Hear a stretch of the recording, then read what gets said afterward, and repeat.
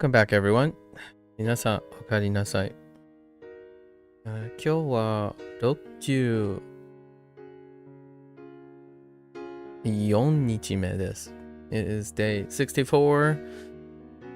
We're cycling through our double stack now. So usually there wouldn't be another stack of reviews, but we're going through our second cycle now, where all the masters, right, all the master set is turning over to the enlightened section. There will be a gap somewhere. I can see it's probably somewhere down here in Monday because of the leveling process, right? So we're looking at about a 200 pace each day. It's not too bad. Alright, yeah, this is as soon as, we don't really need to go over that. We're gonna hop right in. Right. I'm like the present. Alright.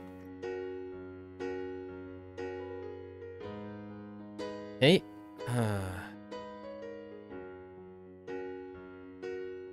Lively energy.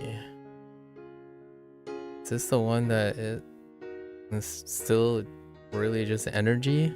I think so, right?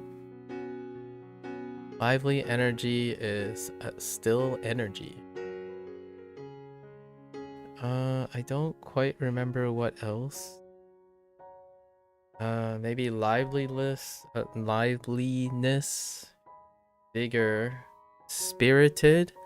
Oh, I'm not sure if spirited is in it. Let's look. Spirit. Oh, I think I'm gonna add spirited. I think that's a word I would use from time to time if I see this character. Spirited, right? Excitable?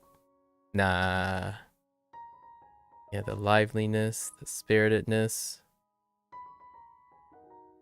Lively. Alright. That's fine.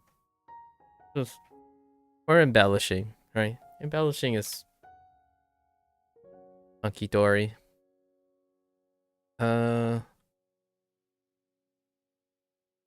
Hayaku.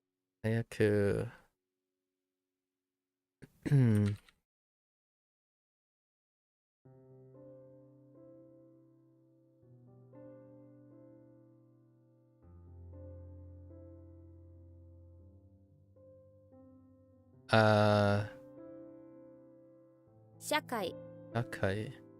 I was thinking of what the entry pitch was. Shakai.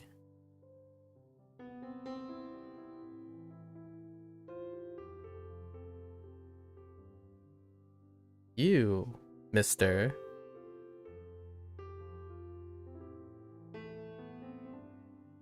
Kaki.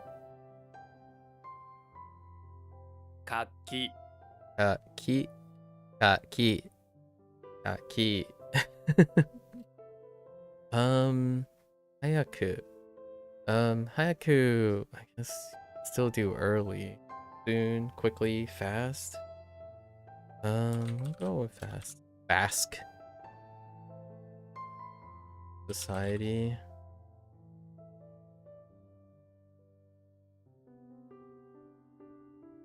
Blood on a plate. Chi. The chi part. 地 Chi. Don't know.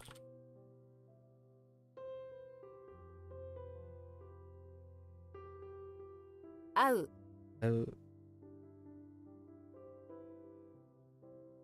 Oh.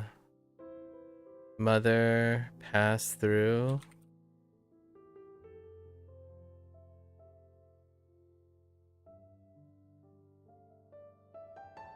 Person's shape, so 人形人形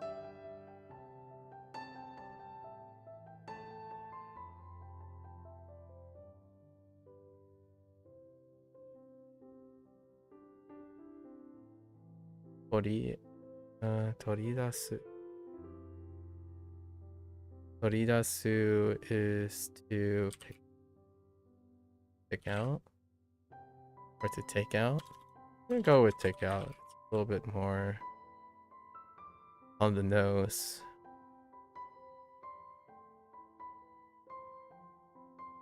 Aoi. Aoi.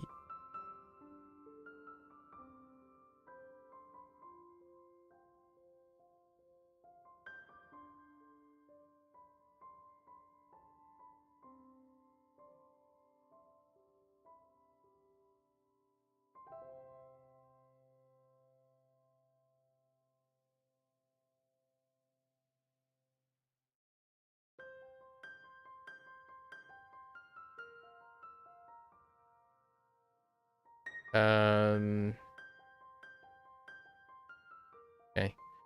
I was debating on synonym disagreements or something like that.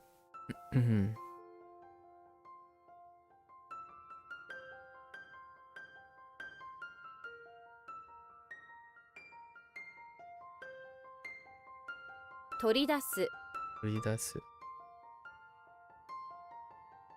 ナポレオン。ナポレオン三世。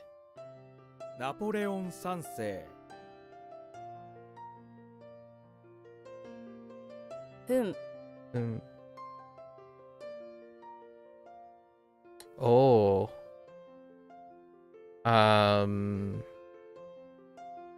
The kata, right? Katachi. Katachi. Katachi. 形。Katachi. 300. 300。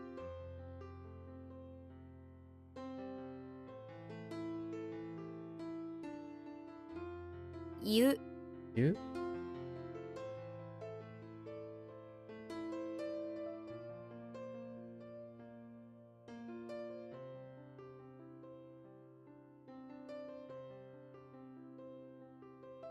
Eh? ケイ。 A. Oh, he says it like a little different. How do you spell it again? Yeah. Ah! How do you spell Napoleon? Oh. Oh, right. That's right. It's an O. English things.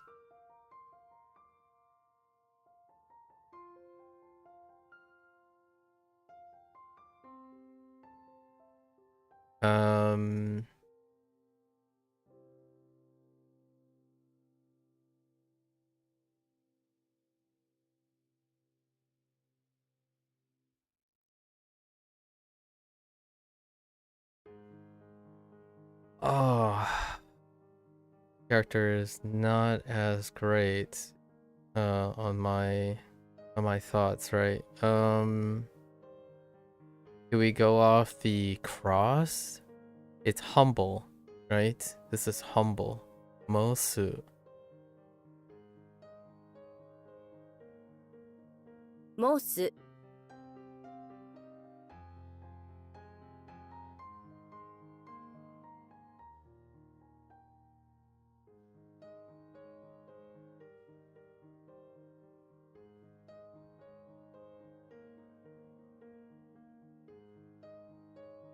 何人。何人?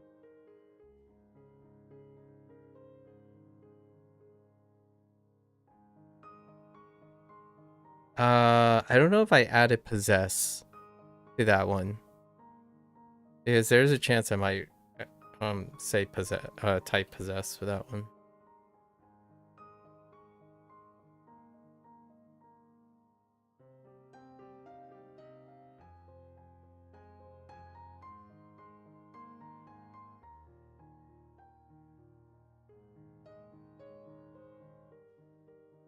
Ashi kubi. Ashikubi.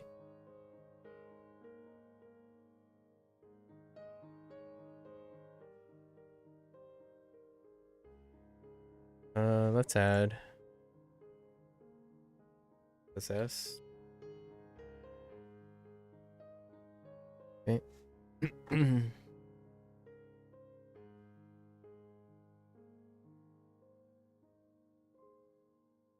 走る Hiru.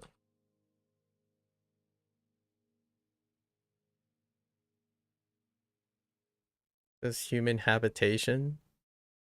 I feel like this is human habitation. Right? People's hometown.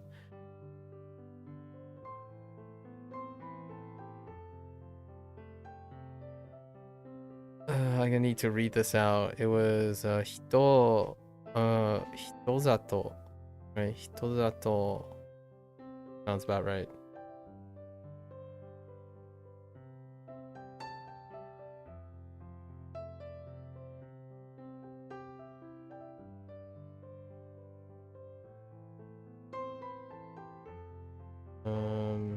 It's still village. We could go default to village. I think I added others like community, housing, hitozato. Hitozato. 人里 Hitozato.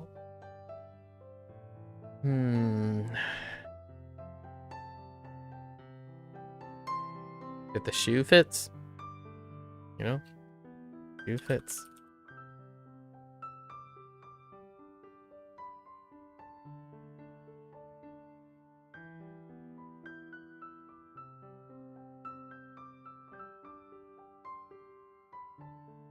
ane Eh.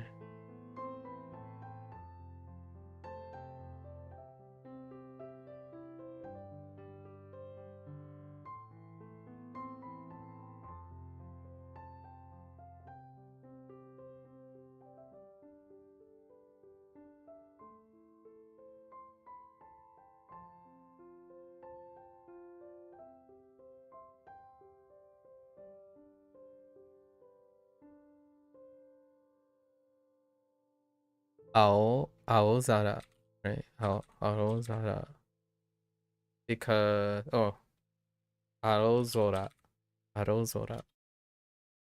Because Rendaku and Kun, right?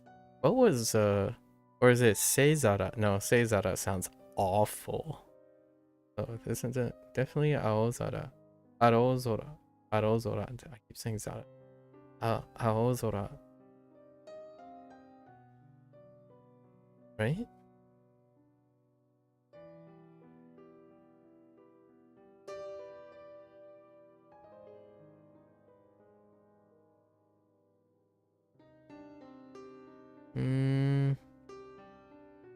Eh.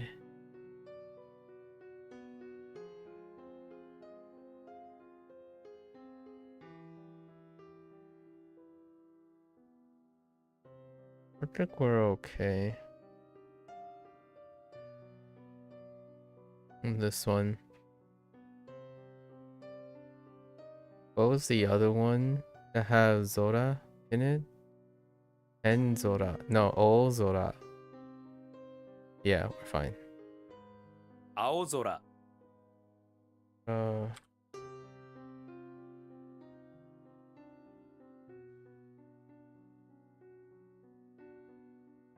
Satsuki, right?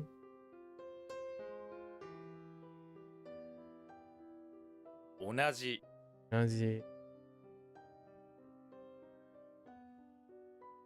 大学生大学生.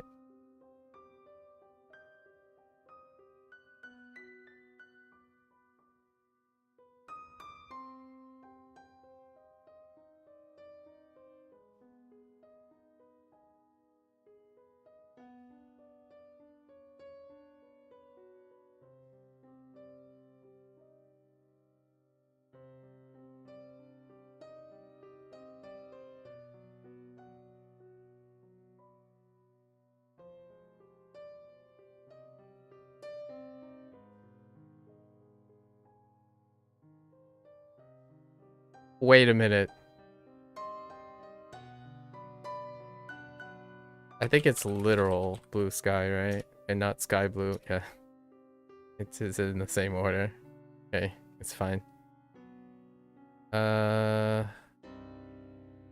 Toshi? I think we use Toshi here. Toshishita. Yeah, Toshishita. 年下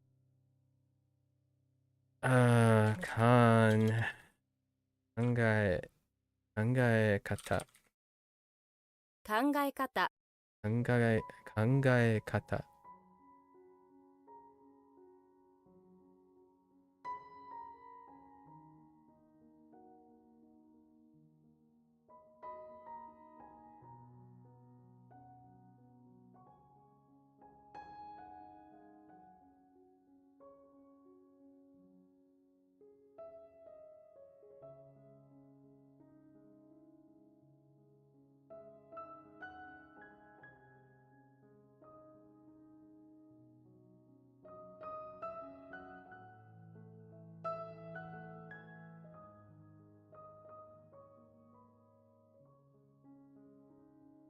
作る Guru.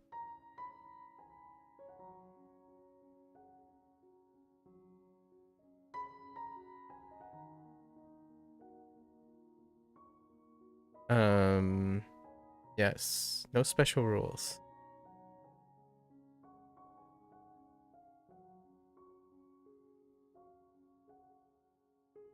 Katsuyoke. Yes. 活用形 Katsuyoke. Okay.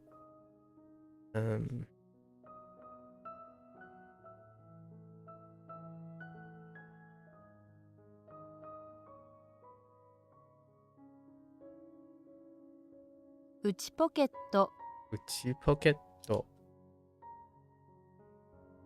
ああ。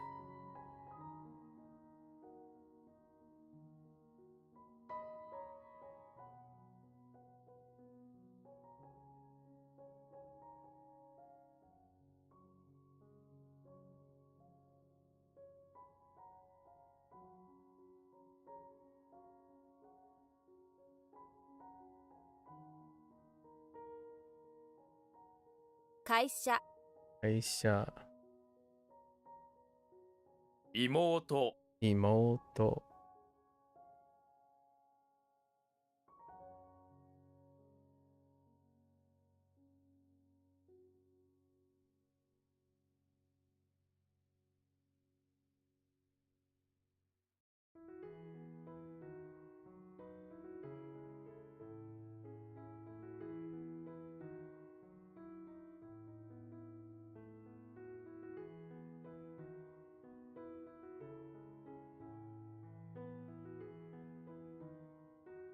何回何回。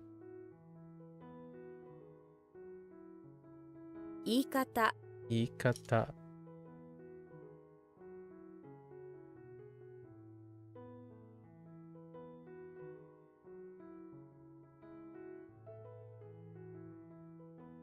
Oh.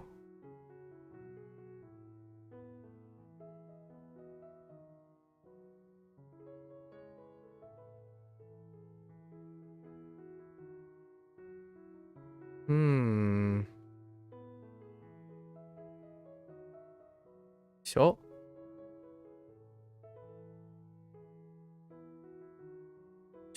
活。ね。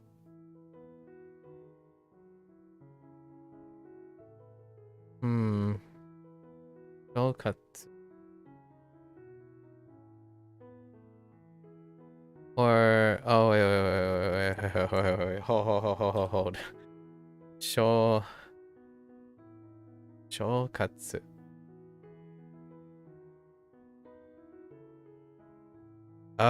This character, life is a character that comes around and slaps me in the face every like nearly 90% of the time. I get slapped by the life fresh character over and over again. We'll work through this at some point.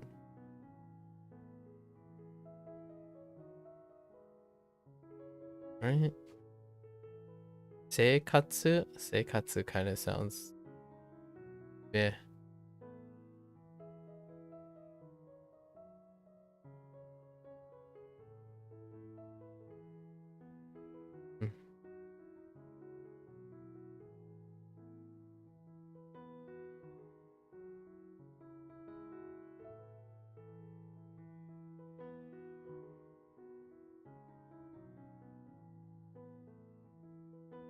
Wait. Oh no, wait. I don't think we have Sho to begin with.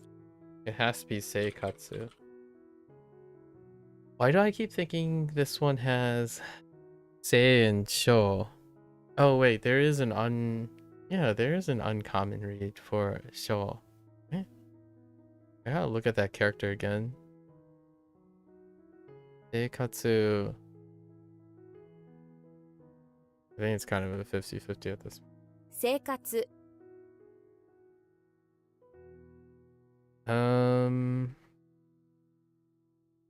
Let's look at Sei. Right? Yeah, Sho. Sho is one of them. Sei and Sho.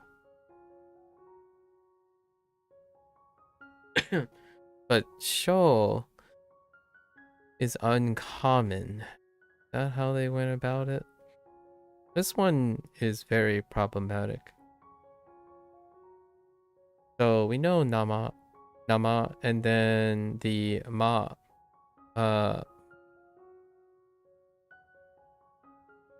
There's Nama, fresh, live, and then we have Se, and then we have the Uni stuff, and then we have I for Ikiru, like to live stuff.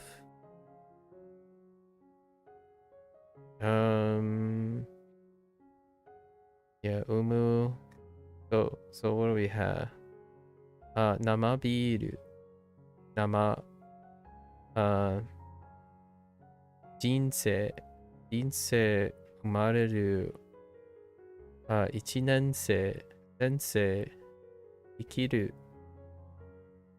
生まれ。学生。Umu. Oh, I guess Isho. Oh, this is the one that I was thinking of. Isho. I think that's our only show.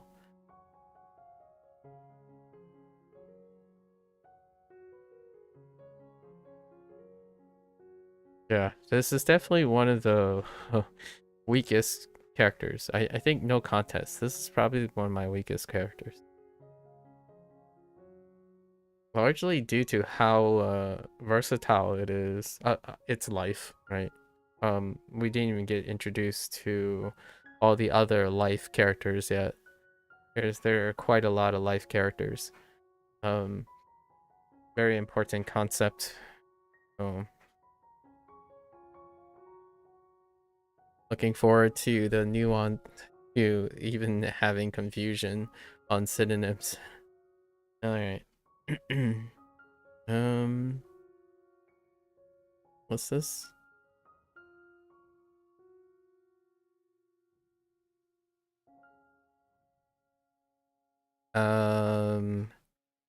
Was this different?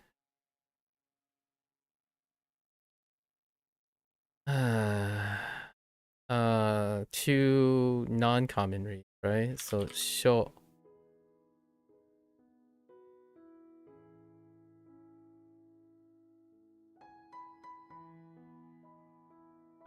Or actually, maybe it's shogatsu. I feel like that's all that rings a bell to me. Shogatsu. 正月 Shogatsu. First, do it.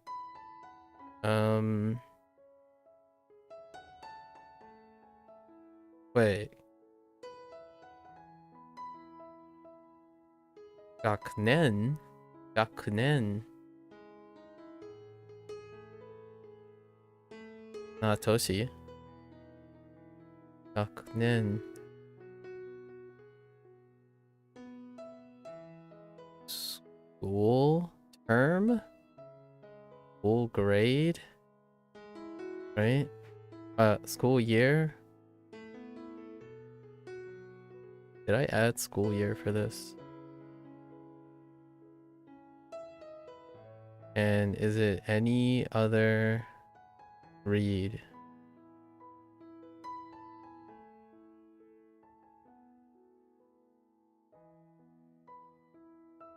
don't think so. I'm not even sure when this came up.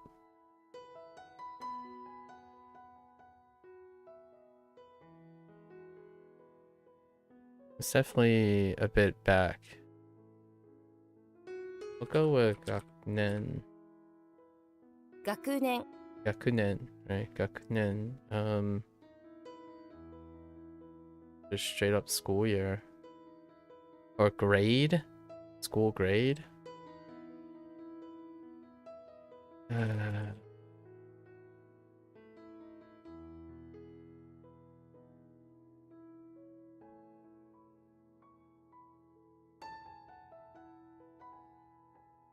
Did I add night?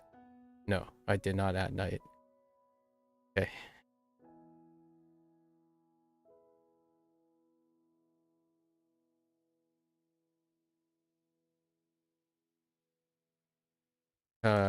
Tanin.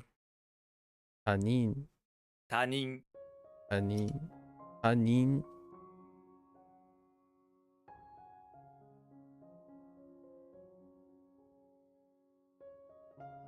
Eagle. Lion. Top of a person.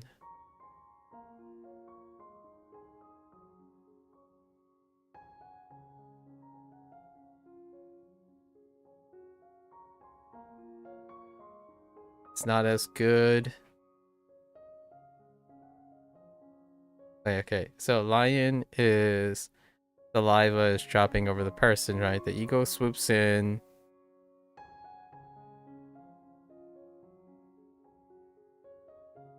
From? Is this supposed to be from? So you're kind of like compared? Yeah, compared. It's from. I think from is the primary, but sense compared with. Okay, with by means of. Okay. All right.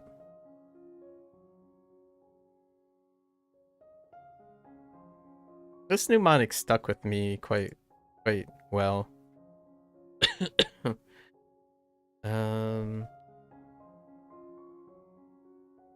It's lowercase letter. So komoji. 小文字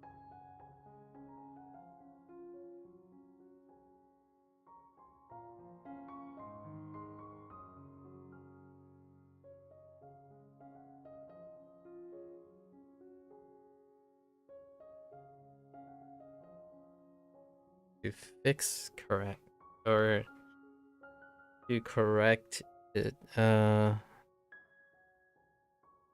Like to restore. No. To fix to correct. What was this? When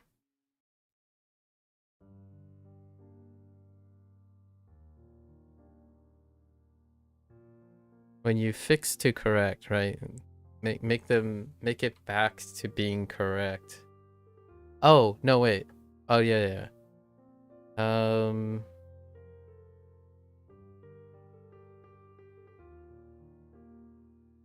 You're making sure. Oh, you're keeping to. Oh, okay. You're keeping to honest.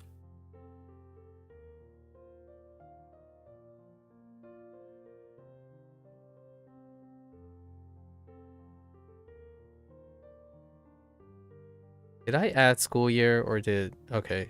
They have school year, grade in school, year in school, school grade.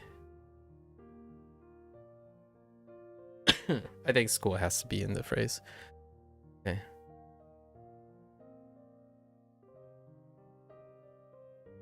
直す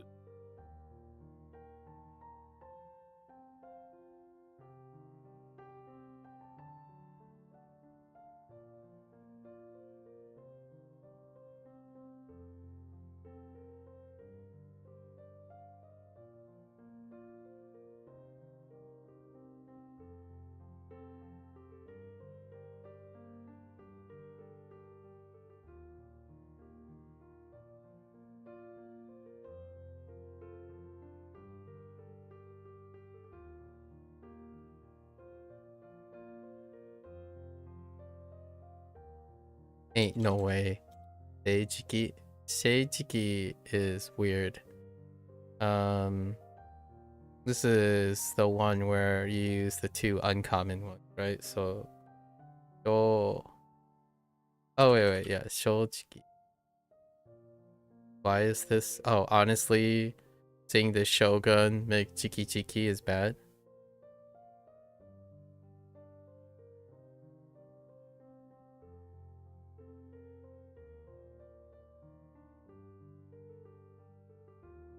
Oh, something. I'm not mistaken. Oh, yes. Today is my birthday. That is correct. Mm-hmm. Thank you, thank you. Have a cupcake. Hello there, Proko. Shoujiki. 正直 The mnemonic was, honestly, the Shogun making jiki jiki noises is a little weird.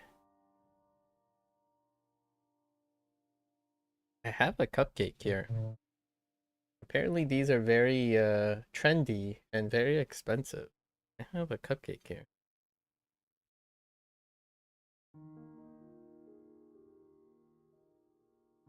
It's supposed to be a rainbow, I think. Right, or I mean, cloud themed. Right. Oh, we have a cupcake here for a little bit later.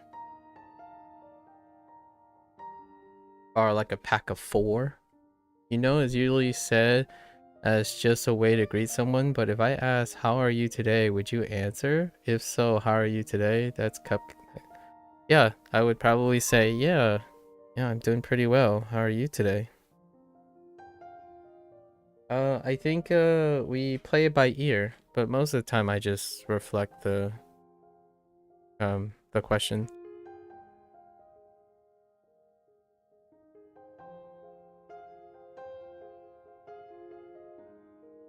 No, I didn't. I got up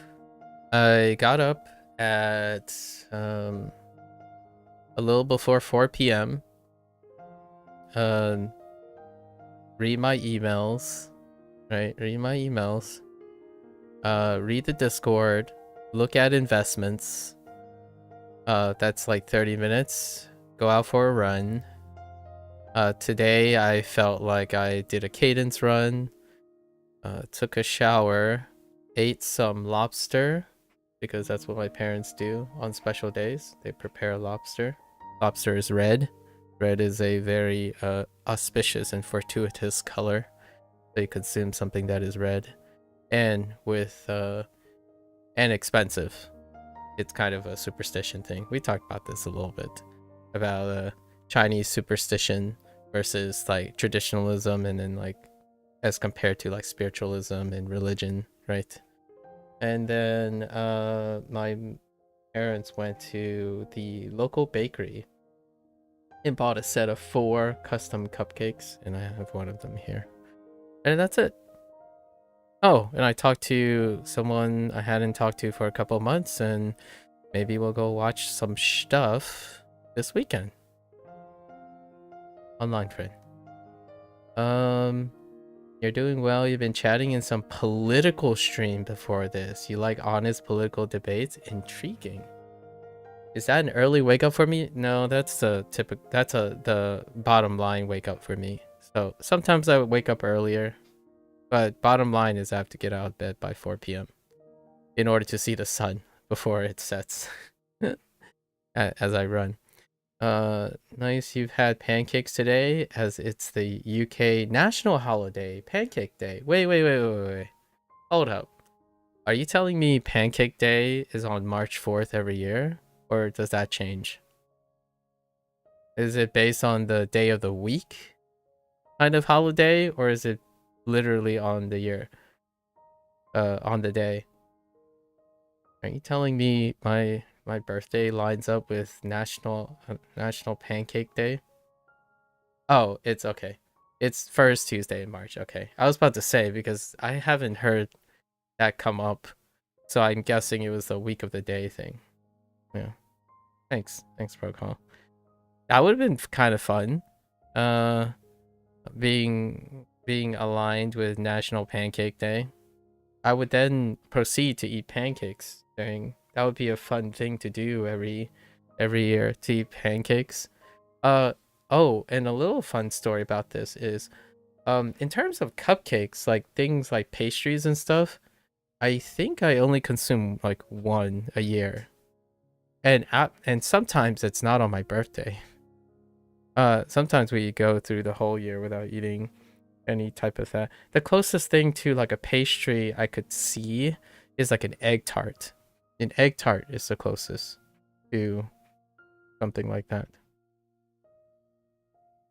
Come on now, every day can be pancake day. Yeah, so the reason why I'm talking about pancakes now, I mean outside of Procon mentioning it, is that in our household we do not consume regularly a lot of those things.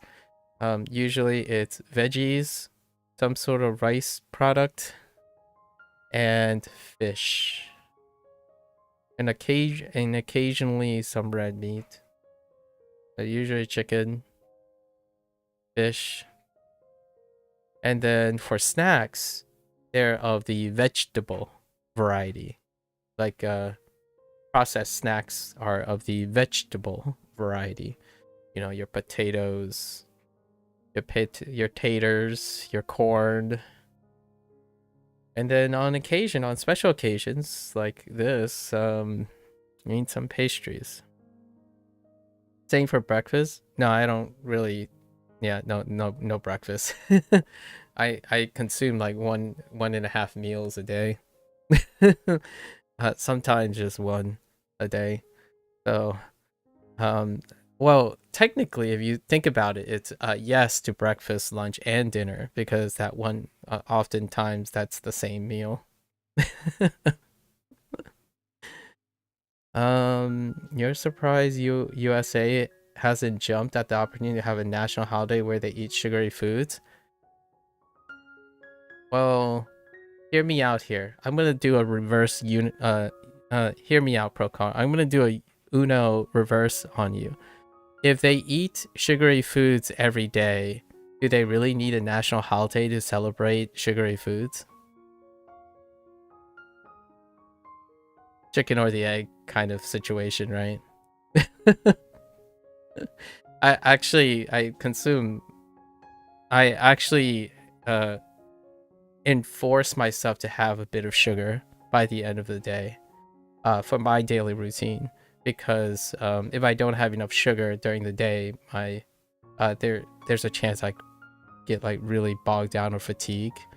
So there's actually quite a lot less sugar in my family's diet, and my activity levels would not suggest that I should reduce any more of my sugar intake. Sometimes, you know, you get a little cloudy, your blood sugar is kind of low. I'm not diabetic, but there are times when, like, yeah, I gotta eat something sugary. Not too often though, not too often.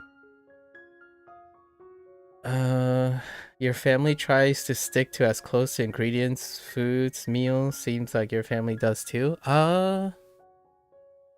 Ingredients, foods, meals. Yeah. You mean like Whole Foods? Yeah, Whole Foods. Whole Foods have a nice texture, and like it might also be an accessibility thing, but outside of accessibility, right?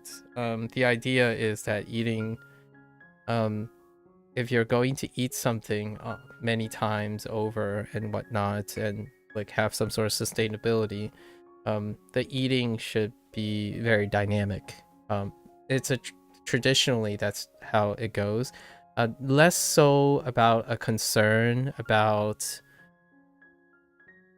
This is one of those things, like, it's not a concern because by coincidence it's not a concern, but ultra processed foods lack specific types of quality that are normalized in a Chinese household, right? The crunch often is not there, but we still eat like potato chips and popcorn and stuff. But oftentimes to seek that color color, different flavors in the same experience, and then like different parts of a meal have different qualities to them, texture and whatnot. In order to seek that, it just happens to be whole foods. Processing requires a lot of hoops to reproduce some of the experiences. So while my parents do have restricted diets largely because of their health, generally speaking, it's more of a coincidence than segregating a focus. Like, I don't want to make it sound like my family focuses on the type of food or some sort of like demonization of food. It's more seeking a balanced meal of sensations. If my father has high cholesterol, it's more like, so be it. They enjoy the act of eating, and eating should be good. So it's not necessarily the other type of mindset where you're avoiding something.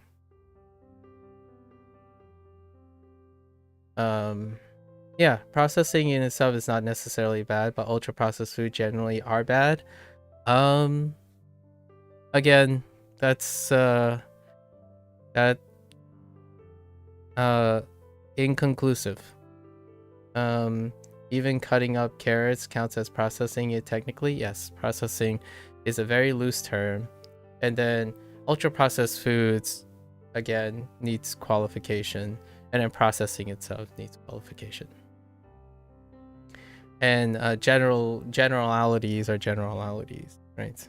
I wanted to dispel the idea that using words like bad and good tends to warp perspective, because if you're generalizing something and then you're using bad and good as a qualification for generalization, then it's often lacking enough nuance to be useful advice, right?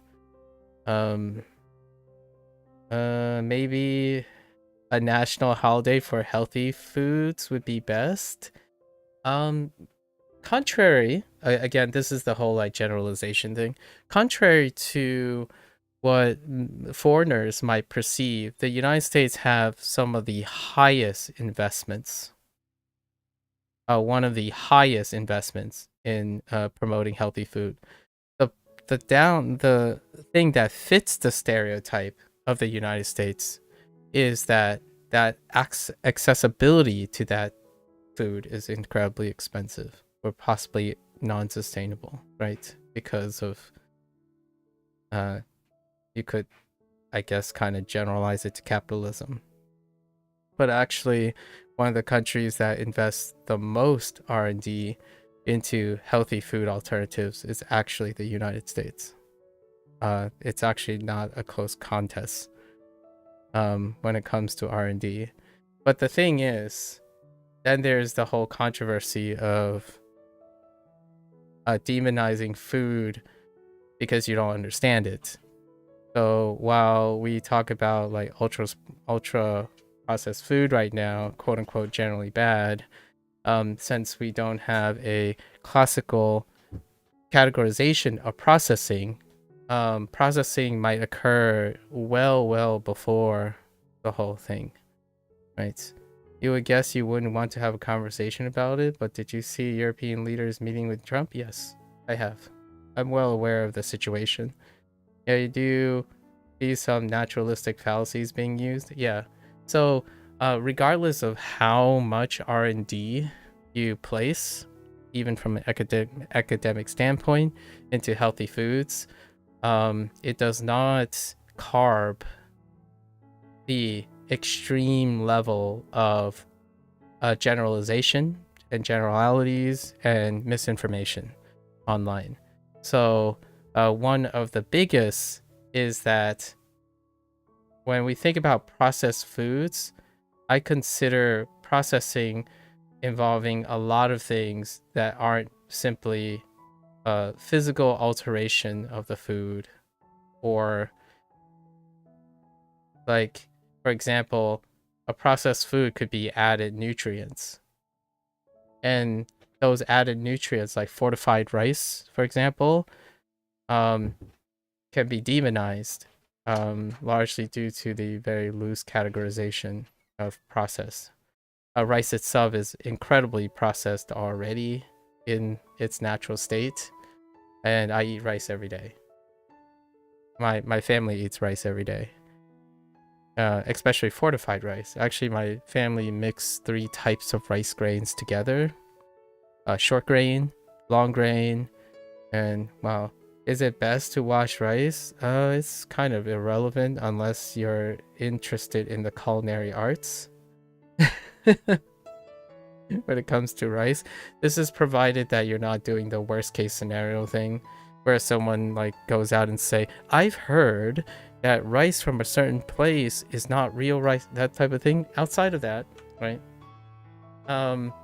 If you're culinarily interested in texture for specific cases, the excess starch would be wise to wash off for like textual considerations, right? And my parents are very particular about it. So my father does wash specific rice and then mix 2 or 3 different types of rice together in order to have like that mouth feel. At least for me. And these aren't like nutritional advice. I'm also not a licensed dietitian. I am a former geneticist, I suppose, and I did have a particular interest in genetic modification. And yes, I'm gonna have to use that term largely because that term requires to be normalized. Something you don't understand, I totally understand that psychologically it can be very fearsome, scary, when one does not have comprehension of something. But a licensed dietitian. Dietitians are required to be licensed. So whenever you need a buzzword or a particular buzzword that needs distinction, if you're online and you're looking for like semblance of a way to tell if you have some sort of reliance on people's content, there's a very fine line between dietitian and nutritionist. So a dietitian is required of license. So I typically say I'm not a licensed dietitian, and nor am I a nutritionist, because nutritionists do not require a license to practice. That's my way of making clear that and respect for particular vetted positions.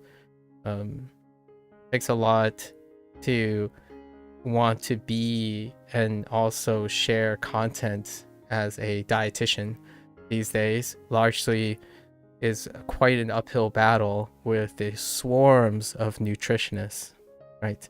I'm not saying that there aren't nutritionists that are equally reliable, but we have to understand that because of the lack of selection factors, there are more nutritionists than there are dietitians, right? And I do believe in some sort of balance between vetting and stuff, much like content creators. I tell people, for example, the occasional person, when I provide advice, it's not professional advice, largely to the nature that this requires zero vetting process. Like, what is the basic vetting process for a person who qualifies himself as a language learner? It's zero. There's no bottom line. You could literally say ni hao and qualify yourself as a language learner. So that's kind of why I like to be a little bit strict about my terminology when it comes to using categorizations. I have a incredibly high respect for those people who go at it without certification or license, because that is also an uphill battle of their own. Imagine calling yourself a nutritionist and then day in and day out being questioned for your validity, largely because you do not seek licensing as a dietitian, right? But the flip side is when you say you're a dietitian, then you are under heavier certified load for consistency and standards, while at the same time swarmed and compared by association to nutritionists, right? World is weird, very weird.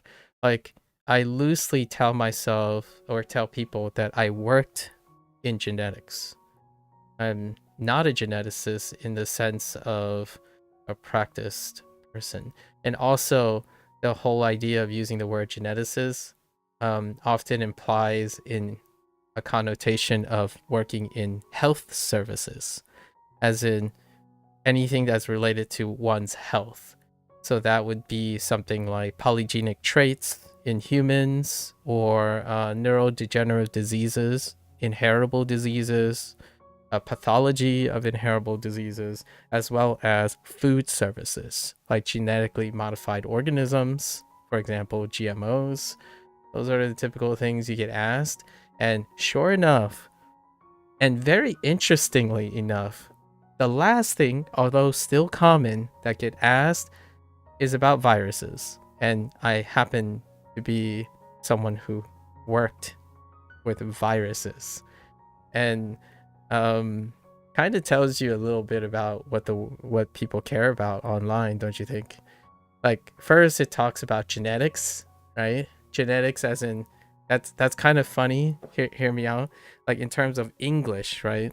When someone says genetics, they're talking about heritable genetics, as in progenitor genetics between humans, as opposed to other genetics, other areas of genetics. And that kind of speaks volume to what is interesting to people. Disease, the things we take for granted, like virology, viruses. In fact, that kind of leads to another political controversial topic to this day, right?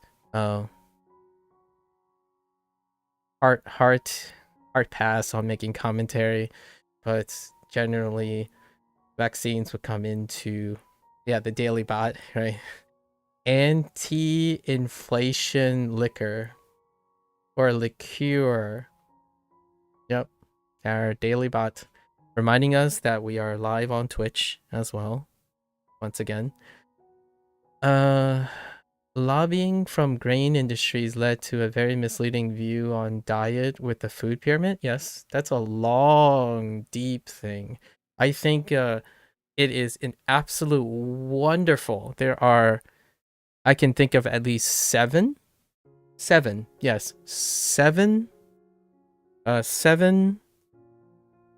excellent video essays and 2 documentaries on the history of the food pyramid. And it's definitely a really interesting topic. Now, here's the thing though. The grain industry, and then that misleading view, we also have to remember that there was also incomplete information, right? It's no more as leading as thinking the sun revolved around the earth, in my opinion. Now that is not to diminish that these things are very great learning lessons, and then conflicts of interest, and trying to segregate conflict of interest with disseminating information that may impact a whole generation of people. It still happens to this day, right? It still happens to this day.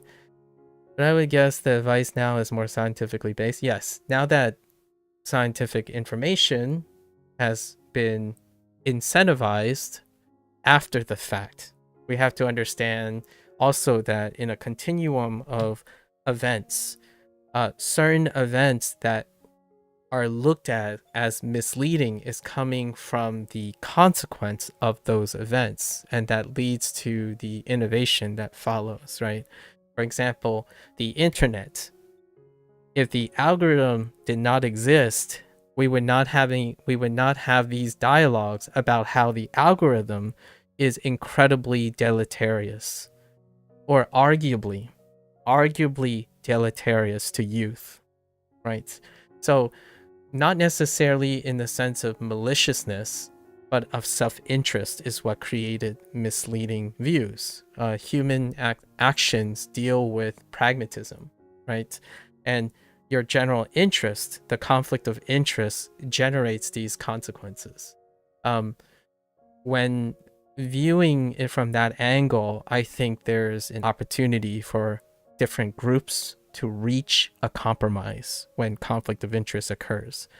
When we take the internet approach these days of echo chamber, expressing and demonizing extreme polarized hatred by ascribing ad hominem arguments that are simply not true, like, hey, these guys are so interested in their own business that they are willing to deliberately harm other people intentionally, that would be an hyperbolic polarized statement, right? And I think that type of thing is becoming the barrier to proper innovation and compromise on consequences. But again, humans, when faced with incredible large layers of like a critical mass of crises, you kind of still come back down and negotiate some compromise.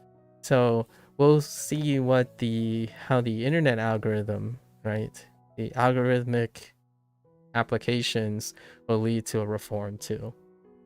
One might even argue that the dissemination of information, the very core aspect of resolving misleading views, corollary data, interpretations, is under advisement now, right?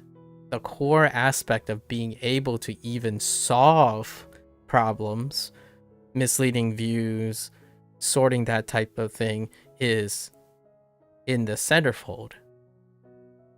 Like, I almost feel, this is a little bit biased, I almost feel that this supersedes anything that comes after.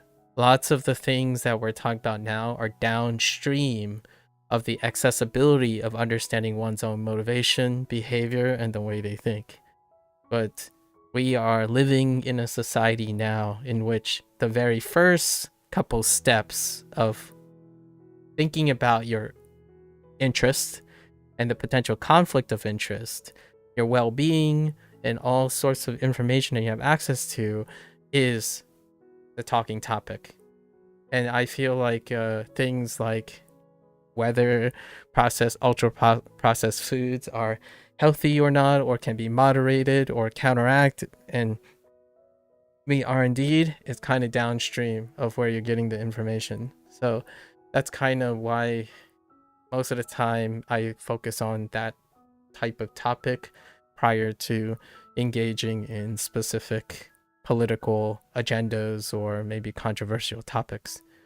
The top 3 life expectancies are all Asian countries, which I think their diet is a major reason for that. That is what the current body of literature may suggest.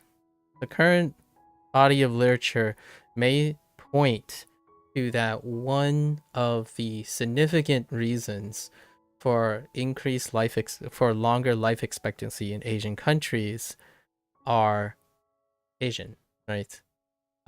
It does not say, again, we have to keep in mind that life expectancy does not reveal a quality of life, right? It also does not include physical activity. It does not include restricted decorum cultural practices. And it does not include family and interpersonal relationship factors. You may even argue, for example, here's one that's from left field. You may argue that someone who lives alone may, with a culture that has an incredibly efficient work culture, may live longer than someone who raises a family of 3 becomes stressed and like, for example, female life expectancy, how much that would affect the life expectancy, right? And also the quality of that life expectancy. There's often a talk about, would you want 60 good years or 40 good years and 40 not so good years? Do you consider a virus to be living? I've heard some debates on that. Yes. You have to qualify it. So anything that is a selfish particle that enables the or RNA world. I'm probably gonna just say RNA world for now. Viruses have the capacity to act as precursors for existing components that qualify as living things. So that is where the debate lies, right? At the moment, there's a debate largely due to incomplete information.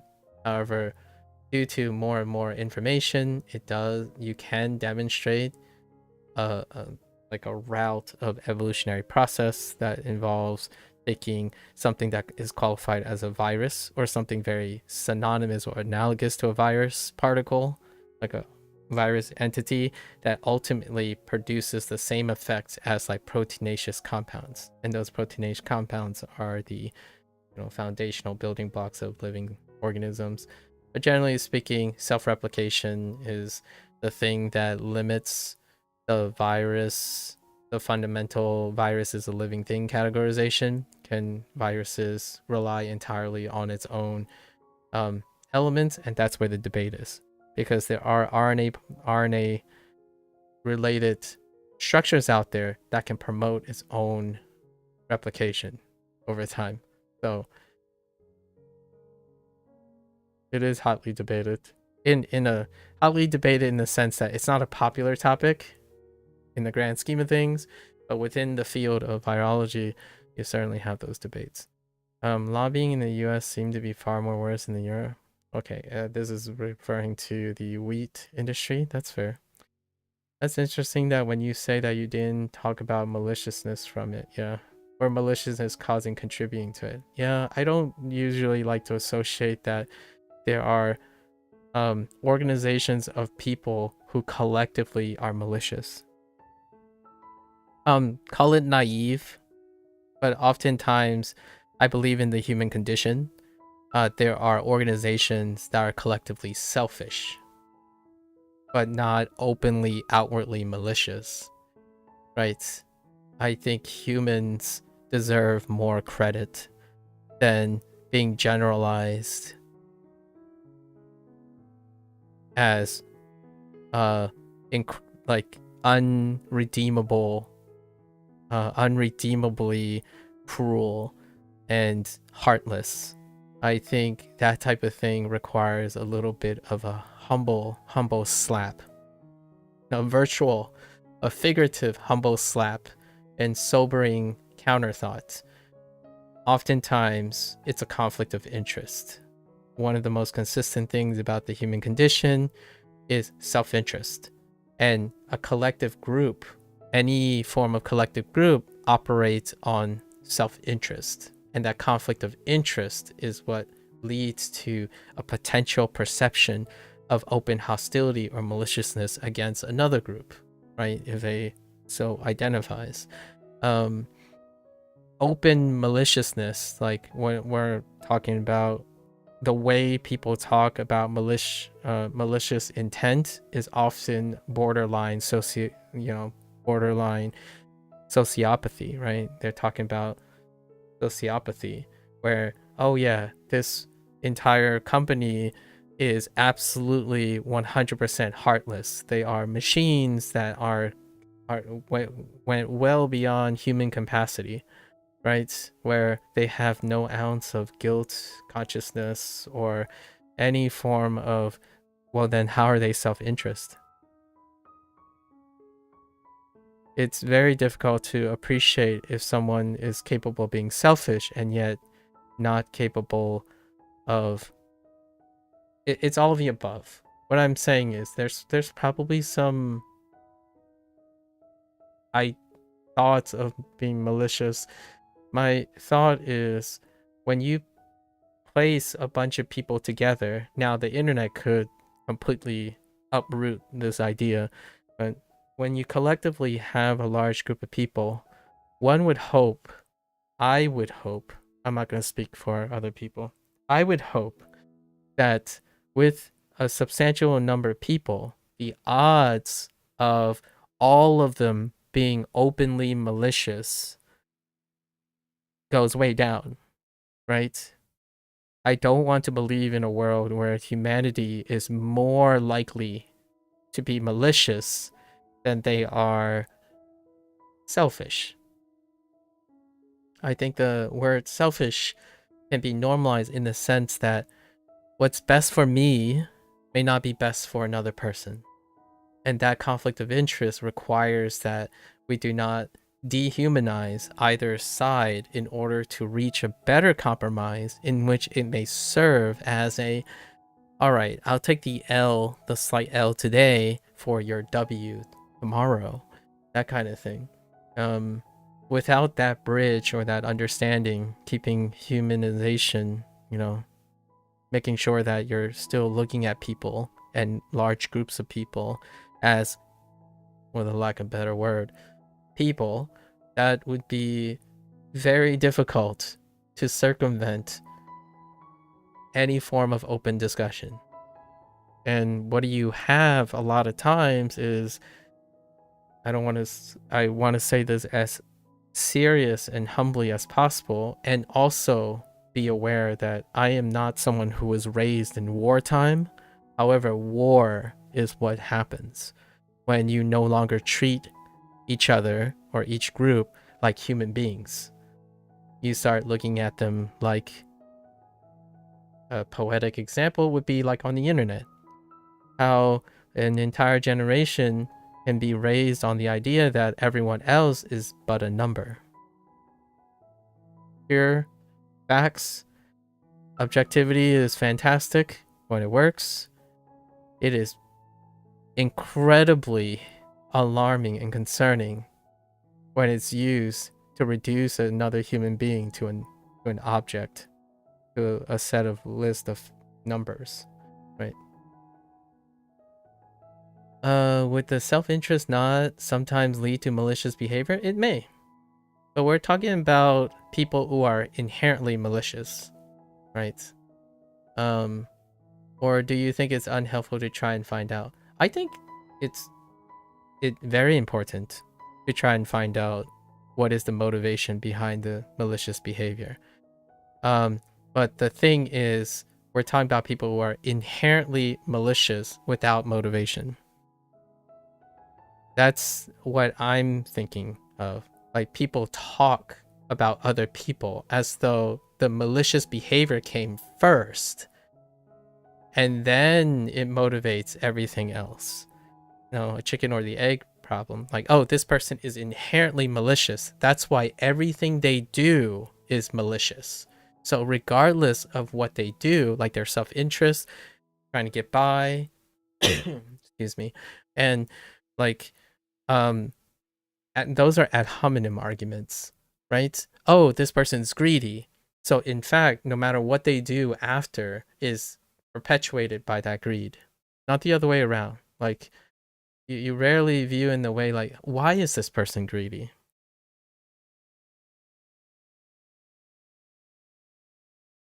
Null hypothesis testing, I suppose. It's a null hypothesis thing. I think the fact we naturally live in tribes lead us to have some selfishness. Yes, that's in-group, out-group thing. In smaller groups we identify with, while also maybe lead to selfishness on a larger scale, due inexperience or enough time to naturally orient it, be selfless on that scale. I think it's against human condition to be selfless. That's predicating on the person not requiring anything else. So being aware of that is a human capacity that could be leveraged. I wouldn't fault someone for being selfish. I'm not saying it's good or bad or desirable, but that would be very naive to think that someone inherently is free of selfishness or capable of that. You're back. Oh, you were gone for a little bit. What are you talking about in terms of objectivity? Dehumanizing. Objectivity is the act of... It does exist. Objectivity does exist. It doesn't exist for someone who believes is a state of 0 and 1s. Most things don't exist or exist based on someone who wants to view things not on a spectrum, but as 0 and 1s. So the key word that's missing from objectivity when it says exists or not is you're talking about true objectivity or pure objectivity, and then true subjectivity and pure subjectivity. That's 0s and 1s. But objectivity exists because it exists on a spectrum. Do you think there are people that are inherently malicious? Again, 0 and 1s. Are there people that exist that are inherently malicious? Yes. I mean, if we're talking about the permutations and probability of outliers, then there's probably one. It's possible, right? Is it highly improbable? Possibly, but it's still possible. So asking if something exists or you need an instance of something, I would say it's probably easier to confirm by looking for a single case than not. That is a question predicated on confirmation bias, right? If there are people that are inherently malicious, does that mean you view does that give you the reason to use that as a case for arguing that most people are malicious? Also, did you not answer my question about Trump meeting because you missed it, or I already did? I do keep up with it. We don't talk about, there's nothing to talk about. Nothing happened. The whole Trump talking with, I guess you're talking about the Trump meeting with, I don't know how to pronounce his name, but Zelensky or something like that from the Ukraine. I guess that's what you're talking about from the other stream. I don't have any comments on it because things didn't happen. At least didn't happen in the regards of like policies. There's a lot of posturing. Yeah, there's quite a lot of posturing, and that is certainly part of the political activity, right? What do I think? Well, if you're asking me for maybe like a commentary on that, is I hope the best case scenario resolves itself. I don't have enough political knowledge to make any further commentary on that, other than knowing that an impasse was reached at the moment, and quite a lot of posturing, like optics posturing right now.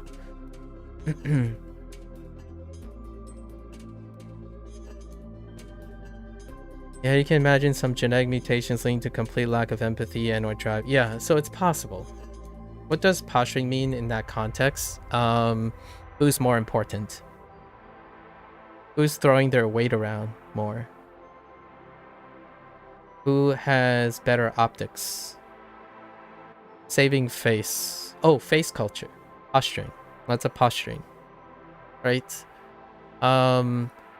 Let's take an analogy that is a little bit away from the politics. Imagine a throne room. An elf and a dwarf and a human being walked in. They are the leaders of their respective race. And they sat down and they entered a discussion about what each of their race has to offer. They would enter a long period of posturing each other in order to figure out who has more influence. Lots of posturing, or I would say a Game of Thrones. That's kind of what the idea, like the idea of Game of Thrones was. It's intrigue, lots of intrigue. So optics, lots of battle of posturing for optics at the moment, until they like present some sort of thing that can inform me about something, then I probably have no comfortable commentary on the current political climate between the recent meetings, right? You don't know how it's perceived in the US, obviously, but I really feel in Europe a lot is actually happening based on the latest developments at all levels, country, businesses, and people. That's fair. You're talking about a lot of things that are not relevant to the thing that I'm talking about, though. And I'm talking about the war. So what I mean is, yeah, certainly those optics can influence other people's considerations, but if they're strictly talking about commentary on it, I can make a lot of commentary on how everything else is being affected, whether they are associated or coinciding with these things is beyond me.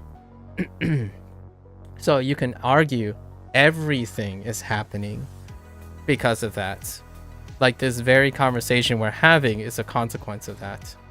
So you could say, yes, this is actually happening, but if everything is actually happening after the fact. So I personally would say I agree with you.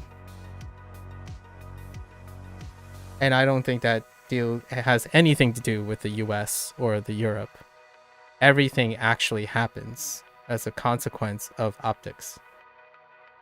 I was trying to be very specific to what probably most people are asking, and that is dealing specifically with what that conversation was about. Fair enough. You wish more people would admit, as you did, that they are not well informed enough to comment on these issues. Yeah, I really... the sources of the news that I have gotten are presented to me by the algorithm. So I watched 3 different coverages of YouTube. So it's an American corporation. It's also, I don't know if you guys got an ad for Ground News, but the idea of political alignment and where your sources are, for me, I'm already well aware that they have certain political lean on these sources, and the 3 sources that covered it is out of convenience. I watched the coverage through 3 places offered by the YouTube algorithm, and all 3 of them are American run sources, and they do lean left. So you can take that for what it is. Does it affect my perceptions? Not really. I wanted to see what was recorded. I wasn't necessarily paying attention to the commentary. So even when I say I'm revealing and admitting that I don't have enough information, I'm also not interested enough in all the spins on it. I wanted to see what they actually said. So that's the only thing I'm aware of, which is the recordings that they were offered to me. And what I saw was 2 people posturing, especially with cultural interest, a conflicting cultural interest. That's probably as much as I can say. What was done about it was, I don't think there was anything politically done about it. The consequences of it is unbelievable. Like it's everywhere. So like Gecko said, regardless of whether something actually happened in that room, everywhere else things are most definitely happening. right? I would be very, very negligent if in the world of the internet, in the post-internet world, where something happens that big does not have a ripple effect on everything else, right? So yes, you could argue that everything happens, nearly everything now happens if the optics are large enough on the internet. And what does that mean meaningfully to me? Well, when iShowSpeed posts a video, everything happens after that. So I don't want to trivialize something. The internet is incredibly strong when it comes to echo chambers. So it can feel like everything actually happens because of it. And it is very important to keep that in mind. How does that work? I have no idea. Like, I do not have enough time in my life to be able to ascertain at all levels of something. But that is a huge, bold statement that I can't qualify as a human being, as a singular person. That's kind of like saying everything happens because of everything, and I can't explain everything. So what I can explain is what I witnessed, or what I can share is what I witnessed.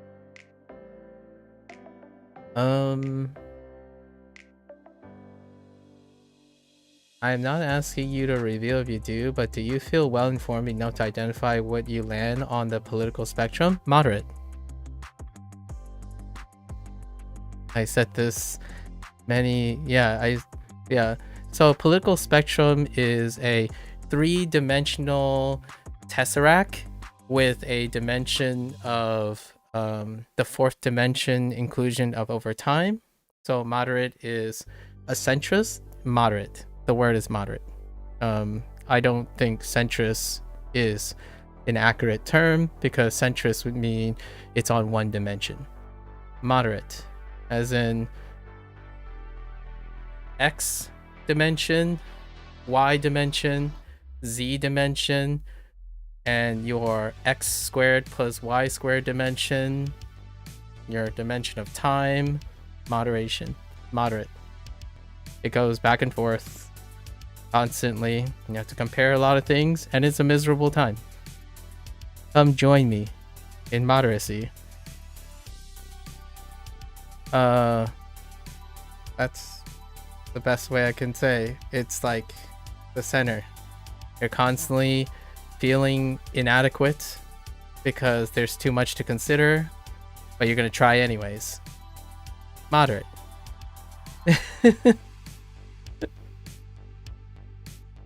That's the best way to describe it, at least in my opinion. I'm obviously being a little bit joking about it. It's the state of mind where you feel like, okay, I'm gonna try my best to understand this, but I'm ultimately going to feel disappointed and overwhelmed by what I have to know. So in the end, I will speak very politically agreeable while trying to form some form of opinion. Some form of opinion.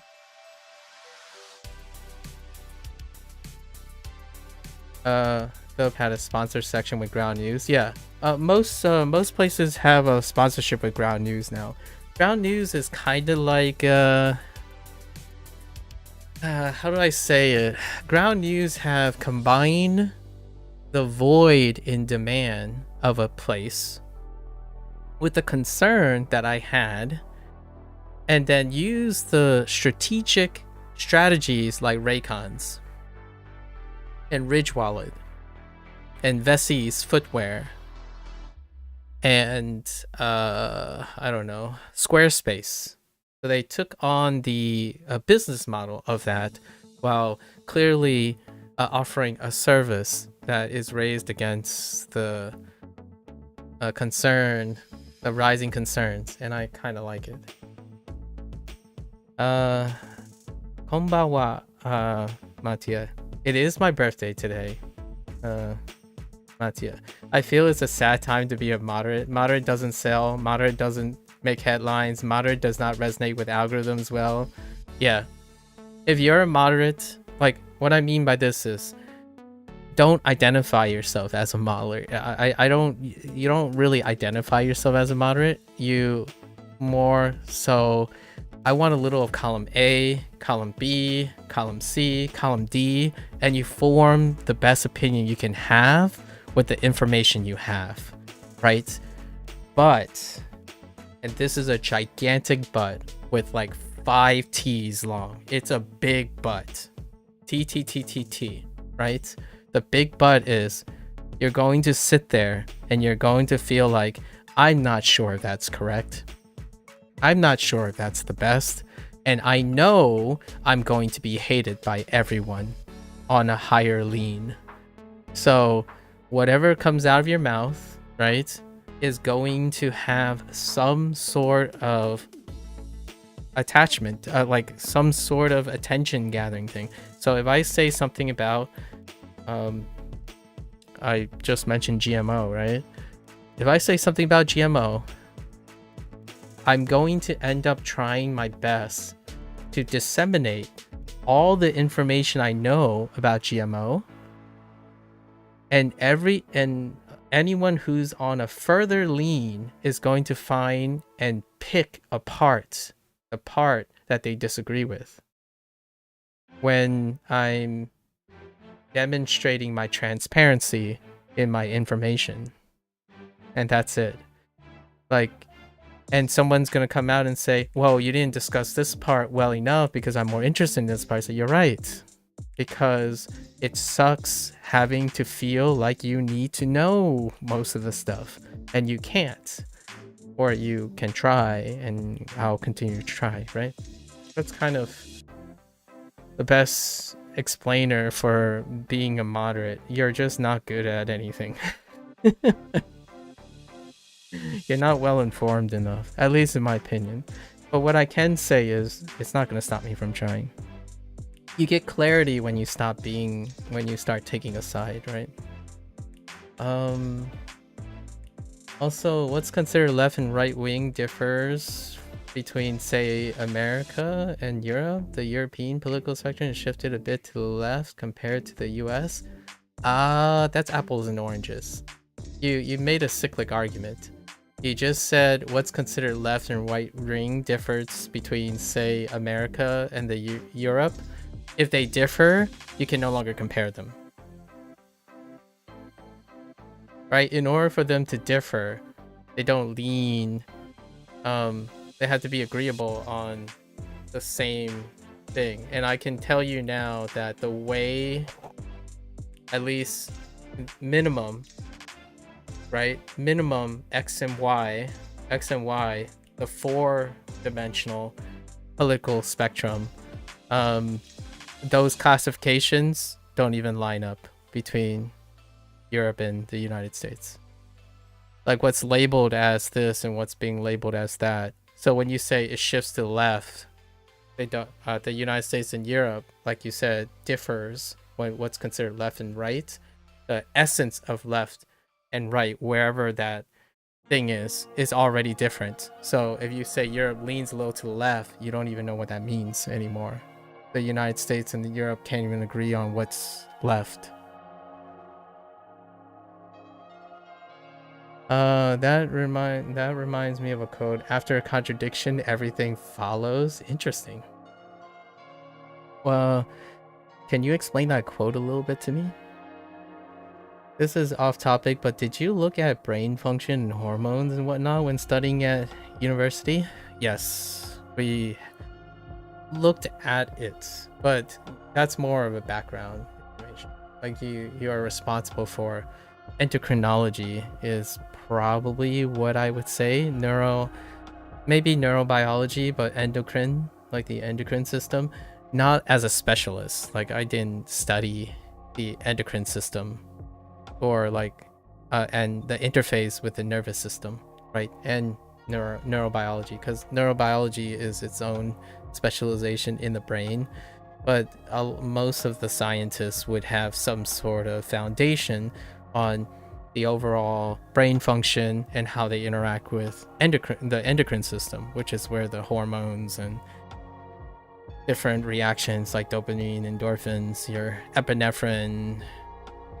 You need to know like your parasympathetic and sympathetic nervous system, that type of thing. But no more than that. No more than what you actually you're supposed to know in any scientific field after a bachelor's degree in science. But it gets reviewed again, right? Basics, foundations. Knowledge also changes over time. Am I aware of Alex O'Connor?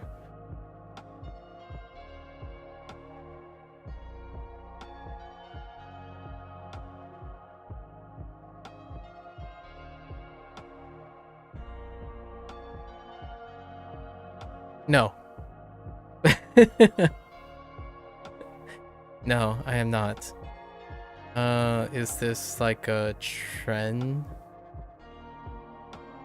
Is this echo chamber things? Are we talking about cult status stuff?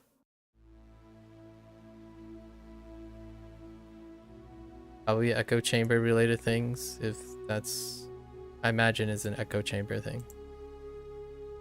Not that it's a bad or a good thing, like it's probably dealing with like a group leader of something.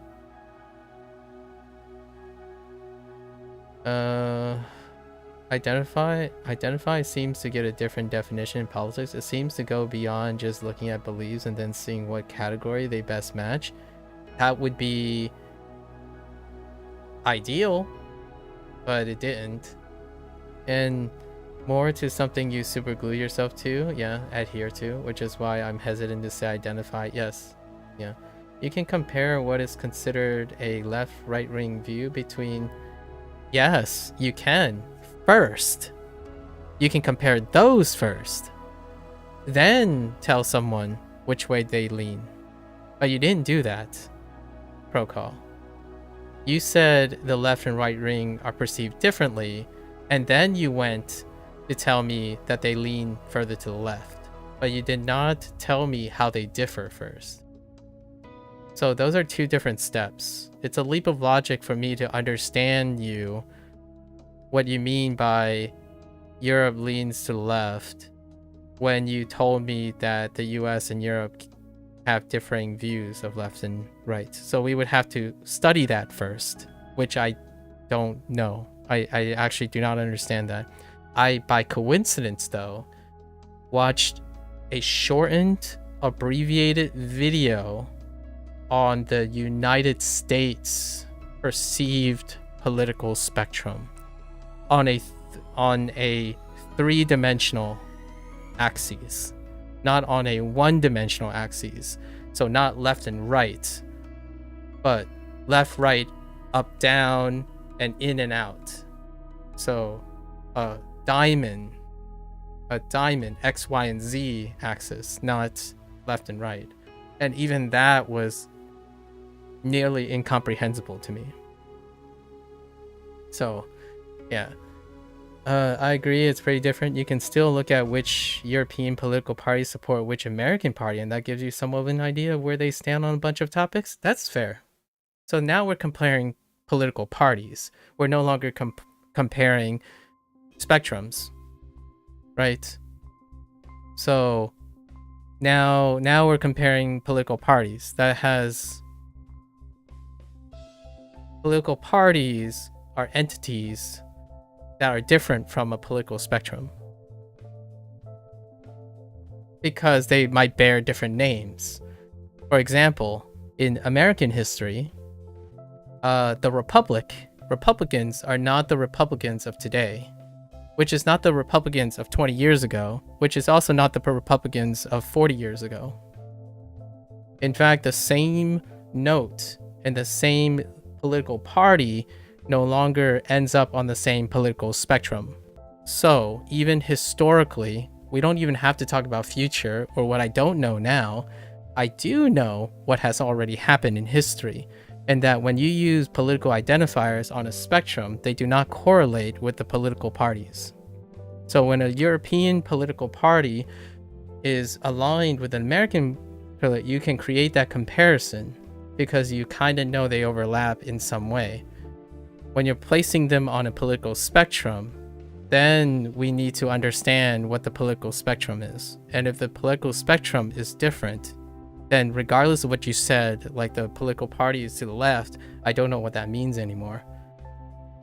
Because if the United States and Europe have different labels and different identification of what is considered left and right, I don't know what it means. Like, what I could gather from what Prokal said was that they're different. That's as most as I can get, right? Europe is in a different direction than the United States. Whichever direction that is. Left, right, up, down, in, out, any direction. It's irrelevant, largely because they're different. So I totally agree with you, Gecko. You can definitely compare political parties. And those political parties will have different names and identifiers. The reason oh, that's where the quote is. Oh, intriguing. Let me read that quote again. What was the quote? It was contradiction. Something about contradiction, everything follows. After a contradiction, everything follows. I kind of like it. I don't know what it means particularly in the context of Alex O'Connor, but kind of like it. It's very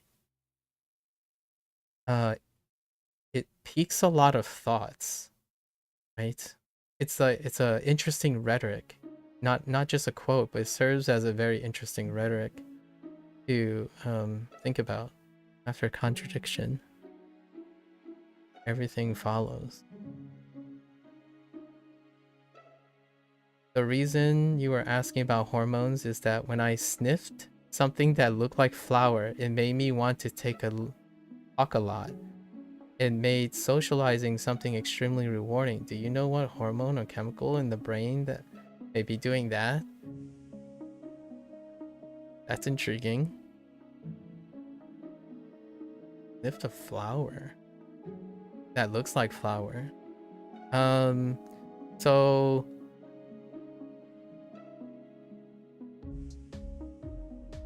that's interesting. I would say that's so complicated. I think these things are very cross-modal. So you've already listed a bunch of senses, right? You did an action, you saw something, right? You saw something. You probably also smell something, right? Like, it's a lot of cross-modal things. So I know what that kind of sounds like visually from a third-person perspective, but it's whatever a stimulant is, probably. Maybe a little, maybe whatever triggers lower inhibition. I have no idea what hormones or chemical makeup that deals with a lower of inhibition, right? And then an increase in reward center would probably be, you're saying extremely rewarding. So, dopamine is a classical hormone that deals with reward centers. However, inhibition is interesting. Maybe a stimulant or a depressant of some sort, but I don't know. That's an interesting feeling. Flower, huh? I know what you're talking about. Yeah, the general effects of a stimulant is what I would think. Not that this is professional medical advice. Yeah, I understand your point now. I cannot answer the difference, and so retract your second statement. That's fine. I think the United States, I think I'm in agreement with you that the position that Europe is in is different from the position that the United States is in. While at the same time, Gecko can make an argument that there are agenda and topics that overlap between the American Party and one of the American parties and one of the European parties. If you were given, say, 2 years to plan, would you accept an offer to be in charge of making the rules as who cannot be in a political position of power in the United States? Absolutely not. I would be devastated. I am personally incredibly ill-equipped. I would die of anxiety. I didn't self-select myself into policy making. I am a terrible leader, and I'm poorly equipped where I am a terrible leader and a terrible policymaker. I trade those things off for what I am today. And I believe that those things are not mutually inclusive of each other. So the skills that I have today and the stuff that I talk about today and how I approach problems make me ill-equipped for a position of power that requires that. It is inherent and is very well known historically that anyone who participates, most of the people who participates in like a scientific field that deals with observations and then gathering patterns based on observations, inherently have incredible large amount of conflicts of interest when taking political positions of power. And I, unfortunately, stereotypically, I am one of those people as well. So I would probably die after 2 years before even recognizing what I could do. Figuratively, I would die inside. It would eat me alive and probably crush me with social anxiety. I talk a lot, I converse a lot, and I try to create empathy, but a person who's incredibly empathetic is very, very indecisive, incredibly indecisive, especially when you're trusted with leading an entire country, right? So yes, when you think about that, it's oxymoronic, right? It's a paradox. The objective thinking and moderacy and stuff is something that is shouldered by a politician who also needs to make decisions. It's an incredibly, like Gecko mentioned in a passing comment, it's impressive that there are even moderates that hold political power. They literally age. Like those people age like 30 additional years for every single term. You can watch the age, the politics eat the person away physically and possibly mentally. So I'm not ready for that. Okay. Gecko is going to be heading out soon, so my understanding is that the current Republican Party tends to align with far-right parties in Europe, and the Democrats, the American left, with central-right European parties. Okay. I'll have to look into that. I don't know a lot about political ideologies. Therefore, the European left has no US equivalent, which is probably what Procol meant. Oh, okay. That's a great way to place it, Gecko. But the European left has no, and then that's what makes it different, and it sticks out. Well, thank you. With all this fun talk, I think you'll go to bed and dream of a simpler and better world. I hope you get a dream of a better and simpler world, Gecko.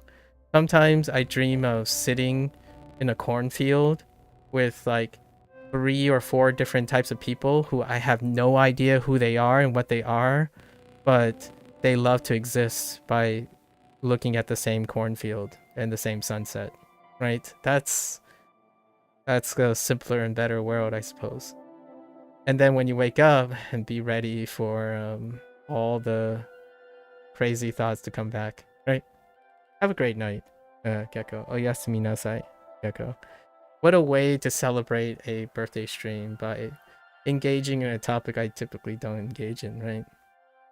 Actually, I engage in them quite a lot. Most people just don't like my responses and then they dip. My responses are not opinionated enough for a lot of people, especially when it comes to politics, and religion and whatnot.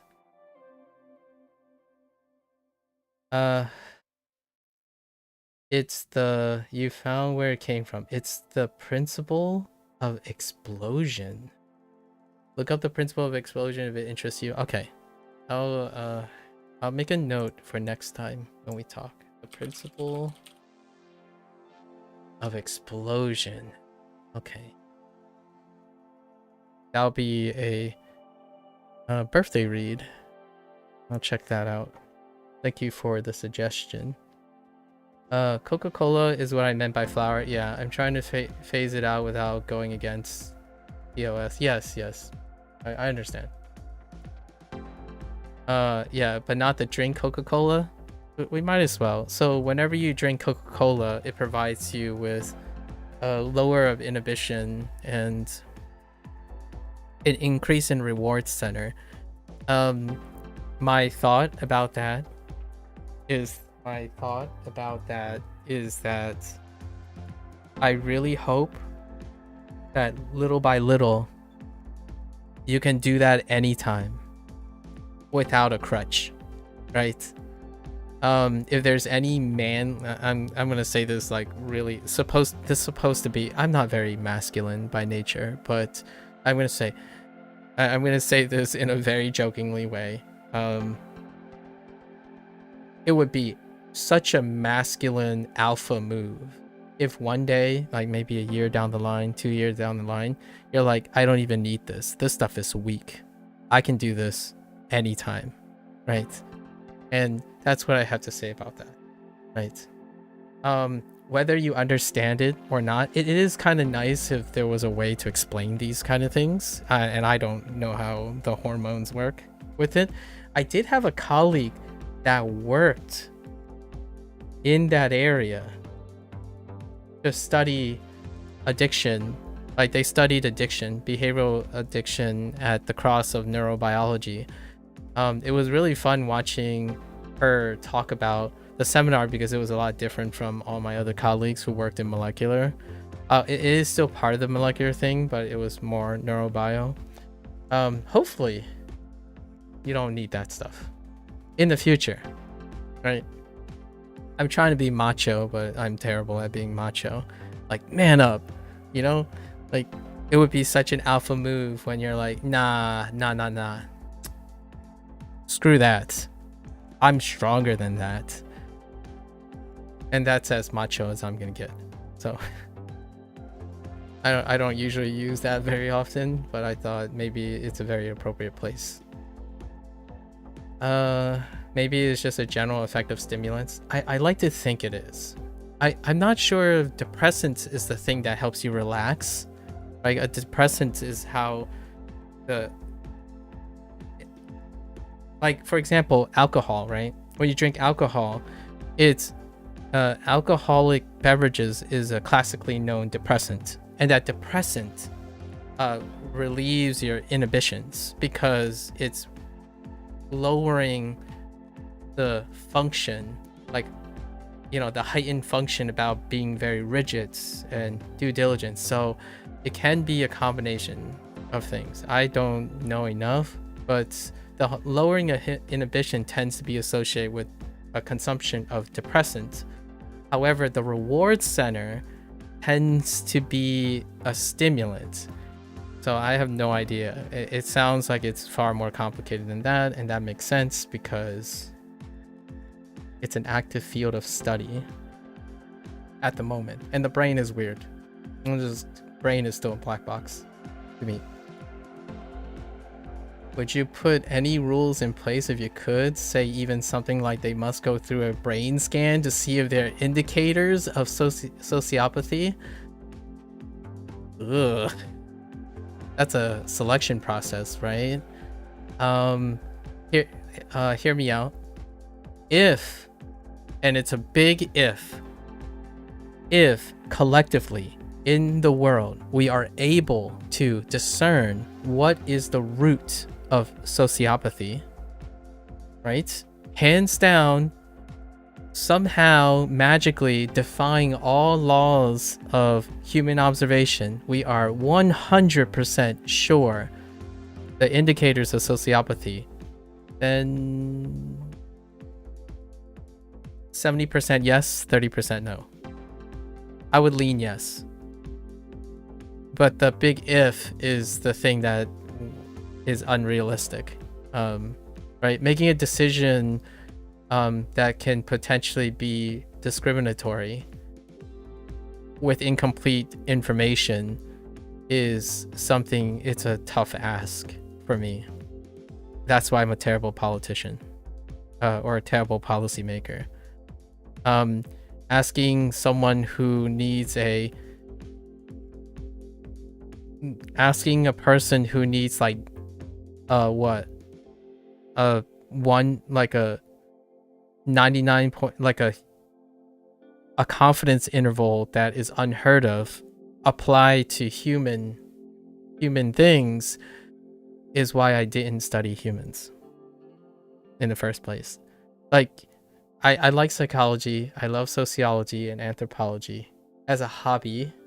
Like, I study those things, but I don't use those things to actively present and influence other people, because I work in a lab with viruses and my confidence interval is like 99.95, or like the you know, the adherence is really, really high, right? At least one per like 10 parts per thousand is the least tolerable thing. So when you're asking, hey, should we create a policy that's based on some corollary data that's not entirely accurate, but it's going to form a policy that's a yes or no, I'm dead with anxiety. The moment I sign something like that is the moment I will live and question my actions for the rest of my life. There's a reason. Yeah, okay. I don't mind talking about politics and religion. But the thing is, when I talk about politics and religion, what happens a lot of time is other people are far more powerful than me. So what does that do in terms of what I can contribute to the discussion? Pretty much nothing. Like, I probably agree with most, or like, I see your point. Someone else comes in and is like, I see your point. And then the two of them will start arguing. It's like, whose side are you on? I have no idea. I see that person's point. I see your point. Can we compromise? And, you know, both sides or three sides or four sides will say, no, we can't compromise. It's obvious that we're on the right side. And I'm like, well, then I become a bystander, right? When you're someone like kind of in the middle, you kind of just get hated by everyone, and you also can't make any decisions. What does that look like? Well, we'll go away from politics now a little bit, but being American-born Chinese is very, very helpful analogy, right? For example, here's a great question. How often are multicultural people more likely to hold positions, political positions and leadership positions than monocultural people? That's a great question, right? Empathy sucks. I'm gonna say that empathy is not pragmatically appropriate a lot of times for clarity. So especially someone coming from a multicultural background. Now hear me out. I'm not all the multicultural people. So there are other people that might differ. And this is why I deflate all my opinions, because I'm sure there's someone out there, there are people who can take a leadership position. To me though, it takes a lot of admirable skill and persistence. Like, I admire people who are willing to take that burden of sitting down, spending 4 to 5 times even more consideration at every single decision made. I can't see myself doing that. It's already devastating enough that I can't be studying using Boon Pro, Satori Reader, Migaku, and also be having a, I don't know, conversation with someone on Italki while learning Japanese all at once, right? This might seem a little bit more trivial, But to me, I do not see a difference in line than making a policy to have to consider 4 or 5 different things and then deciding on one. The nice thing about language learning is that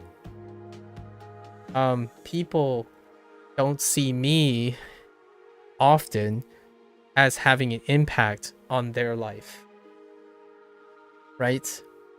What I do is either insignificant to them and or I might ruffle their feathers because they disagree with me.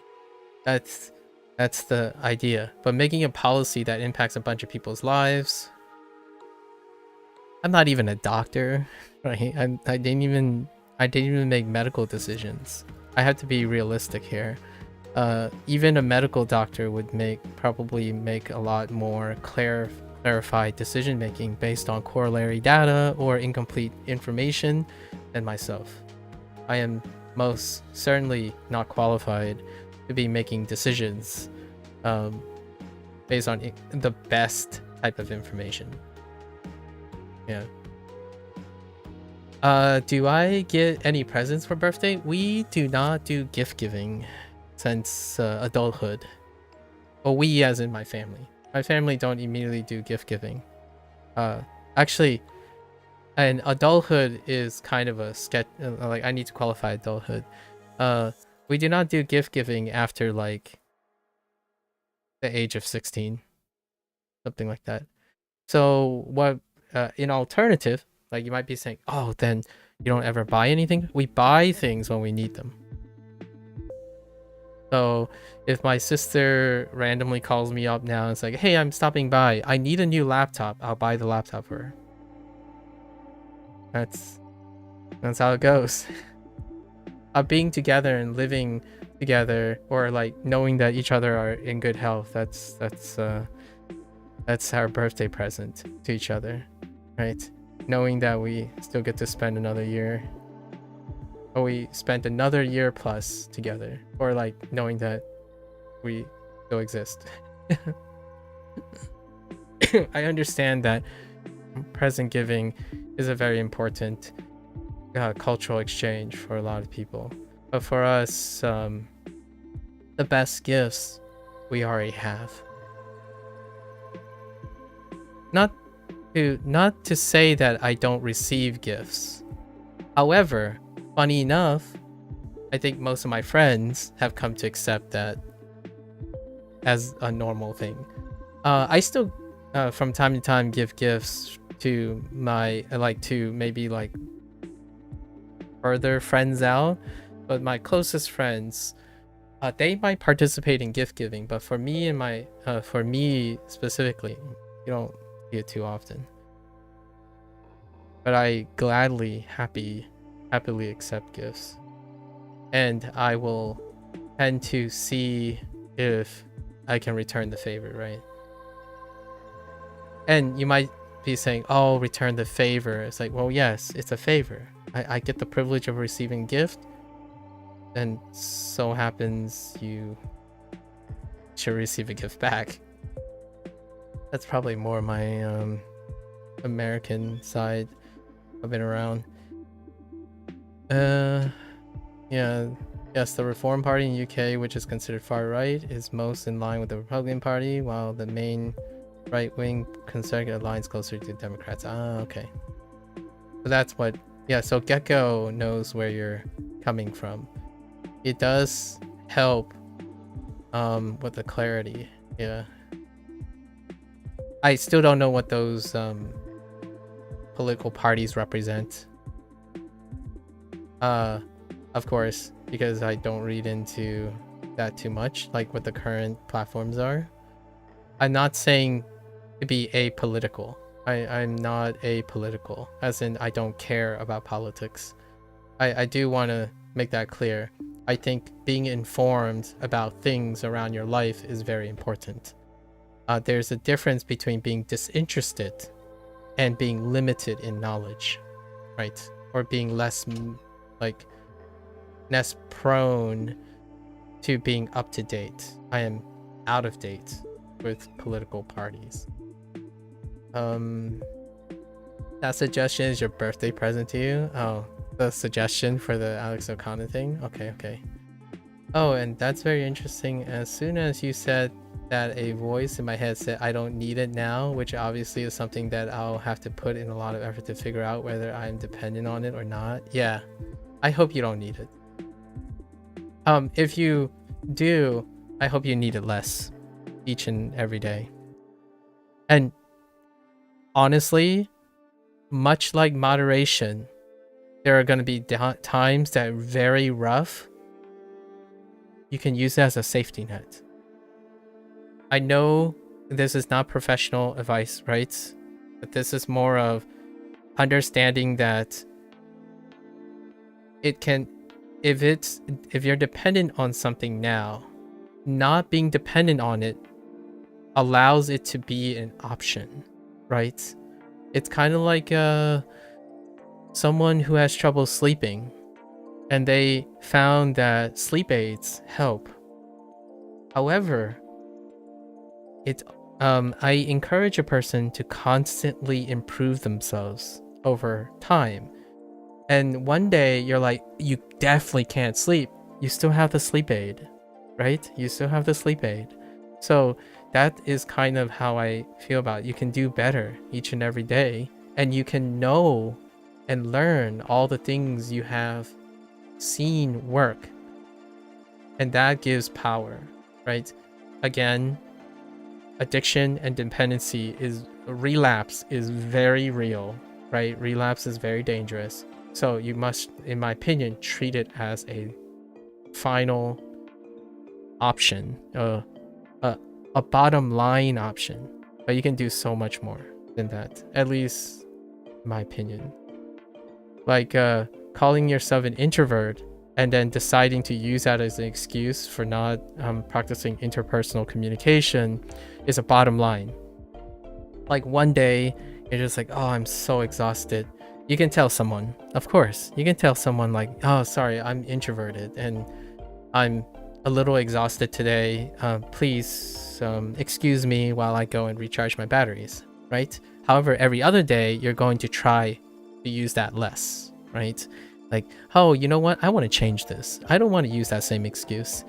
So then you use it less, but you always have the backup, right? It's a backup.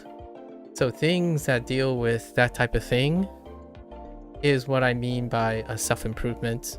Consistently being aware of your vices and or things that you are undesirable per se, or dependency. However, you don't necessarily have to demonize it to the extent that you beat yourself down every time it happens. It gives room for improvements while also saying, well, I know what this is going to do to me. At least I know the reality of the like the picture. And you would only be around 70% with absolute certainty? Yes. I don't even want to put numbers anymore. Yeah, like absolute certainty. Because it's so multifaceted. Like, think about what sociopathy... Okay. Hear me out. Where do you think sociopathy might be practical? So, like, this comes into the value of life, right? So, people who are purely objective, do you feel like that's a form of sociopathy? That's why I'm saying 70%. Or do you like to make yes and no determinations on people's well-being and life and qualifications?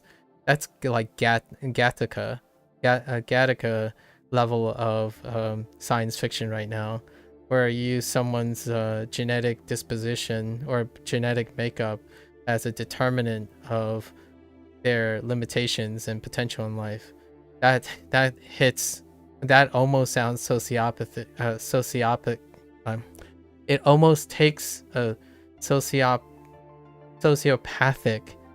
point of view to say you're 100% certain that this is absolutely the case that you would use. At least in my opinion. Like, it would be almost paradoxical to have someone say, I'm absolutely 100% sure that I like to eliminate someone's rights and liberties and privilege as a human being 100%. I think it's like the pot calling the kettle black. At least from my perspective. Do you think being very empathetic leads you away from logical evaluation when it comes to issues when empathy can be applied? Absolutely. And that is largely why I don't provide professional advice while streaming. I'm looking for empathetic connections when I'm streaming, and when I do discussions, it's predicated on empathy. So I use analogies and things that are relatable. Sometimes that can obscure logical evaluations.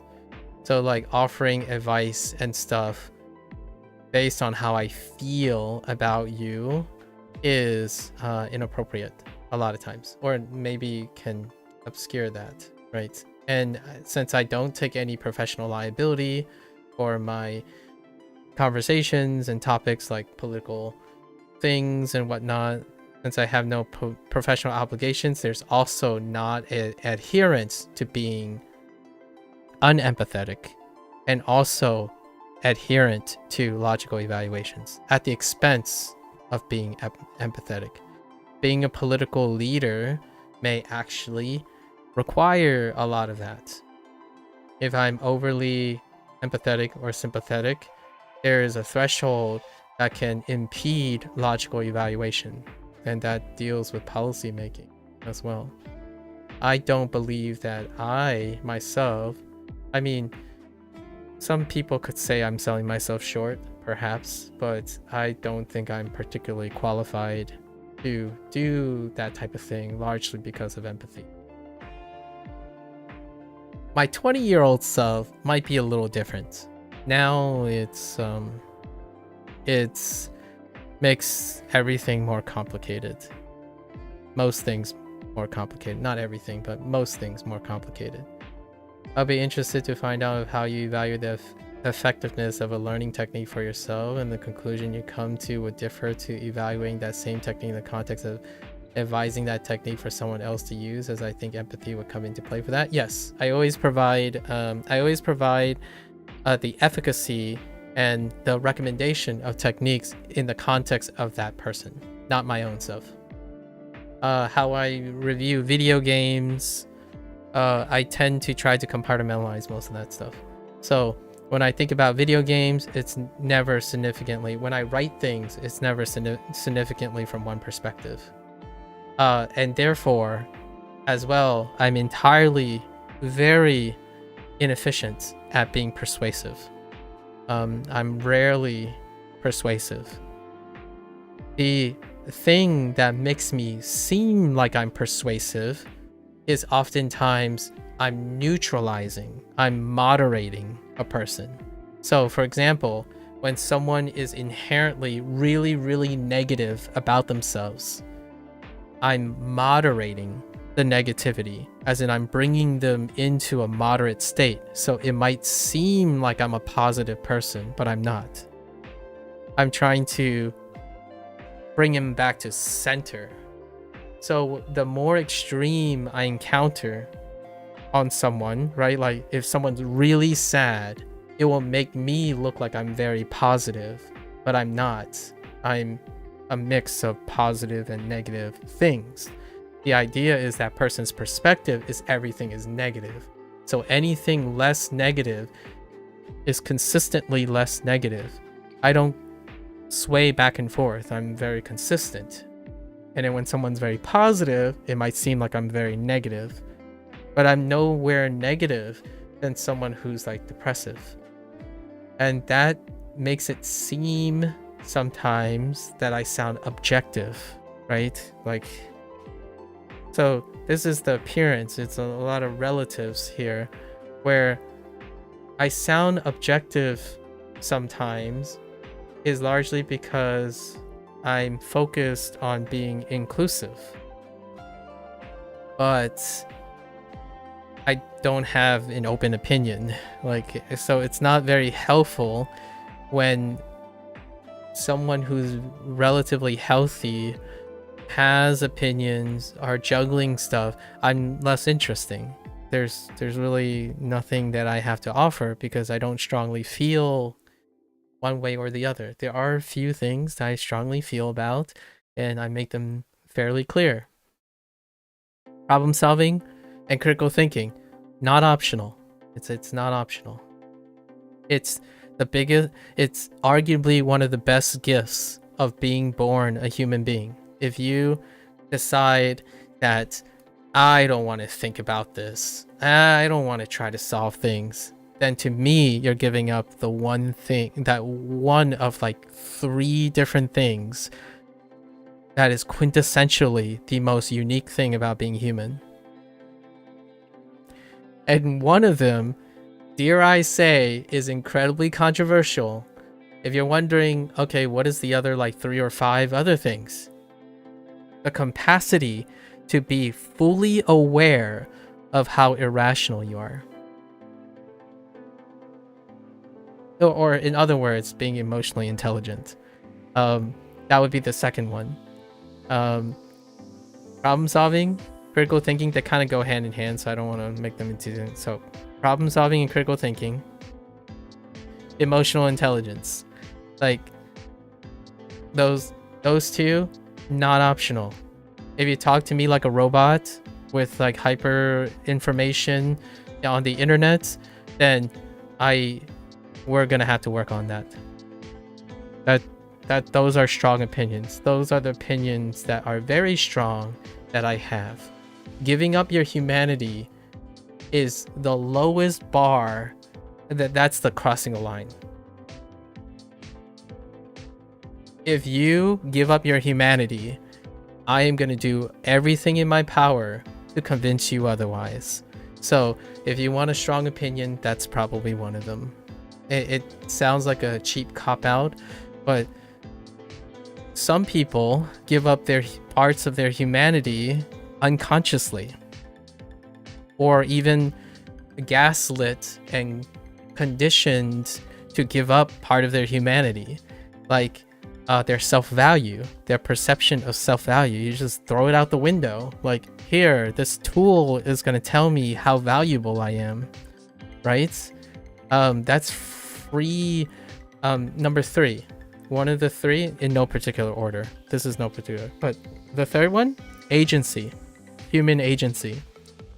If you freely give up human agency to objectivity, or like some tool that says they're objective, then you've given up your willingness, right? Your willpower.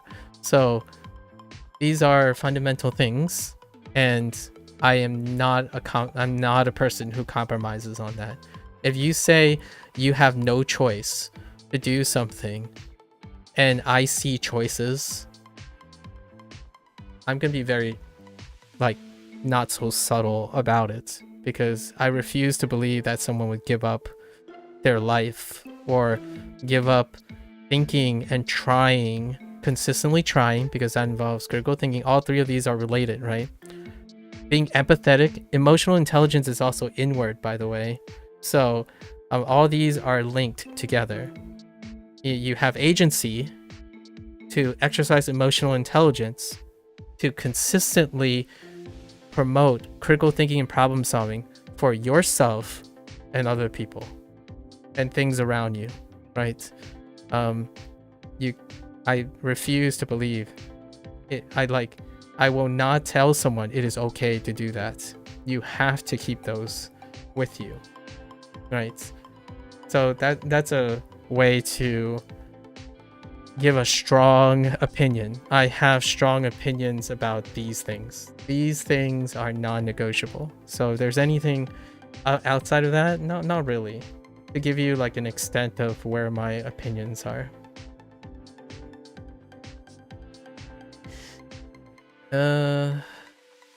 I'm not too bothered by receiving presents on Christmas or birthday, but you always make an effort to give gifts, as that's the societal norm in your country. And yeah, I participate in gift giving when it's socially normative. Yeah, for sure. So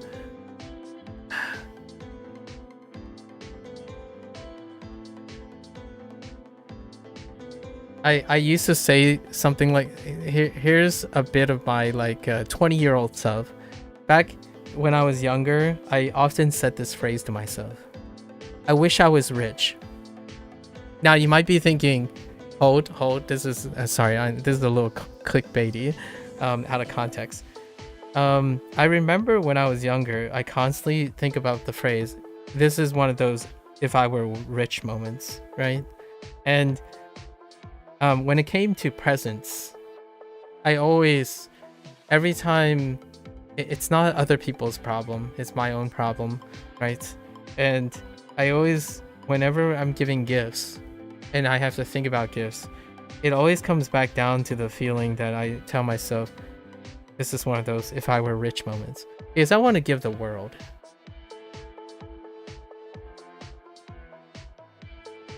Like, the people who give gifts to me, right? The people who I exchange, I want to give them everything. And so you might be thinking it's a selfish request to not give at all, largely because it saves me the anxiety and the problems. I mean, there are things that make me anxious. I still have insecurities, obviously, but the insecurities that most people have are not the same. The insecurities that other people have, especially online when they're talking about it, well, they probably have the same insecurities, but they have bigger insecurities, like talking to strangers online, trusting strangers online. Those tend to overshadow. But when you don't have, in my opinion, when you don't have insecurities with talking to strangers, getting their trust, or helping them, then other insecurities, in my opinion, takes their place because we're irrational things. We're human beings. And one of the worst ones that I've had in my early life is every time I receive a gift, for most of my life, the people I receive gifts from are more privileged than I am, like overall. But that's not because I'm blaming them. Is that they are privileged and they're willing to share their privilege, right? And for me, all I can think about is I need to spend the rest of my life becoming as privileged as I can possibly be, because I want to give those people the world. And I tend to find myself saying this phrase, man, this is if I were rich moment. So then it'd be like a long table discussion about, okay, so someone would ask, well, if you were rich, what would you do? Right? And say for a hypothetical friend, and I would spend like 6 to 7 hours explaining where I would go with that, because most of my life I'm preoccupied with the details of my immediate environment than the bigger picture of things. Yes, when I was younger, like most people, my field of view and my world perspective was incredibly small. But think about it this way. If I'm me now, who is overly concerned, some may argue overly concerned, with everything on a bigger scale, imagine what that's like when you're a kid and you're only worrying about the people around you. So instead of spending all day in and day out worrying about bigger picture stuff and learning about lots of things, I only get to pay attention to the things that are immediately around me, because this is before, like, you know, the internet is still hasn't really taken hold that much when I was younger. So I'm hyper focused on everything around me. So everything gave me anxiety, right? Because I'm overly concerned with everything. You know, I'm standing on the bus stop when I'm 13, and I'm thinking about all the possible permutations in which that highway that's right next to, you know, that 4-lane area, what happens if there's a car crash or something? Like, oh, if this happens and this happens, then that's gonna happen. And it's like, what is this person? This person looks like, what, you know, they're dressed like this, they're wearing those type of shoes, they have that type of hair. Like, it was insane. And then when you think about gift giving, That's absurd. I might not have ever expressed this to my friends, largely because I'm already past that stage in my life before this. But gift giving is manageable now. It used to be not manageable. How does this come up recently? It did come up recently. Valentine's Day. Valentine's Day was in February, and Sub-Zero was talking about a type of gift that he wants to give his girlfriend of, I think it was either 4 or 5 years, and Gecko is happily married for many years. I forgot how many. I think it's like 20 years. So he like shared advice and stuff. So that kind of thing, I thought about it for so long now. So when someone asks me a question, it's no longer like devastatingly anxiety inducing and whatnot, because when you're high functioning, in my opinion, I consider myself a high functioning person. We thought about this quite a lot already, and now it's very socially normal for me to organize all the things that I'm thinking about when we're having a conversation. Yesterday, I met someone new, by the way. We also spent 2.5 hours talking. He's an airplane pilot. He recently got a ticket to a Zutomayo concert in Japan. Pretty sweet. Kudos to him. We talked about Japanese. So there's a lot of details I'm already sorting out about that guy, who he has dragon in his handle. That's all I can remember, but things like this happen quite a lot. And gifting presents is like a whole different ball game. And I am appreciative that by coincidence my friends understand that too. Okay. The main talking point of reform is about migration. That's a very, very concise statement that is very important to keep in mind. Yes, the main talking point is about migration. The way you talk about evaluating 2 arguments and recognize the pros and cons, but not being able to say which side you fall on, that reminded me of a skit about investing money. Gold has these pros and cons, so should I invest in it? I don't know. Mutual funds have those pros and cons, so I should suggest so should I invest in it? I don't know, and so on. Yes. And it's infuriating. Like, hear me out.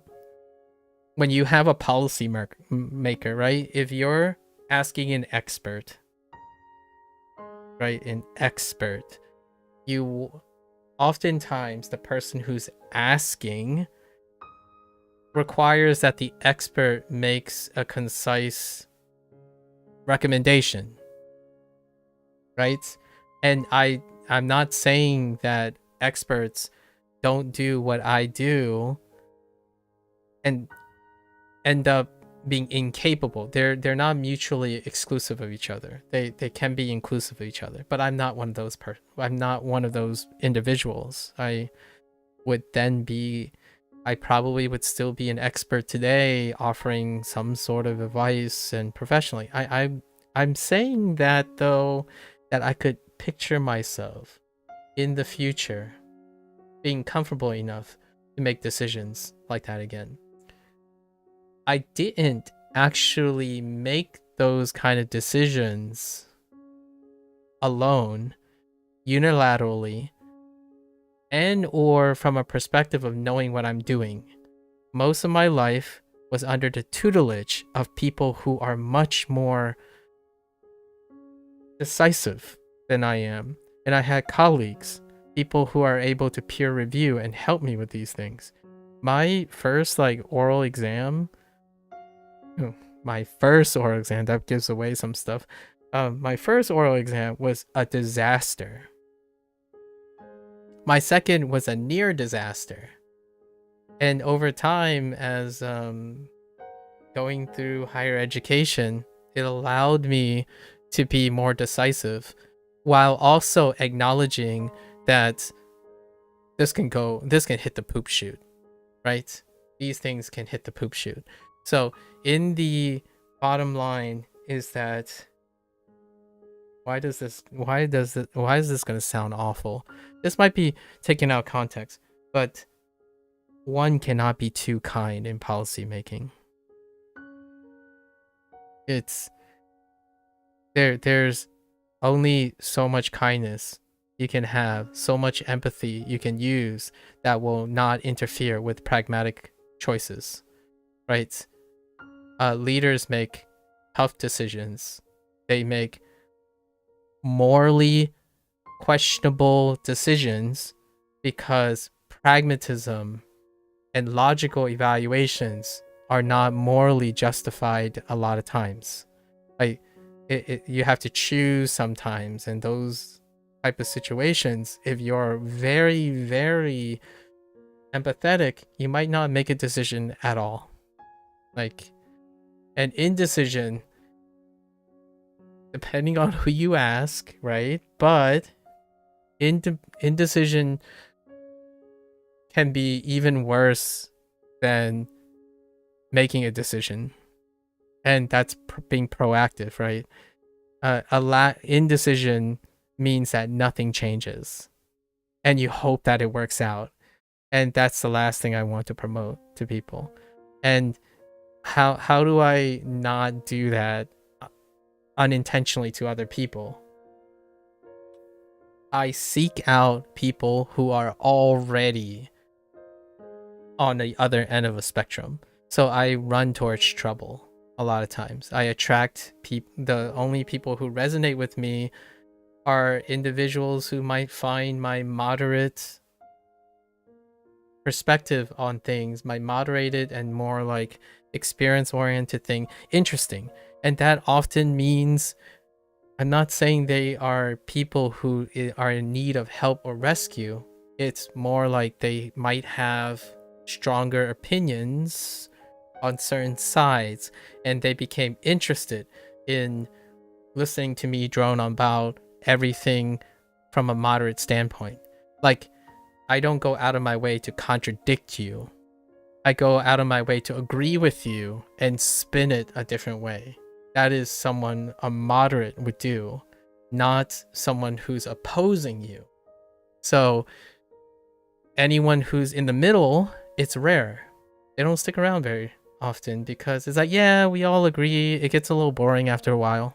I think you mentioned that earlier and I might have missed it. Oh yeah. It seems like being fairly neutral is boring compared to the extremes, even when it's yourself that's being like that. Yes, exactly. That's probably how that goes. And you know why I prefer to listen to other people's stories? Why I stream language learning even to this day and hearing other people's extreme opinions? Because it's not interesting. I don't find myself particularly interesting. Those who find me interesting have contrasting enough opinions that it doesn't feel like I'm attacking them for their personal belief because I'm in the middle. And then those other people much rather have a heated discussion with people at the opposite end, right? It's like hyperpolarized internet thing. I'm more of a modest step over. I won't strongly disagree with you on probably nearly most things. I'll try to rationalize what I observe and leverage my empathy to rationalize what you think is accurate, and I'll reinforce probably what you think is accurate and then present a different case, a case that might be inclusive of yours.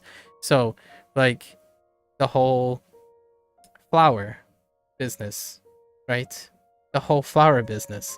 I'm not going to tell you that what an opposite person would say is drop that now. It's the worst thing you could possibly do in your life. I can say that because I'm aware that's what a lot of people would say, right? It's like suck it up, you're weak, right? That type of thing is antagonistic. It's incredibly unempathetic. It's almost like they care more about their ideology. They care more about their ideology and presenting their case than understanding where you're coming from. So for me, fictitious, for me, I want to use that, right? I have to understand why it's important to you and what it does, and then try to normalize it, or try to like normalize what I understand about you and then normalize a different perspective. And I like the word migration. The migration is pretty wonderful because when you can migrate to a new place, but you can still go back every once in a while. Now, that is not strong enough for a lot of people. Shock therapy is necessary. Hence why I'm not a professional therapist, right? Like sometimes therapists have to make very, very strong choices, right? There are people you must attack. There are people you must give an ultimatum. And I don't want to end up being in that situation. So most of this type of conversation is voluntary. If you don't like it, you leave, which is great. But it's not so great for my bottom line because I don't want people to leave.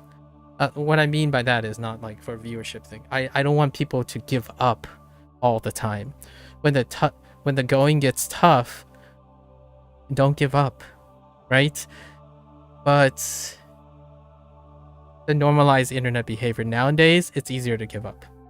It's easier to use avoidant behavior and the least path of resistance in order to normalize everything. So the next time you have to click twice instead of click once, and you flip a table because some developers decided to make you click twice every time, and you're like using your vast wealth of knowledge calculating how much time you lost by clicking twice every time you do this action. That's what I'm talking about. You can do more than that, but for now, kind of a compromise. I like people to want to talk through their things, but it is a really, really hard thing to do if you're already on the internet. You don't want to do that.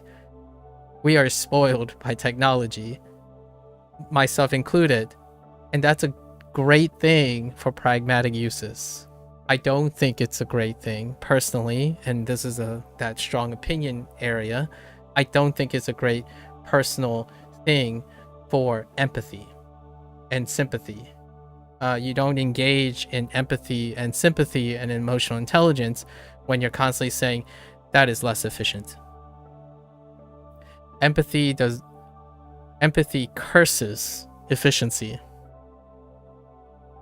You don't like asking questions. You don't like typing out the answers to questions because it's less efficient, right? There should be like a word for empathy being inefficient. It's irrational to be inefficient, right? All right. We're good. We're good for today. This is a good one. I get to talk about some of my favorite topics. I actually quite like talking about politics, for the record. Yes, you often wish you could talk. You could talk to me rather than type. You popped into my Discord. That one time, right, when you asked me if I was streaming. You can probably already read the Discord, the two Discords. I type like 80 to 90% of the things in the Discord. Like someone sends me a link, I'll give you like 6 paragraphs. Yeah, so my typing doesn't really change. Actually, here's one thing that does change when I'm typing. I get to type more complex words, and like it gets very verbose. It gets incredibly technical. When I'm streaming, I tell myself that I need to talk not like the way I type. But when I'm typing, it's because I spend a lot of time writing, and most of the writing things I do is very technical. So it actually is far more harder to read than hearing me speak. So I've always I've kind of embraced it now. I no longer make an active decision to like try to make my typing any, like, if I'm reacting to something, I'll type fairly normal, but when I'm explaining something, it becomes like a jumble words. it it the logic becomes incredibly hard to follow, like as though I'm writing excerpts of an essay that I've been working on for like years. So yeah, I don't think this changes too much if I'm typing, but I totally understand from the other perspective. I would love for a platform that incentivizes these things, but they don't. And personally, I don't want to force that obligation on anyone.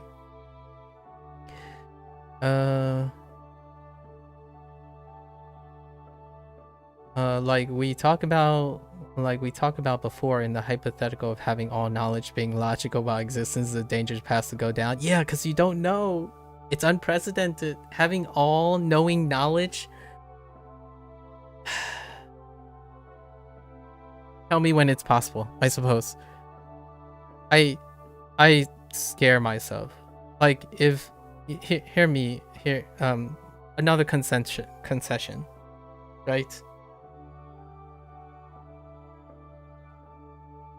I think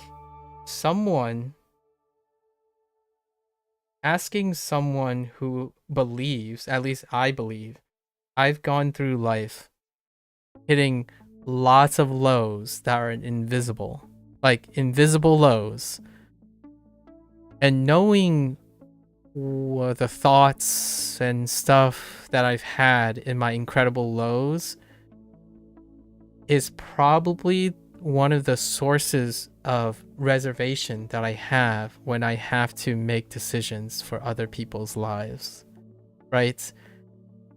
If I sound very well composed, like I don't know if I do.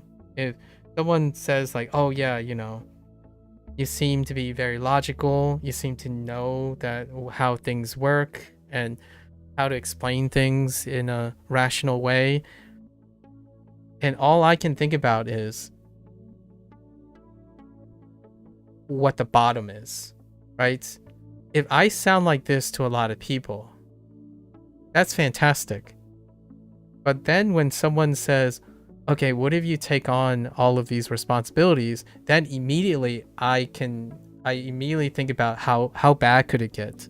And it's interesting that when you meet someone and you see them, they're well put together, they're successful or something like that, you might not imagine a world in which their bottom is like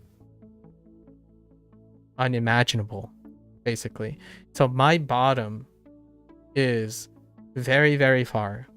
And I think that is what makes me more empathetic than someone who is consistently successful through their entire life and they have no way of ascertaining where the bottom is. My bottom was pretty bad. Like, recently someone shared that they have intrusive thoughts, and I'm no short of intrusive thoughts. I have intrusive thoughts all the time. When I get up, when I sleep, when I dream, I have intrusive thoughts all over the place. What ends up being the consequence, you know, the output is different though. The output is the result of life experiences. So I smile, I say intrusive thoughts as though like I want to give the impression that they're manageable. And that's great. How durable I am and how strong I am, well, sometimes I fear pushing that envelope, right? And that's kind of the whole political leader thing. I had considered it, by the way. I had considered becoming a policy maker. There was a guy who visited our school, our university, no, our college, and they were trying to encourage scientific minds, those who are scientific minds, to be interested in policy making because they like the idea of having more people who think this way or have these particular mindset to consider. And the person who's speaking was a scientist, so he was one of the people who advised. Sure enough, at the time it was Obama, right? President Obama. But I was attracted to it. That person presented very cogent, arguments because it was a scientist appealing to a scientist, right? To a group of aspiring scientists. And then once that trip was over, I sit down and I sobered up from the narrative that person presented, and I was immediately swarmed with intrusive thoughts. Like immediately I'm like, oh, but you have to do like this, like, and it doesn't help. It definitely doesn't help when you live in a country where the politics are up for scrutiny by basically every foreigner in the world. And and that did not change. Like that's like 10 years ago. It's only worse now, or like worse from my own selfish desires. My own selfish desire is worse because I am even less likely to ever want to be a policymaker now than more than ever because of the internet. The post-internet age has made it even more destructive. Think about, I'll give you an example. Think about any current politician who is also an expert in a field of science. When they try to present something on the internet, I can only imagine the types of feelings that they get as a person. Now, do they show any of that? No, they're politicians, they're policymakers. They have to show a sign of confidence. And, you know, I mean, certainly some of them might be really actually don't have a problem with this, but it's hard for me to believe that someone who works in a field that has to make all these considerations in the first place then suddenly also pivot as a policymaker to not get slapped really hard, like as a human being, by the internet. So those people, while I completely admire them and know that I can never take that position, it's astonishing what those people have to live with. At least personally, they might not feel the same, right? Like I don't think I've ever interviewed a person in politics or anything like that, but you could even see it in their age, like their behavior. Like it's very sobering thought. I think power, what's a good movie? Wasn't there like a show or movie where the theme was you give power to the people who don't desire that power? Oh, it might have been a Harry Potter thing, actually. it could be the philosopher, it could be the what you call it, the Sorcerer's Stone. It could be the synopsis, like the theme of the Sorcerer's Stone. You a person, it sounds great on paper, right? Give power to a person who don't desire that power. But the question is, will that person be able to survive with that power? And you might be thinking, oh yeah, there's corruption and stuff. It's like, yeah, a weakness creates an opportunity for corruption, right? So it sounds great from a fantasy standpoint or from on paper, like a isolated perspective. Here, I'll give you the power because you don't desire that power. Therefore, you are less likely to abuse it. It's like, well, yes. However, that person is probably even more easily manipulated. Because you don't have people in a power in a vacuum. So oftentimes when I think of the wholesome messages that fantasy writers and science fiction writers write, it's like, yes, in a very ideal case, the idea that the person behaves in a vacuum, right? Giving someone power, access to power in which they wouldn't abuse it or don't really want it in the first place, makes them weak. They are weaker as well. So the moment you give the power to that person, they're probably going to be a puppet. you're gonna be swayed, right? Like a benevolent leader can be swayed by more people. So cue the like anime that spins a Game of Thrones. The benevolent king or benevolent leader is the one that ends up on the chopping block, because while they don't want power, and you might be thinking their empathy will help guide their like people and stuff, it's rare to have benevolence and strength. Like strength in the sense of making tough decisions and being able to push back resistance. So oftentimes very benevolent people are incredibly rare in a position of power, largely because there are people who are not that empathetic that will seize that power. You've had some. What do you use the voice channel for? Oh wait. Yes, you notice that. I would like you to somewhat talk like you type, as I love learning new words. Oh no. No, the reason why I don't talk like that is there is a really pragmatic reason why I don't talk like that, is because it's already hard enough to not sound condescending and mansplaining at times. I've been accused of that multiple times.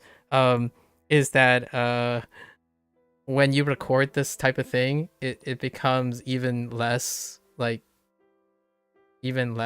appropriate, right?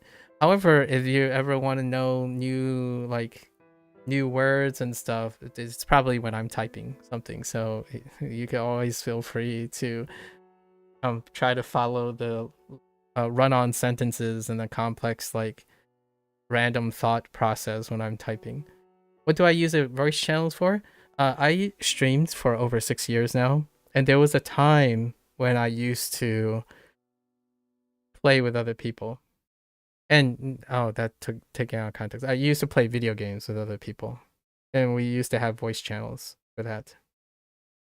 When I started, I tried to do some collaborative work early, and I've noticed that the opinions I have now about professionalism and the lack of vetting systems and accountability when it comes to content creation. Hence, it cannot be a professional like career, a profession, until it has a vetting system. That came from experiments with voice channels and participating early days on collaborative work. Without saying too much, you can probably imagine how that ended up. So yesterday, I think Dragon asked me, what about, it would be interesting to them to hear me record an italki session. As in, italki is a tutor middleman service where it takes you it puts you in contact with a teacher, a foreign language teacher, and the person paying to learn language. And my first comment was there's also permissions and professional courtesy and all that stuff. And oftentimes my response is, I need to establish rapport and a professional and also somewhat of a relational requirement to interact with anyone ever again, like collaboratively, professionally. So if italki is a platform, I'm expecting that italki has to guarantee that the other person is a professional. That's not true. Italki is a middleman. While they evaluate and they have certain guidelines and stuff, there is absolutely no guarantee that that person at the other end it has similar criteria and meeting selection factors that I have. That kind of goes back to the whole voice channel thing. So the voice channel thing is like a relic. There used to be a time where I have that available for someone who doesn't want to use their own personal voice channel. So I used to hang out with other people. I'm that background guy. So it was a lovely time. Those were all positive experiences, by the way. Like most of them were positive experiences. However, professional courtesy, collaboration, and if someone is already, like, for example, I'm not sure if you find that I'm a rare case, but if I'm a rare case, imagine trying to find another rare case to voice chat. so yeah, voice channels. I was practicing putting on different masks, and I put on a bunch of different masks over the last 6 or 7 years, and that's kind of a fun reflection since today's a birthday stream, right? I put on a lot of different masks over the 6+ years, and most of the decisions that I've made when I started recording these videos and putting them on YouTube, which is like about 1.5 years ago, that was after 5+ years of experimentation. And I didn't experiment based on what I saw online, you know, how people, I did watch them, but it was like it wasn't solely based on them, but it was taking them into consideration. Like, oh yeah, you got to do this, you got to do that. This is how you stay regular. This is, you always have to, so all those buzz things. Yeah, 5 years, 5+ years. And nowadays I still have people telling me what is the best way to go about making myself happy as a streamer, right? Or why don't I do this and tag this and put hashtags here and play this video game and stuff? It's like, yeah, I get it. I mean, I understand that. The question is, do they understand me? Well, the answer is no, they probably don't, because I haven't made that available yet. Right? It took more. I genuinely say, for my threshold, 5 years is a little bit to ask to even qualify to be vetted as a content creator. Now, there's no professional vetting for content creators or streamers or any of that. They start vanilla. How whatever life experience they have, they go into it and they accumulate that experience. So there's no vetting process involved. So anything they do from that day, they are held responsible. So how often do you hear someone becoming very popular and suddenly something they did at the beginning came back to bite them or to affect their optics? Not a ton of professionals who are already professional would say, oh yeah, I'm going to give up all of that and become a content creator and or influencer. But those who did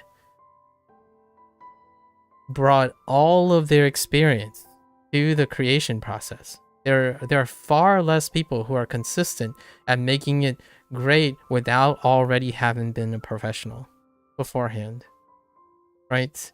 Those are the most consistent, successful content creators of today. Now, there are obviously stories of other people, right? Other people who coincidentally also have those qualities and or luck. There's definitely luck involved.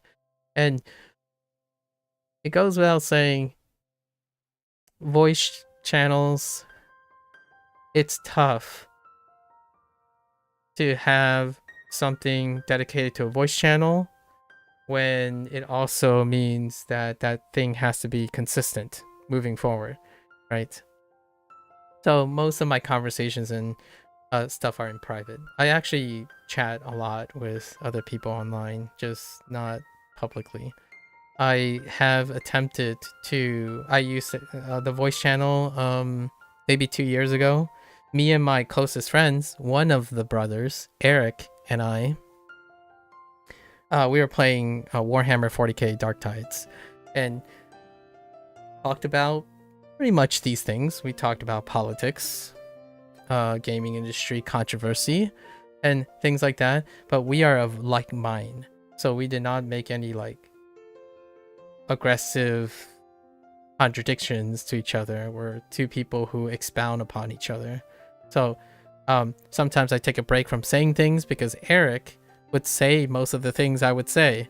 And then when Eric doesn't have anything or haven't thought about anything, I would think about something he would otherwise have thought of. And that's kind of how the dynamics work when I'm talking to someone else. Otherwise, it goes back to that. What happened then? Why did voice channels become a relic of the past? I have a moderate perspective.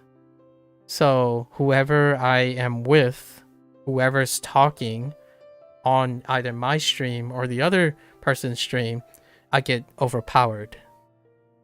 I'm the guy that needs a problem to solve. So if the person's perfectly happy, then I don't say anything. And the things I say gets overpowered.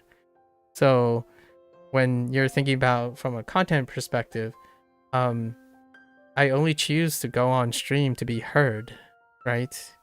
In interacting with someone else. So if I'm ever paired up with someone, then that person will overpower me in very quickly. Unless I find someone or bump into someone who is as that way. However, those people, most of them work professionally, not as content creators. All my best friends work professionally in some very high responsibility profession, and if I talk to them, yeah, sure, but they don't have the time of day for that, and I don't want to obligate them to do so. So that's kind of the long story short about voice chatting. There was a time where like I invited someone and they basically said something very, very inappropriate, and you have ups and downs, but generally they were positive experiences. They don't necessarily highlight what I do. Long story long. Yeah, long story long. It's a good thing to go out, like put it out there, right? You don't. There's no evidence of these things because Twitch, right? Twitch has this incredibly functional, pragmatic decision making. VODs are not stored, and then they recently, actually 2 weeks ago, they recently enforced upper limit storage as well. So now you can't upload certain things for posterity. Your VODs are also temporary. So the first 5+ years of streaming are gone to the ether. You have my stories, my long story short, long story long versions now, and I try to preserve as much of the stories, but they are no longer available. After those 5 years, it's gonna be a trust me bro situation, right? And then the rest is history. The rest is recorded and they're all stored on YouTube. For anyone who's like so interested, for the record, that it's not, right? I'd be surprised if someone is able to recall as much as you do, or Gecko. I think, yeah, you guys probably take the crown right now. So if there's anything, I probably know more about the two of you than a substantial number of strangers over the last 7 years. This is the 7th year, so we're going into the 7th year. You've had some big lows, but from what you're saying, I don't think my bottom is as far as down as yours. It's not a competition. I'm glad to hear that's it, right? I think you should say that with pride. So that's probably a better way to phrase it. I'm glad to hear that your bottom is not as far as mine, and if your bottom is farther down than mine, I'm glad you don't have to say that. You don't think that, right? That's probably the most important thing too. That's the phrase that I would say. You should be like, I think you should be proud and arrogant, a little bit more arrogant about saying, yeah, I've hit some big lows, but never again, right? We don't have to think about that. The comparison of lows can be a thing that the internet does very, very well, right? You constantly highlight that. for better or for worse. There's things like, oh, I'm pretty good at this, and it's like, well, not as good as those people on the internet. It's like, man, I'm really depressed. Well, not as depressed as those people on the internet. I hope I'm not doing that. I have lows, pretty big lows. But if there's anything we probably would not want to entertain, is who has bigger lows. So I'm glad to hear that you don't think your lows are. That means we'll switch it, and then it's still being complicit, but I hope then your highs are higher than my highs, you know, because as far as I know, I think I have fewer years than you. If we're comparing things. What is your response to me saying you're kind, smart, thoughtful, etc.? I take it with a grain of salt. I can appear kind, smart, and I hope I can appear a lot of things.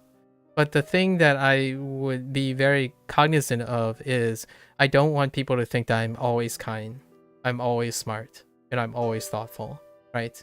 I really appreciate that in the moment, words and praise. I used to have a really terrible time accepting compliments and or things of a favorable light because of that idea of, well, I'm not always kind, I'm not always smart, but I totally understand how that would be interpreted. So most of the time my response tend to be, I try my best. I try my best to exude characteristics that someone finds important, right? You think I'm older than you? No, the other way around. I have fewer years left. I was talking about the desire to live longer. So I'm like, I'm grasping. I phrase the thing as something to be desired, as opposed to something to be negative. Like, yeah, you're still doing your undergraduate degree. Yeah, so you have more years than I do. So I was trying to say, like, yeah, that's the thing to be celebrated. You have lots of thoughts, you have highs and lows, but you also got more years as well, right? I don't feel sad that I have fewer years, but I think when someone is in their lows, they should also be celebrating and having privilege of recognizing that they have lots of things. And my joke, or a bit of a joke that kind of went a bit backwards, is that you have a lot more years. And isn't that great? Screw the lows, make more highs, right? For God's sake, I spent this last 10 minutes trying to find why I can't Prime sub to me. Turns out it's because I'm on an Amazon free trial. Oh, interesting. Oh yeah, no worries. Oh, that's weird. So, oh, is that a thing? I didn't even know Amazon free trial limits that. Huh. The reason I asked about your results is that I usually try to be humble about people praising me and almost reject it. Yes, I used to be like that. But your father said doing that is like throwing a gift someone gives you. Yeah. Hear me out. Absolutely. For the most part. Right? However, I understand where that comes from. So maybe your father sounds like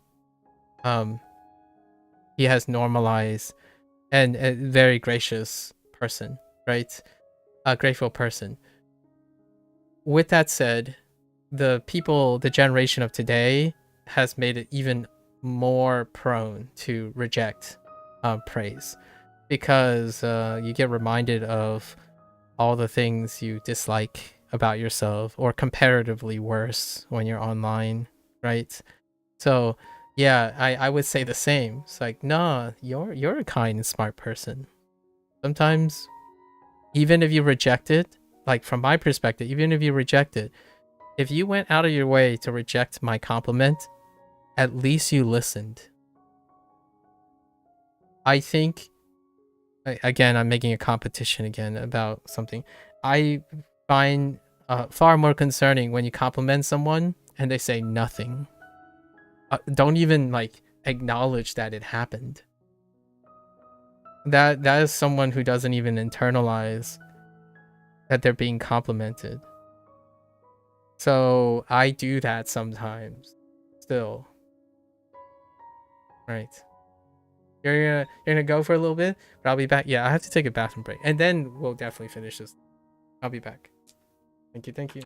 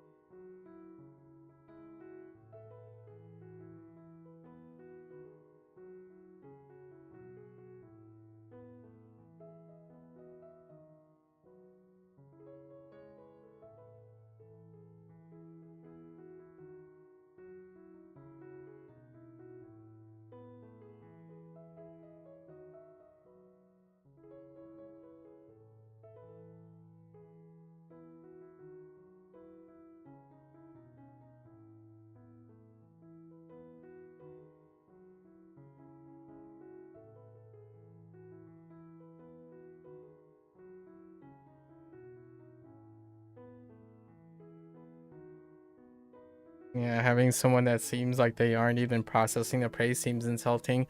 It usually ends up being a lose-lose situation for the person giving the praise and the person receiving the praise, you know? Like if you had to take a wager, usually not being able to process an interaction tends to result in a likelihood of a poor interaction than any other combination, in my opinion. Okay, let's get back to this. I got our digression, digression with a wonderful coffee table talk. So,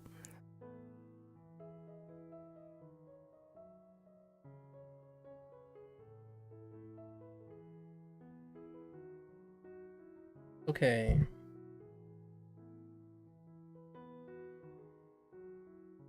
Okay. What am I doing here? Lion, eagle. Okay. 豚 Okay. Whoops. No one saw that.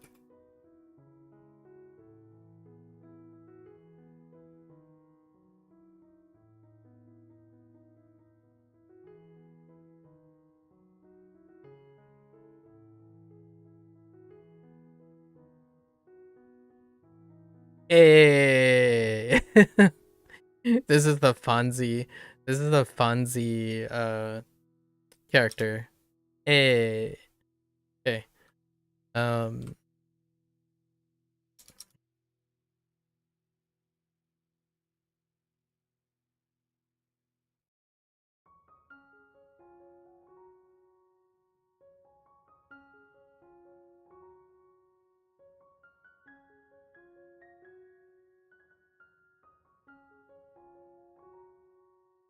Wait, was this supposed to be sky blue? It's not water blue, obviously, right?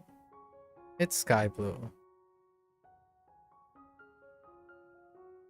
Tricky, tricky, tricky.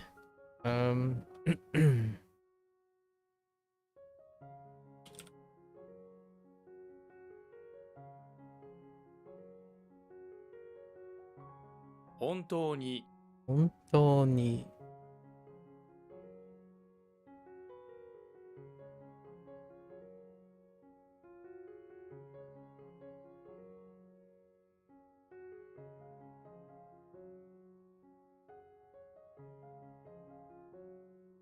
Oh,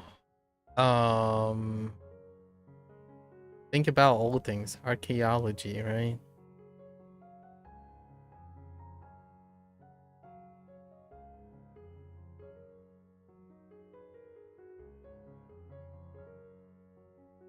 Kokogaku. Kokogaku.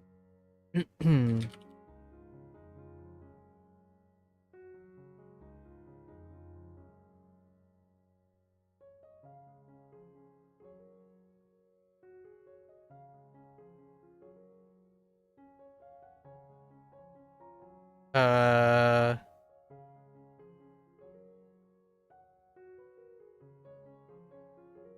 元 Moto. R.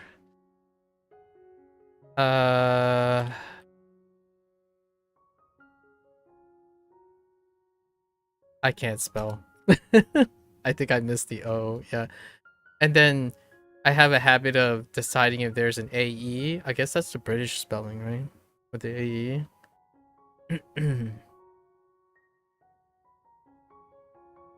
Oh no. Is this... Wait, is this Mizuhiro? Or is this Suiro? No, it's Mizuhiro. 水色 Suiro. 首 Maybe.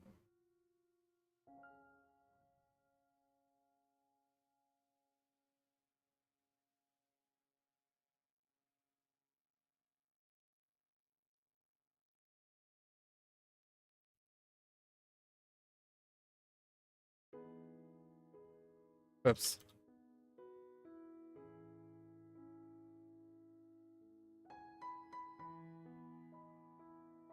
Um...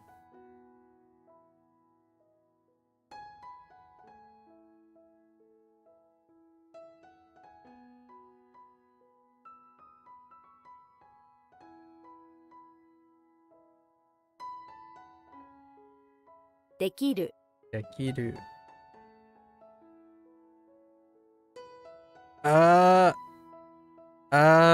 Oh no. It's like arriving ahead? Yeah, arriving ahead.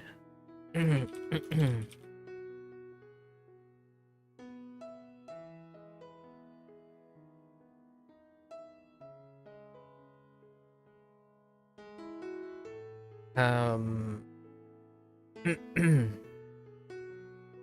不人気不人気不人気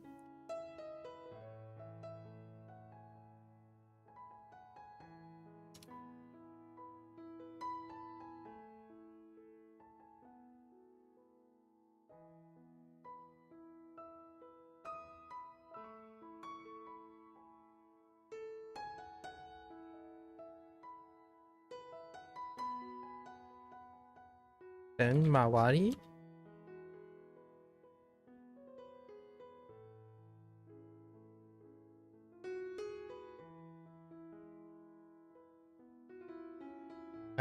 No.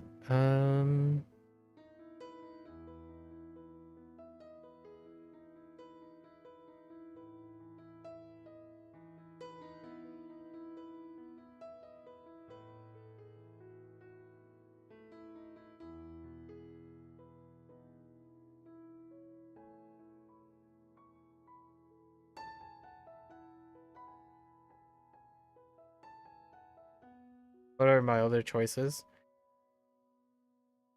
Then is my only choice, right? And we use Mawaru as the thing. Ah! Okay. What do you have? Oh, Saki. That's right. I should have taken more time. I was like, that doesn't sound right. Dang it. That is not my only thing. Saki. Tucky as a standalone. I had a feeling I should have stopped longer, but you know, I was getting impatient. That's fine. It's a special case.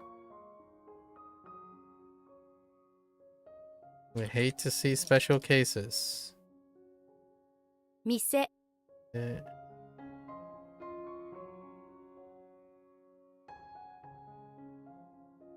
先回り Himawari doesn't help.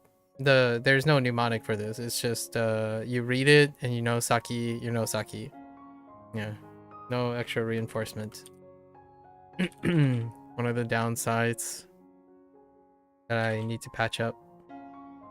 I pause on pretty much every one of those characters. So the weakest character is definitely life. And we'll continue to pause on them until more certain. Shimai. Right? 姉妹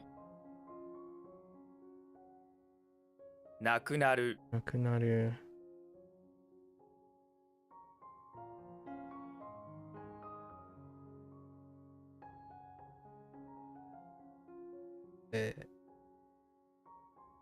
Wait. Angae.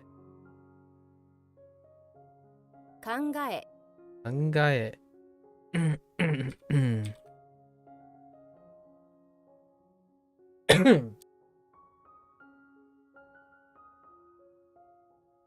Sorry, excuse me.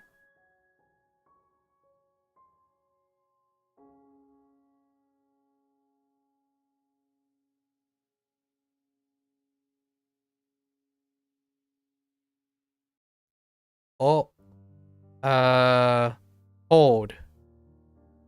Hold.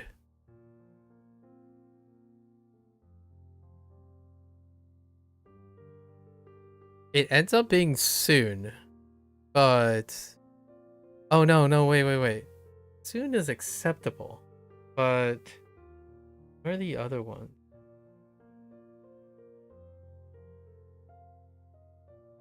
Right?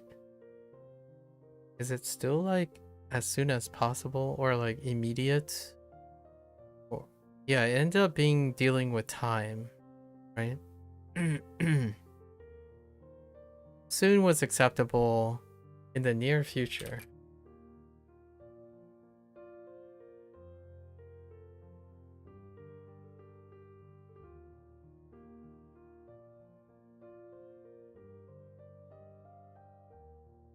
And this is Chika. Chika. Jika. Jika is the 近々 Jika. 色 Iro.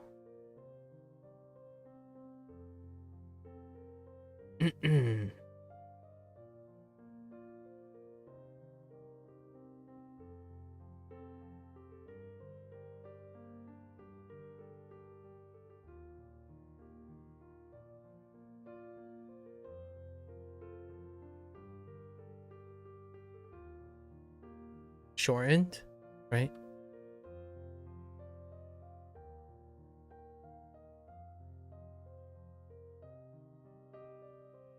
Shuketsu.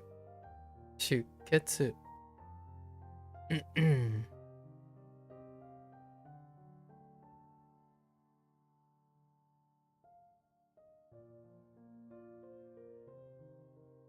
I don't think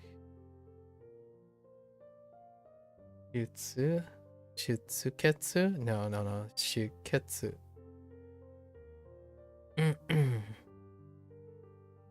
And it's not chi, right? 出血 Shuketsu. Not yet.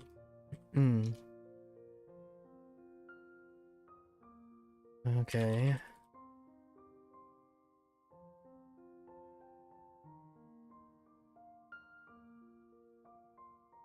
三角形三角形。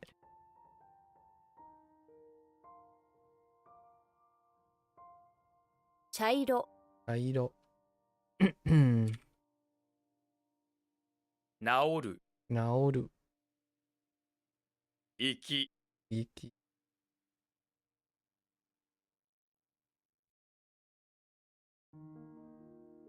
食べる、食べる。うん。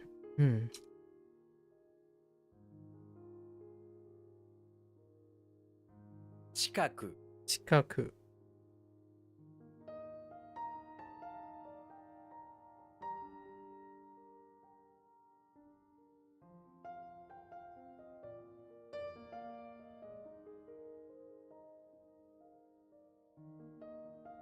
うん。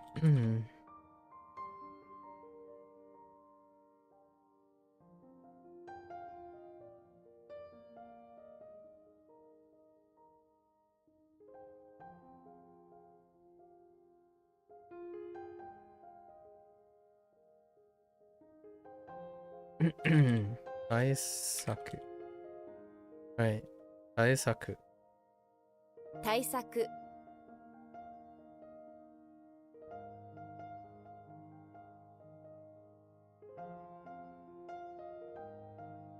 海洋性。ね。海洋性、海洋性。豚肉、豚肉。うん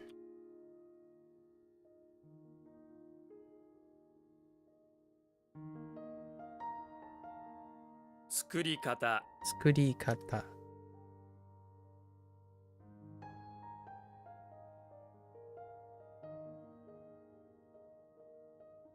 What are the other choices? Oh yeah, neighborhood vicinity. That's right. Close nearby is what I added.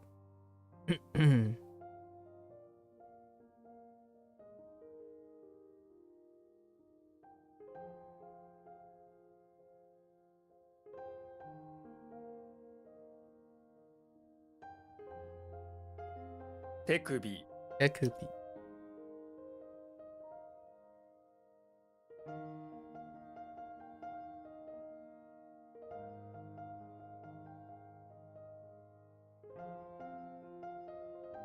Is this like do in a big way or is it a masterpiece?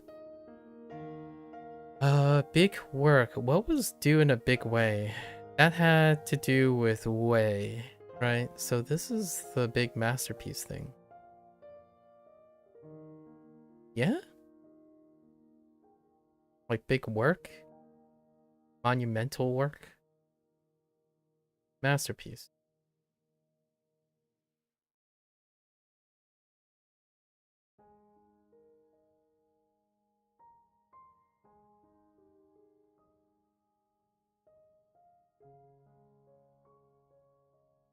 Masterpiece.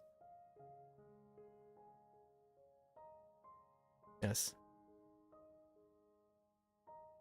私、Dashi. Oh. Two loaves. 2斤、 Nikin. One loaf. Ikin. Um.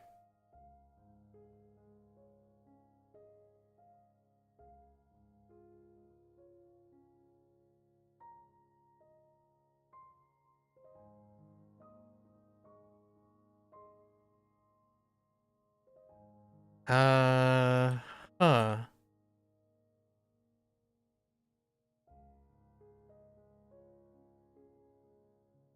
Oh no.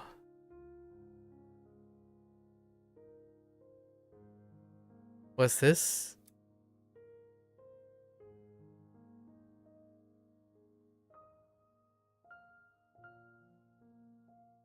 So we have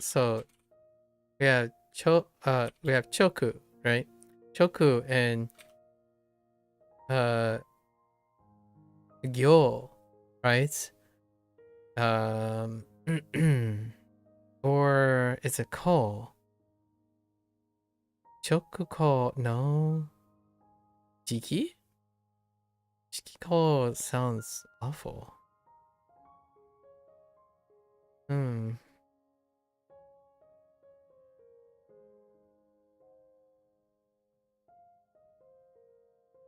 I'm not so sure about this one.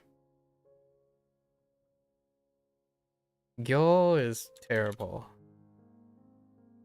And then I wanted to shorten it, so Choko. Whoops. Yes.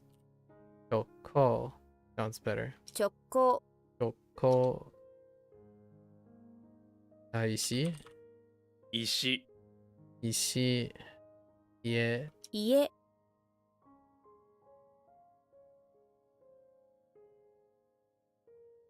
District. Right, district of a town. Da. No. Sho. Ne? Yes. Sho. Eh? 丁目 Chome. Okay.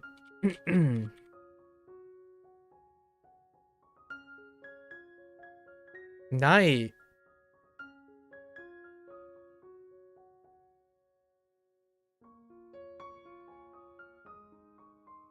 Wait. What else can it be?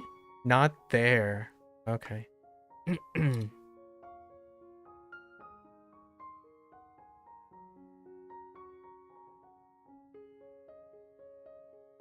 一斤 Ikin.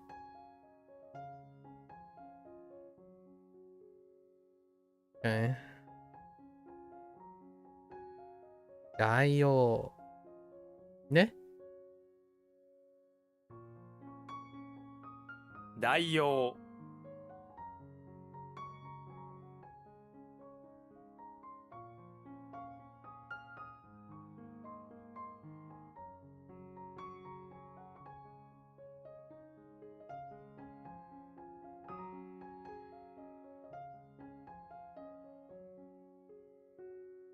Tezukuri.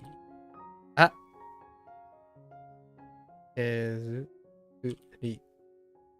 手作り Tezukuri.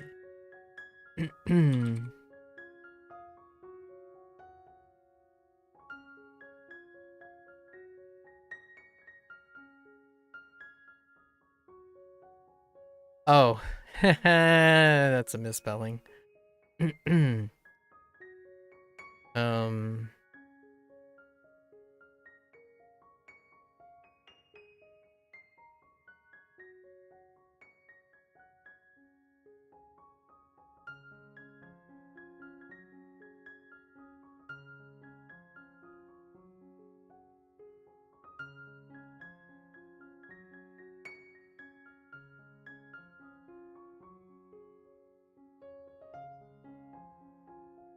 to substitute for, what are we substituting?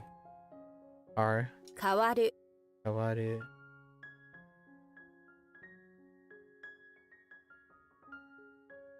クビになる Ininaru. Shine. Sun. Karu. 光る Karu.「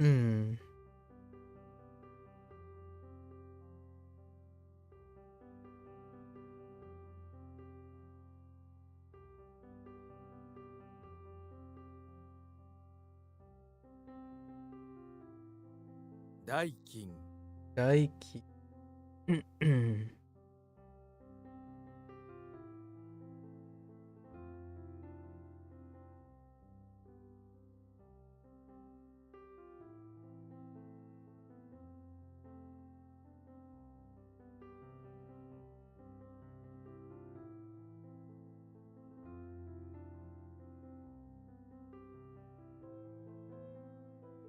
Oh, relax.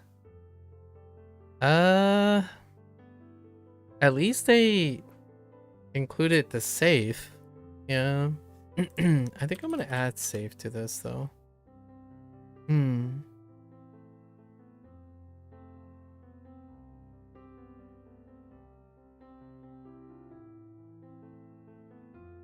Tezukuri.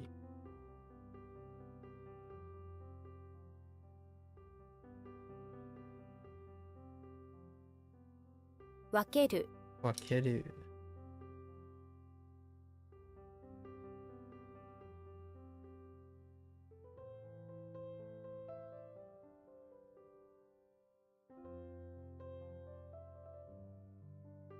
火星、せ、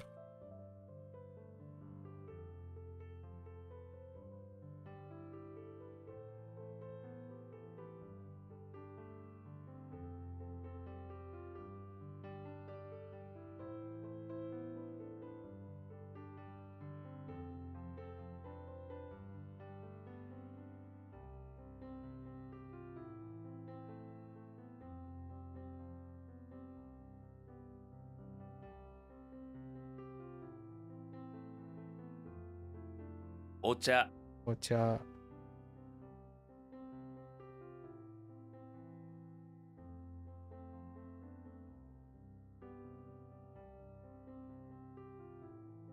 見当たる、見当たる。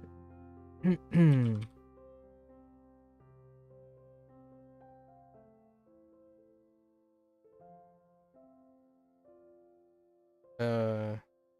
that's a typo.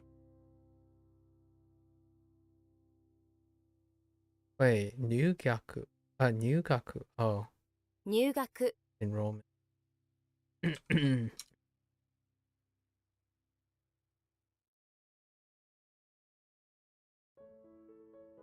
Oh.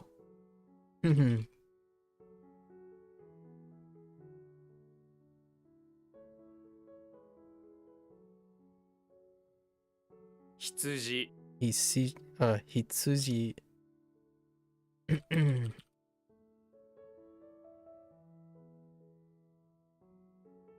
um, 仕方。Oh, wait.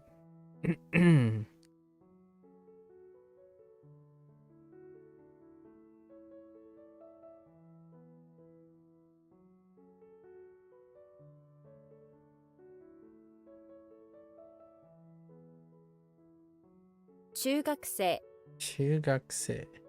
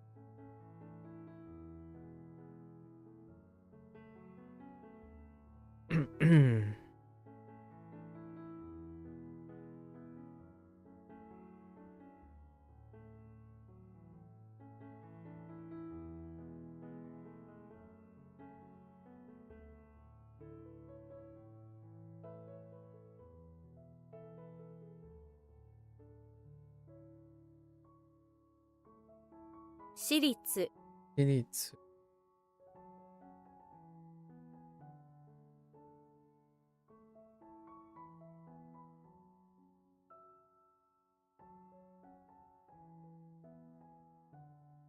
小学生、小学生。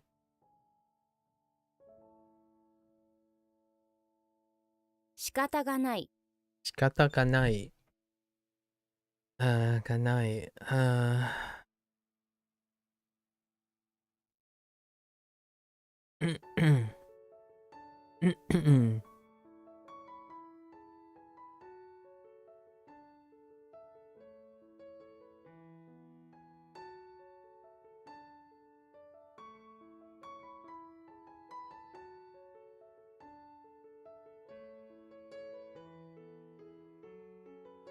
小声、ここへ。午前、午前。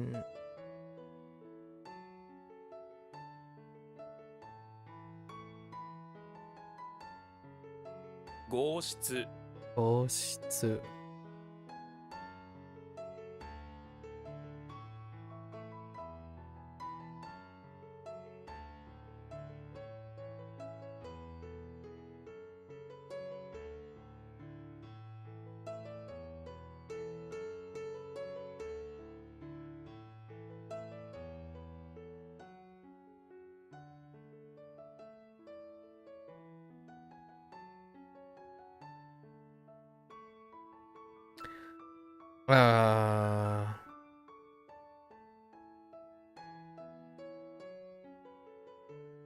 両日 両日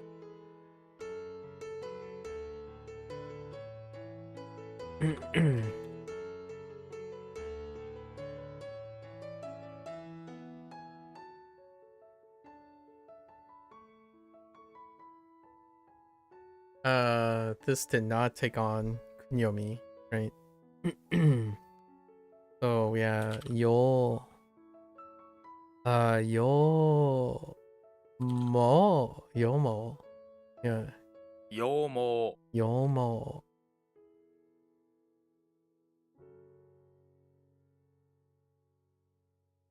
Uh-oh. Oseki? Ne? Wait. Hold up. Yeah. That's fine, right? Yeah, seki. Oseki. 宝石 Oseki. Oseki.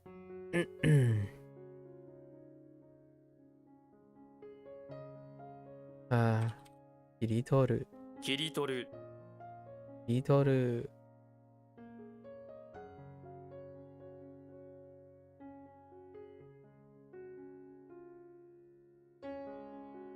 死ぬ Shinu.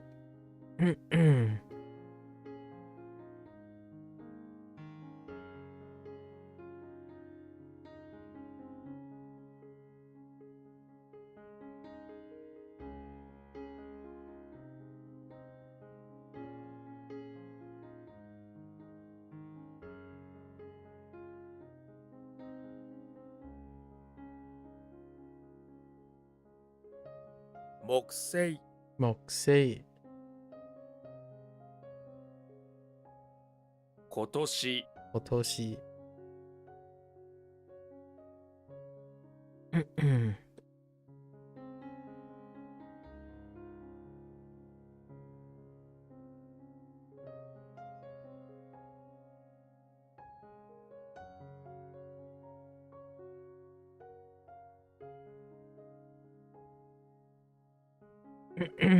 To cut out?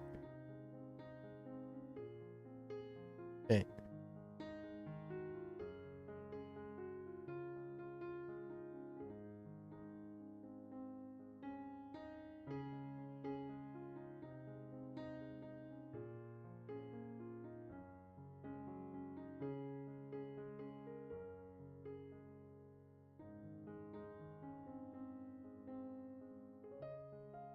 Mae. My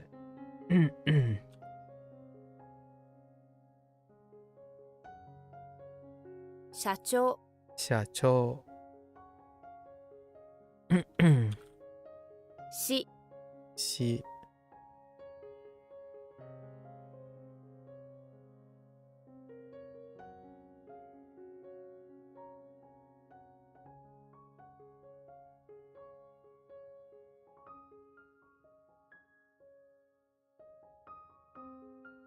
冬休み 冬休み.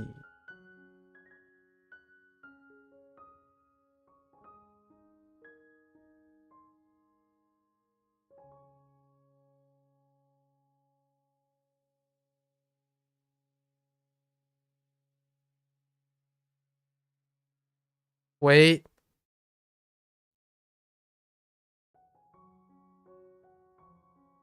What does the suit have to do with the umbrella? This is definitely the Totoro thing, right? I don't remember what the suit has to do with the umbrella.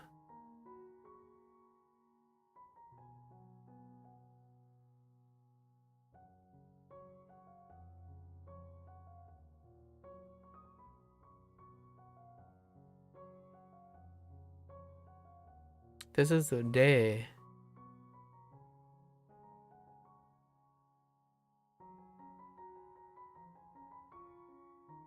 Maybe like it's I don't remember. This is a day. So you're giving a gift to Totoro. Oh, I guess just don't do. Oh, spirit. That's right. This is spirit, not suit. Suit is HanziHero. That makes sense. Okay. Was a forest spirit. Totoro is a spirit. Okay.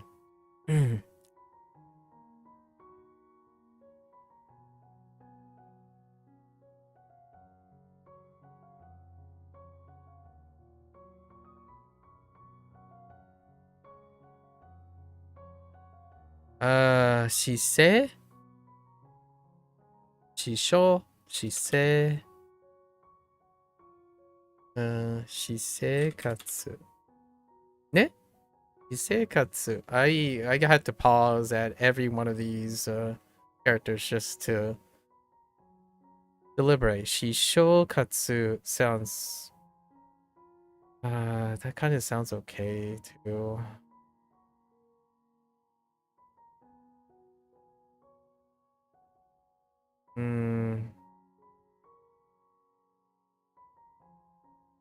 But show is, oh wait, I know because there's only one show that I have, right? Show is the only one I have at the moment. So shisekatsu.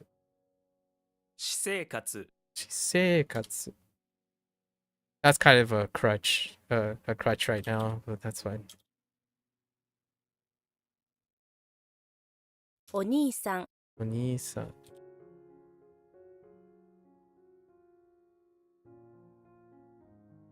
大空。大空、大空。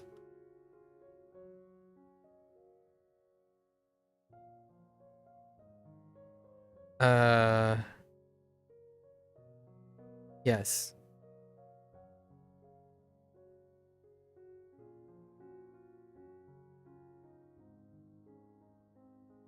Wait, was it this that I have a problem with yesterday, or was that HanziHero? Oh, I think that was the HanziHero side, right? So what was this? We have a king, rice paddy, soil.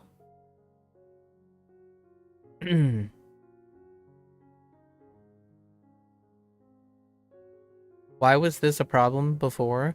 Oh, it had the Chinese mile in it. That's right. This one's just written.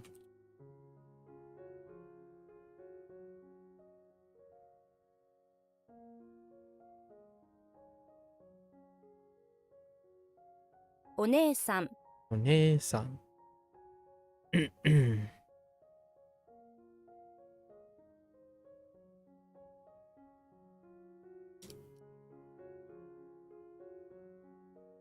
Whoops. 大きく、大きく。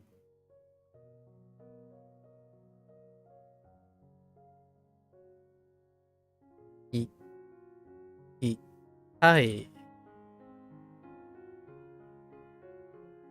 Right? Oh no. 一体 Itai. It could be, but Ichidai. Ichidai is what I'm thinking of. So wait, hold up. It was one life, one breath. But is it one body? The heck was one body? The whole body? One's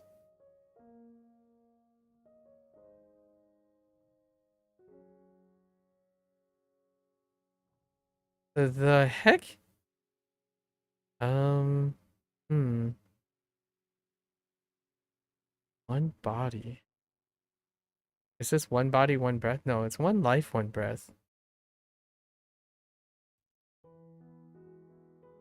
What the heck is it like the whole body? No, wait, this is the heck, isn't it? Oh my gosh, it's gonna take me so long to remember this. It's the heck. So it's like one body, so like one. How am I gonna remember this? Right off the bat.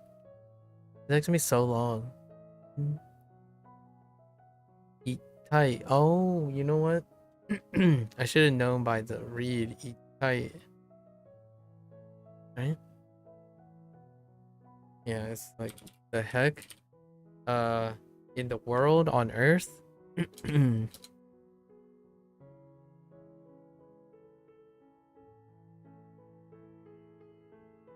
Use.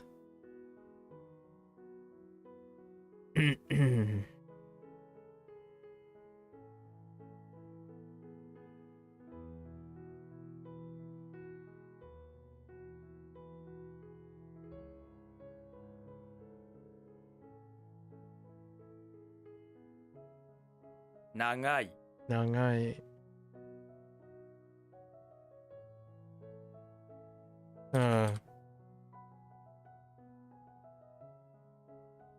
No.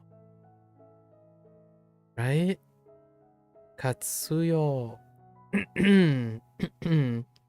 Ha yo? No, that sounds awful. 活用 Katsuyo.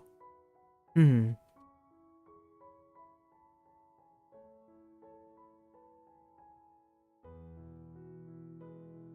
a big way.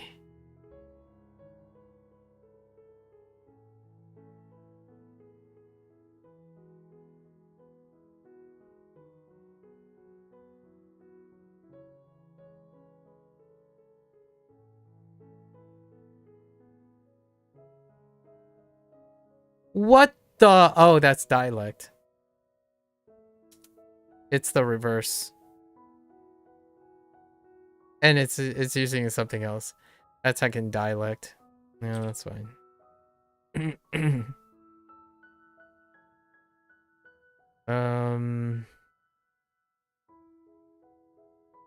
Kagak. Hanguk.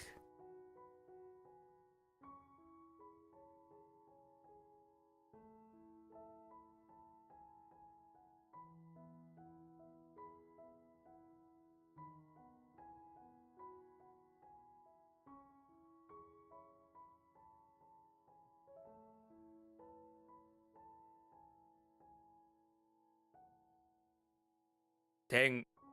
And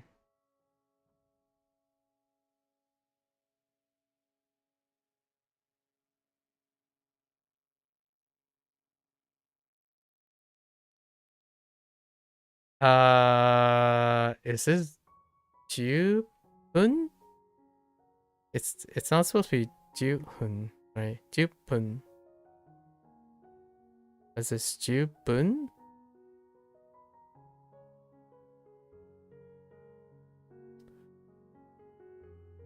This meant totally or something. Or is it something else? Don't remember. Send help.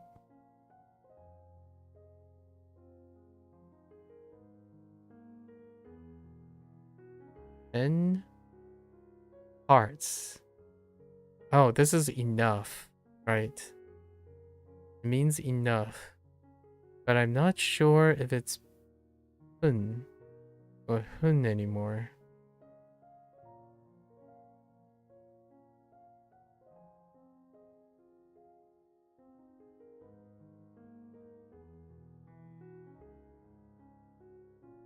I think because it's not hun or pun, right? It's not jupun, which could be jupun for like 10 minutes. This is jupun, jupun. Jupun. Jupun is enough.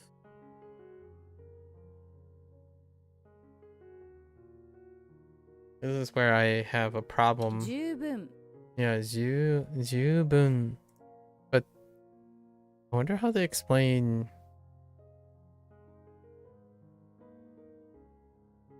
Jupun in the future.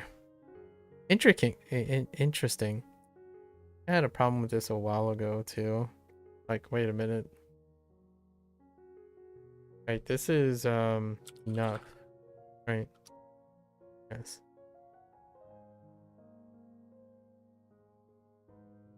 小さい、小さい。あ、待つ。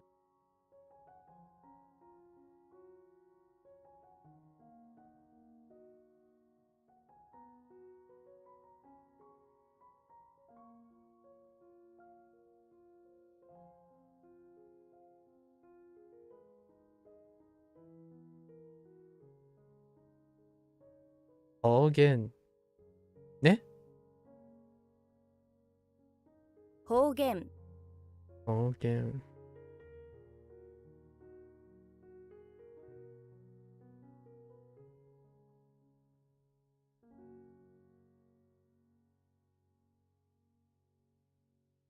51. Oh, yeah.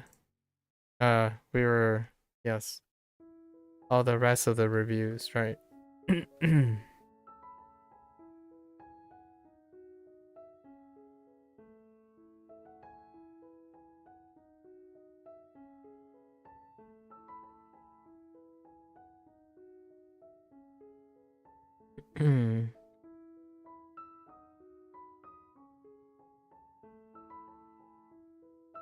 主人、主人。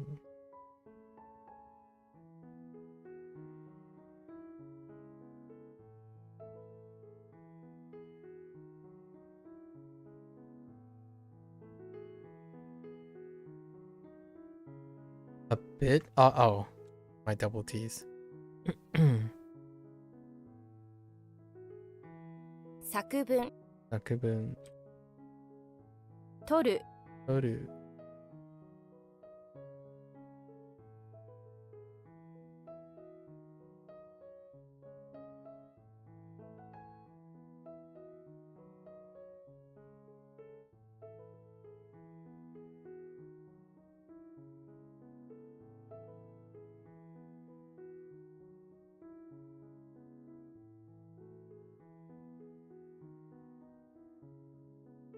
This traveling, right?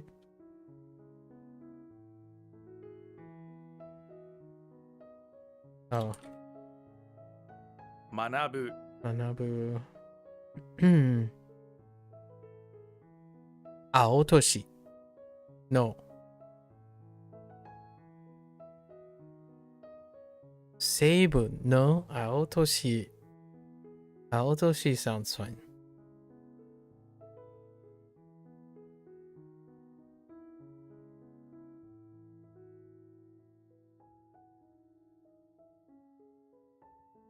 Seinen. No, seinen works. Seinen. Yes. 青年 Aotoshi. Seinen. um.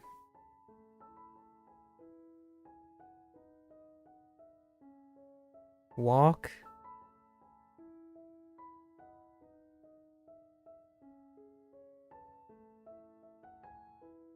Oh no, run. Sorry, run. So, Sogyo? No, Soko? Oh, Soko or Sogyo.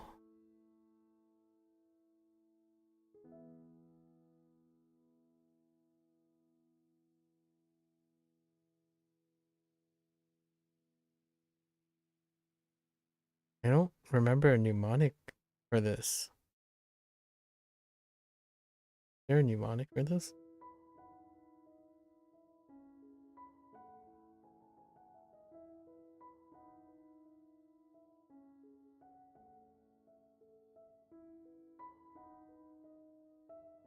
Why would it be Gyo if it was Gyo? I don't think so. 走行 Yeah, see, this stuff is not cool. Because Gyo is part of the other previous mnemonic, so they would need a thing to distinguish between Gyo and Ko, even if it's rare.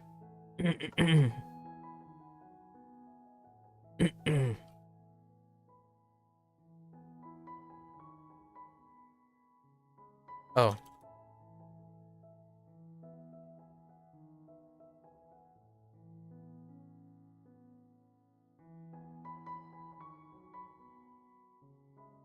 Wait.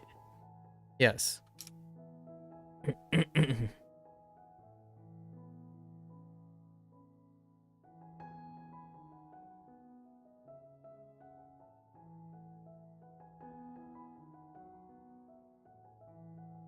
女、女、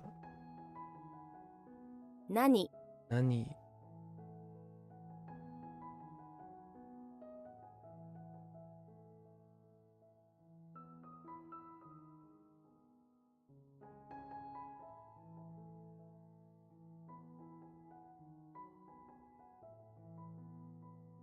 大文字、大文字。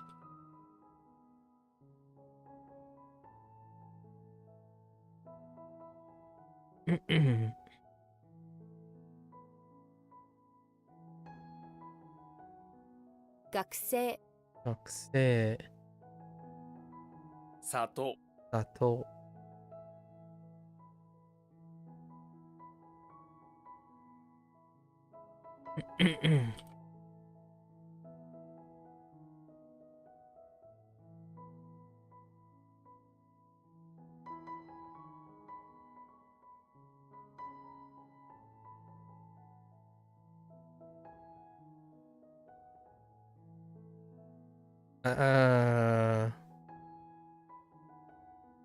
Leader? Wait. Body?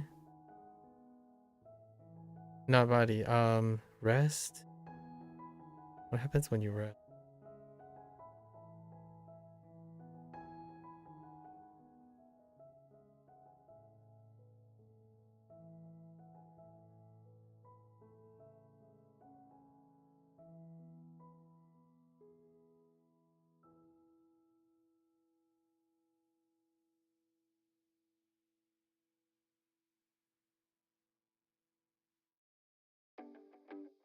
How am I'm drawing a blank. Leader leaning against. Oh, Q. Q. 休学、 Yugaku.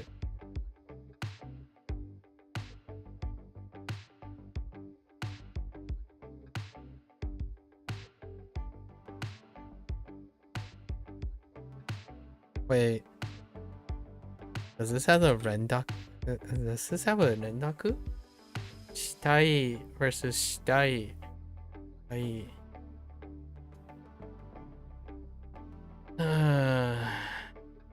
How do I feel about shitai? I think there's no rendaku, right? No. Oh, wait.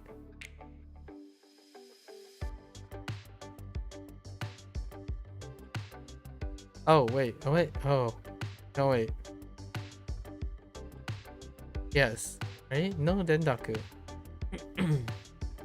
死体、はい。はい。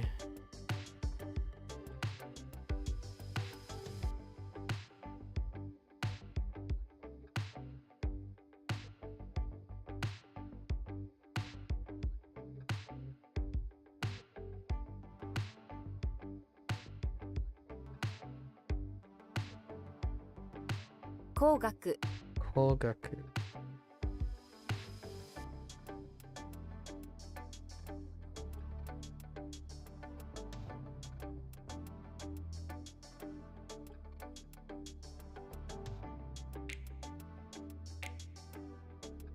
The heck? I keep spelling with an S.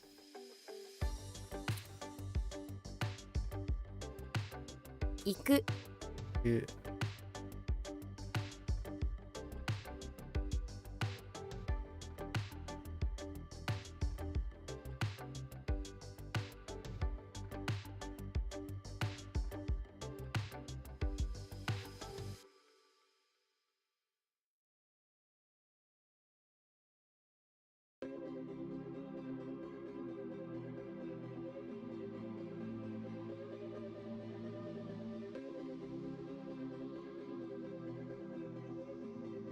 You-42? 42、 42?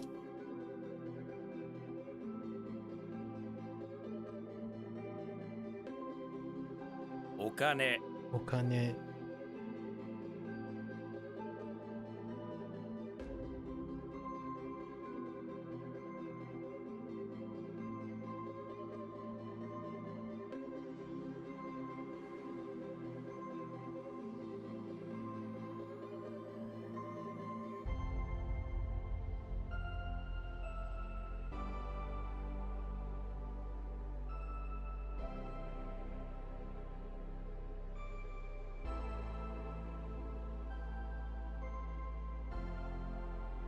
年上。年上。うん。牛肉、牛肉。見える、見える。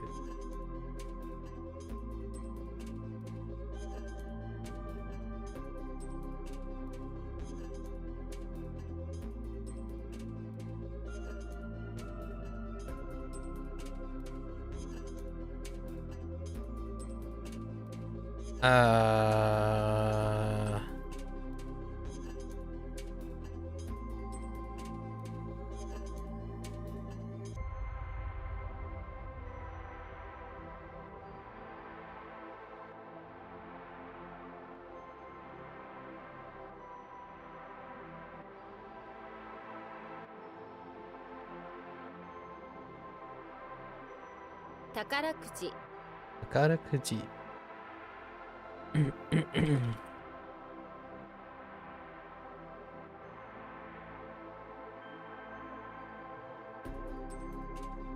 Ah!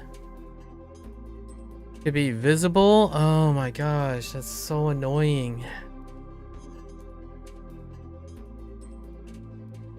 What was to show?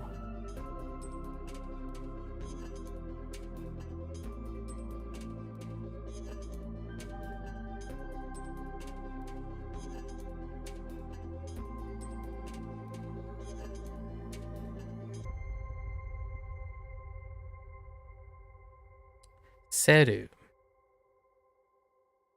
Another downside of the lack of understanding the endings of distinguishing between the endings of the and this is another example of why kana is important still, but yeah, disappointing. No way of distinguishing other than using rote memory.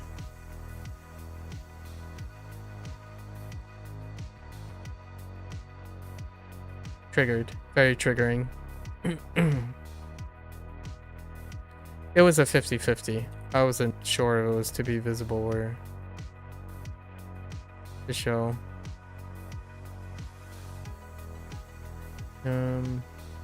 Oh. 死亡。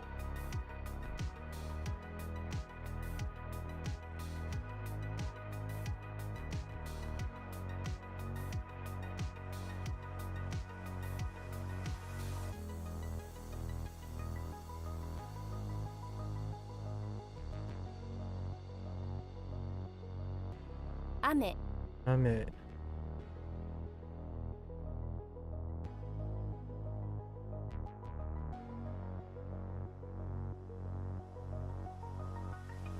足りない。足りない。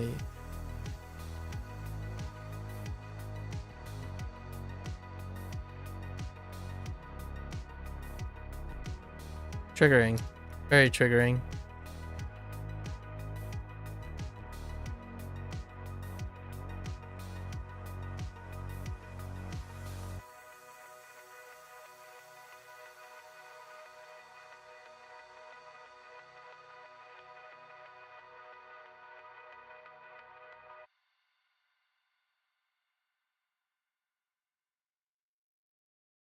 "切れる」入れる。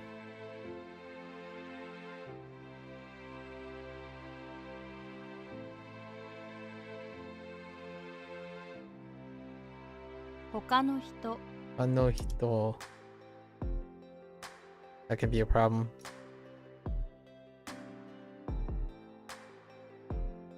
人口、人口。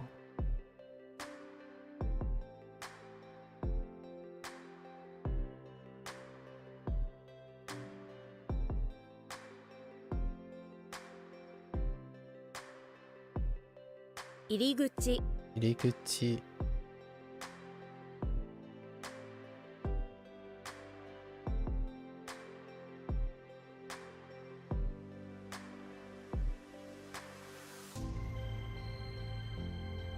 元パートナ元パートナー。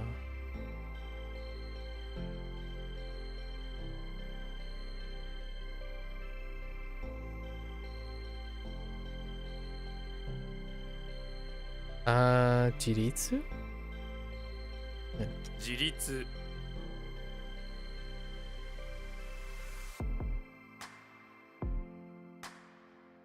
大きい。大きい。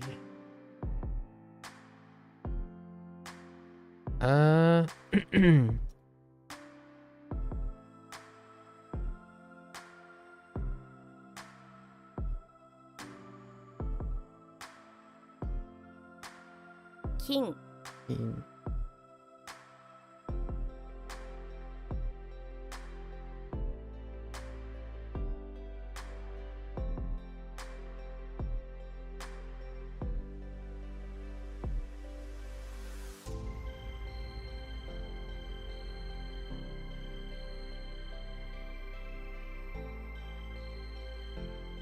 大学。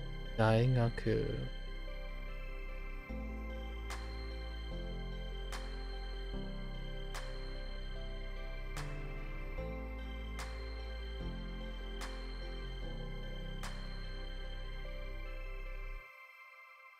工作、工作。Alright. Alright. We're good. What time is it? 11?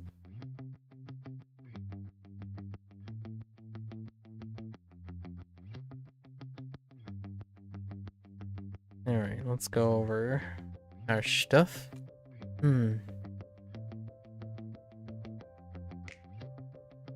No need for writing them anymore. So, go. Monix. Wing, box, black, stamp, husband, clan, boat, fish, yellow, black, circumference, table, temple, gate, self, teacher, top hat, bird, elephant. Where it reads.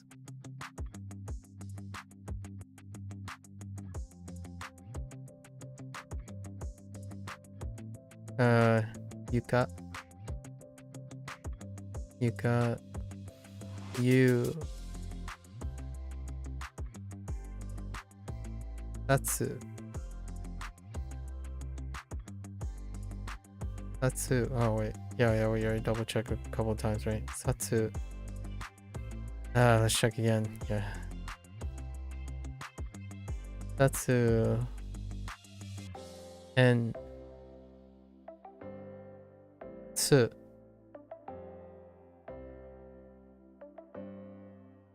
I.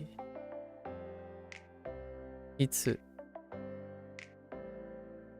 Mi. Matsu. Ko. Natsu. Yaku.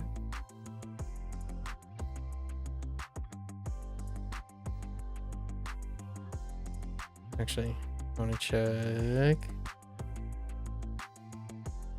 Okay.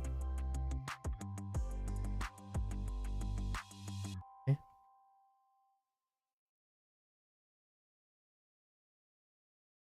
Tsu. Tsu.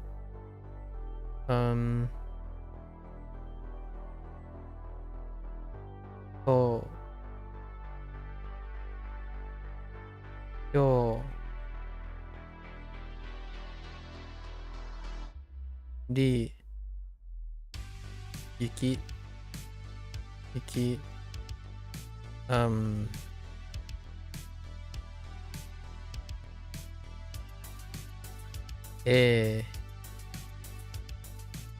right.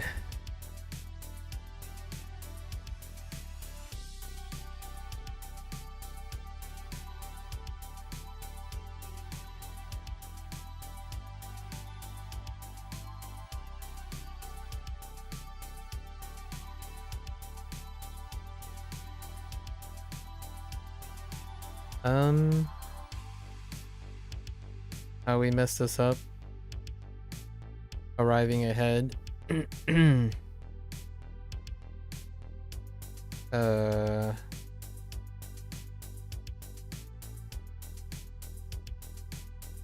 Oh, Saki.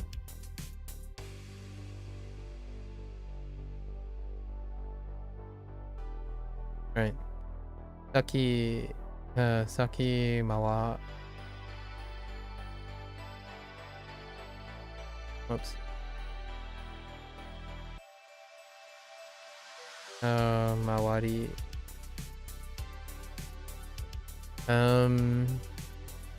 This was definition.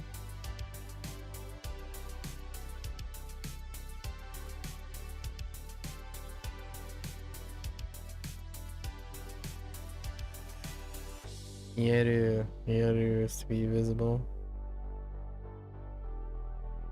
And seems.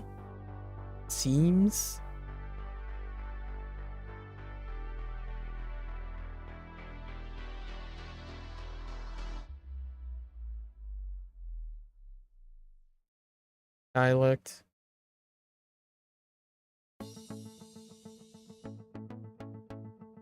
Okay. To see. Can see to be in sight. Alright. That's it for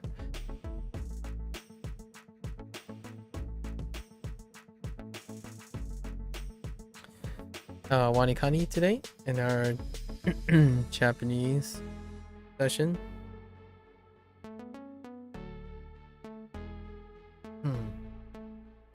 Pretty chill.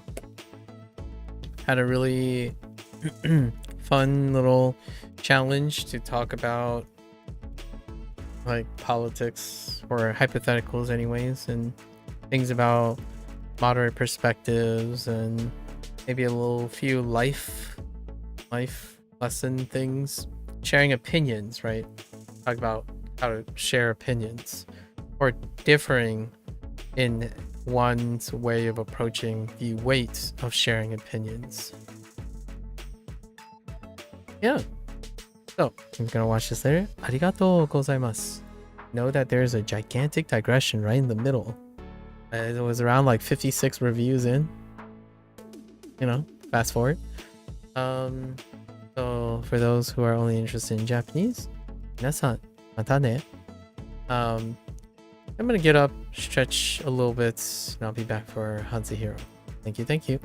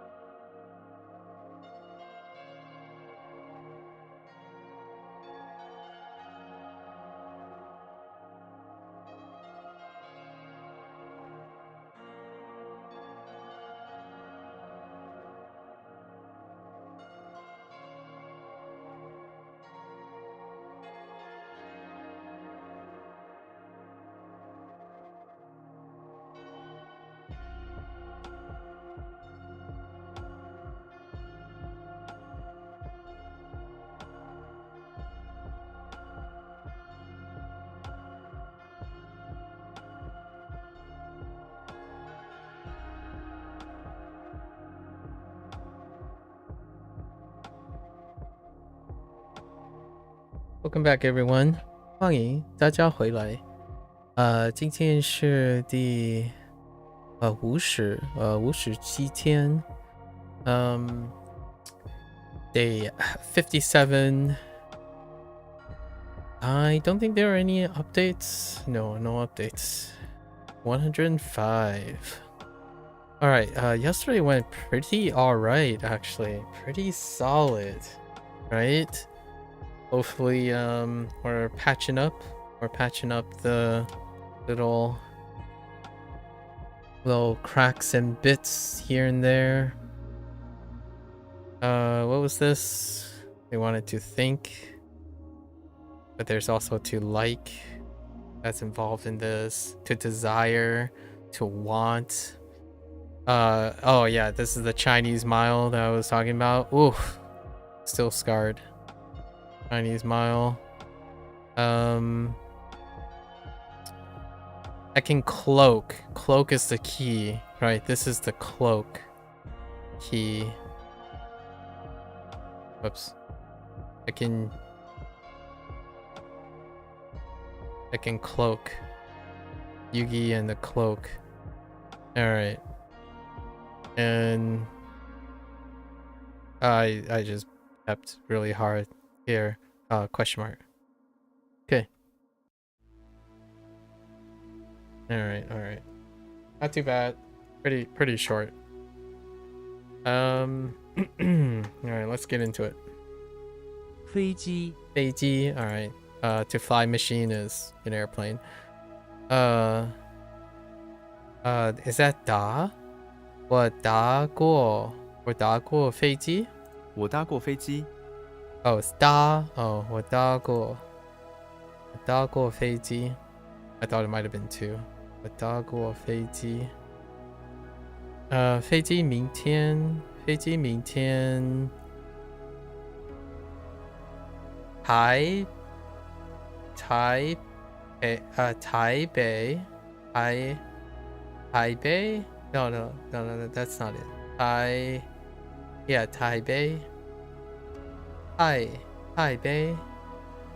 And tomorrow, what is this? Arrives?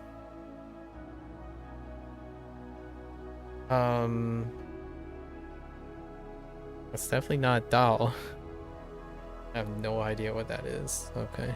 飞机明天抵达台北 Dida? Oh my gosh, Dida? Oh, Taipei. Oh yeah, I should have known Bei. Taipei. That's Thai. Man, I thought it was 4. Taipei. Dida. Da. Okay. The Tetsu is Da. Okay. 飞机飞机说话 说话, right? To speak. If you're speaking out a bunch of talk, you're speaking. It's also to talk. So.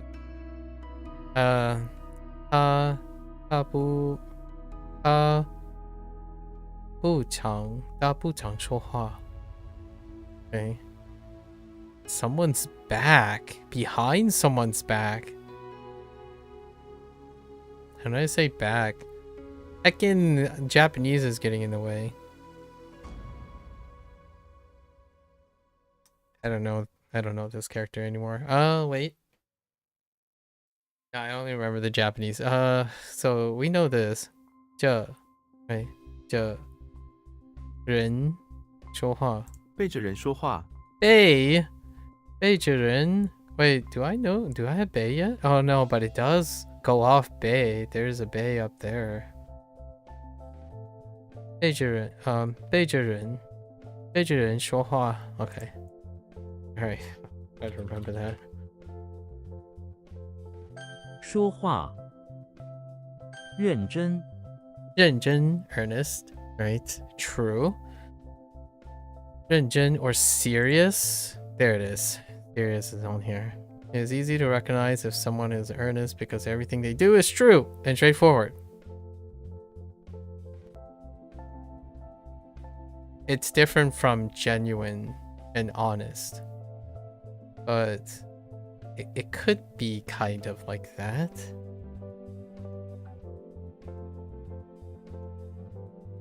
Do I need to? No. 认真 serious is fine. 我要认真，我要认真写好中文。他是个认真的医生。OK， 认真，喜欢， Yeah, this is where. Oh wait. Oh no, it's so fine. It's so fine. Things that you like will make you feel joy. It is a joyous thing to be around things you like. Yeah, joy plus joyous equals like. 我喜欢冰淇。Oh no, that's 冰淇淋. Oh no. 我喜欢冰淇淋。 It happened. Oh my gosh. I'm like, now I can read it without knowing it's 冰淇淋. That's kind of funny. I was like, wait, that's Bing, that's Qi. It's like, oh no, this is Bing Qi Ling. I didn't know what Ling was, but the moment I saw Bing Qi, I'm like, oh no, that's gotta be Ling. 我喜欢冰淇淋. Okay. 你喜欢他吗?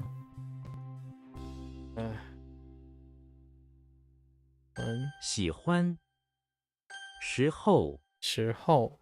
Yeah. Point in time. Time works too. Time's fine. Or moment. Yeah. Fine. How did they go about this? Wait. So a period of time or time, you're going to have to wait. Period in time. Try from okay. 时候. Yeah. Honestly, it's kind of like an appointment too.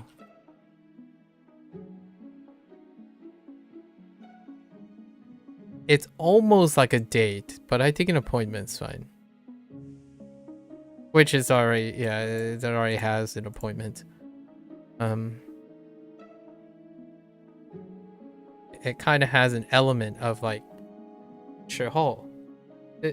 这时候我 do something. 我要去 I don't know. 我要去学习中文 right? Something like that. Okay, 我去年这时候 yeah, 我去年这时候在台湾 yeah. 5点的时候他不在家 yeah, 他不在家 对 时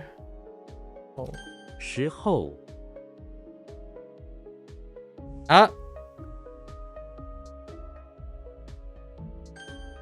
Oh, point in time? Oh my gosh. Okay, point in time, yes. Oof, okay. Okay. 飞机，喜欢，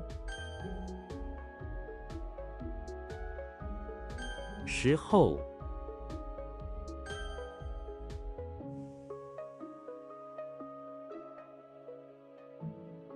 认真，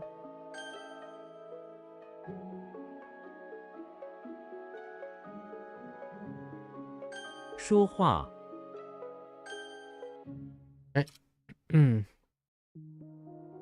Airport. 机场, yep.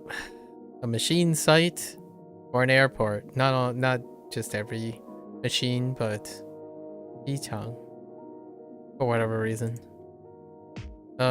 今天机场有很多人。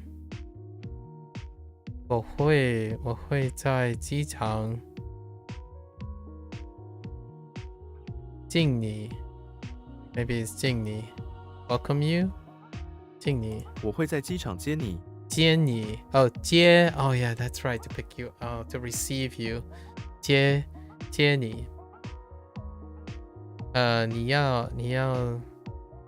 你要飞往哪？你要飞往哪个机场？What airport do you? Yeah. 往哪？你要飞往哪个机场？ Yeah. 飞往。你要飞往哪个机场？对，机场，欢快，欢快。wait, that's fine.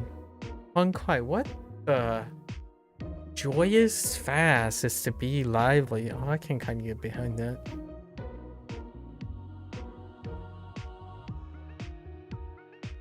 Fast and joyous occasion is said to be lively. Lively, cheerful, yes. Cheerful, lively, kind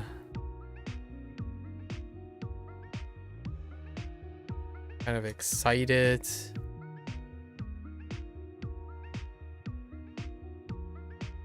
Elated. No, that's just being way too esoteric.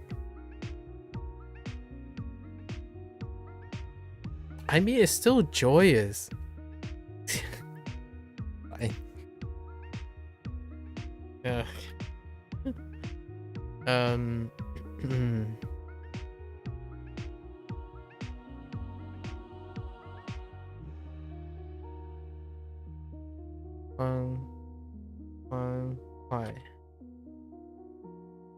欢快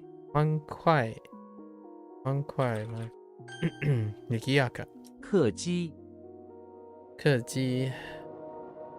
A guest plane. Okay, passenger. A guest machine. Passenger plane. Defaults to plane again. Wu. Okay, Wu. Counter. 客机. I don't know what the counter is. 五架客机。架. Okay. 五架客机。客机。客机开降。That's not right. 开绝节。开壳。Oh, I don't know. And then that's Pa. Is that Pa? What this is? Pa Jiang. 客机开始爬升。爬升. Oh, that's 升. Dang it. Oh, 是. Oh, 是. Oh, 客机开始. Wait, that is 是. Oh my gosh. That is 是.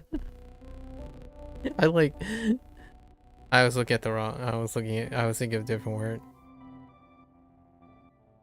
开机开始爬山。Getting on to 爬山。爬升。There's also like 爬山, which is to climb a mountain, right? That's where 客机 passenger. 对话 对话. I don't know how correct talk is dialogue. The correct way to talk with someone is to have proper dialogue. All right, fine.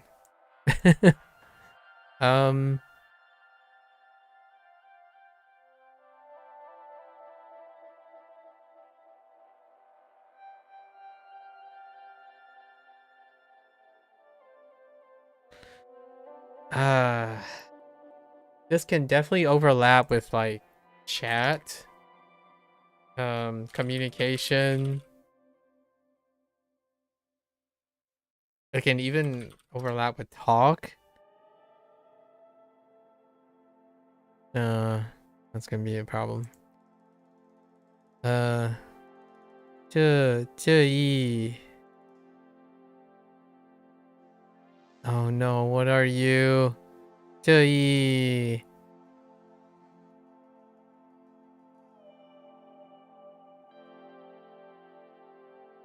It's a counter. I don't know. 这一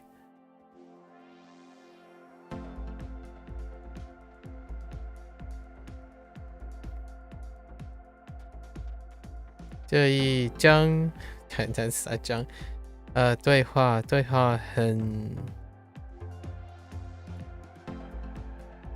I don't know those either. Exciting. 这一段对话很精彩。段这一段这一段对话很精彩，很精彩。这一段对话很精彩。这一段对话很精彩。Okay. Lots of 精彩段，精彩段。Okay. 他能可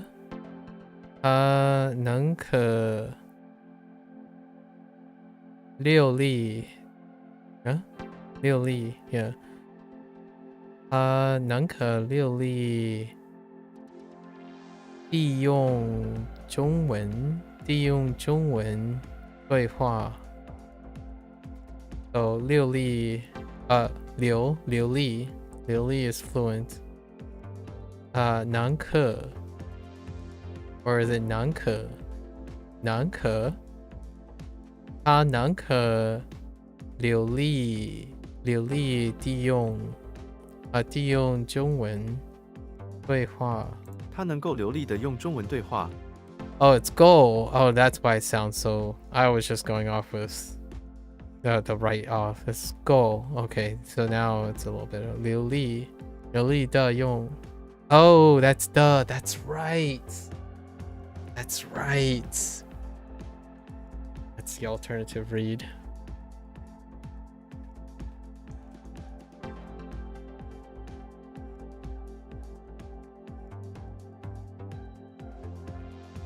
It's an association. Yeah, 流利的用中文对话。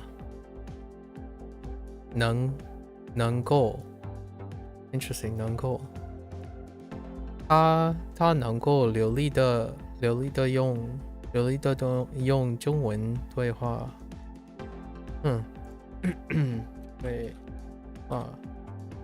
对话气候 climate air to wait. Oh my goodness.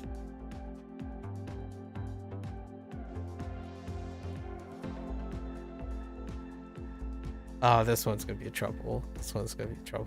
To determine the climate, measure the air in an area. Oh, this is elaborate though. To determine the climate, measure the air in the area, then wait a couple of days or weeks and measure it again. Do this repeatedly over a long period of time. This data over time adds up to allow you to determine the climate. Okay. It's pretty unique enough. 台湾的气候很 humid. Wow. I don't know which one those are. High something. 台湾的气候很潮湿。潮湿 Oh, no, not even close. 潮湿 humid. 这里的气候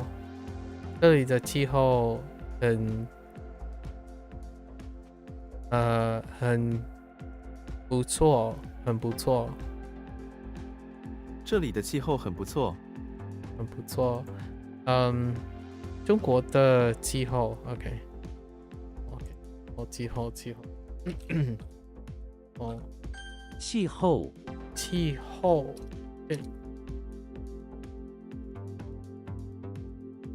机场，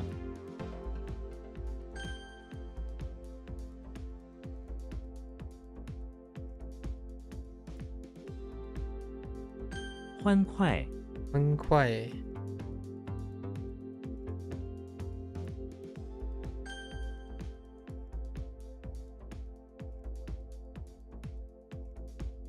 客机，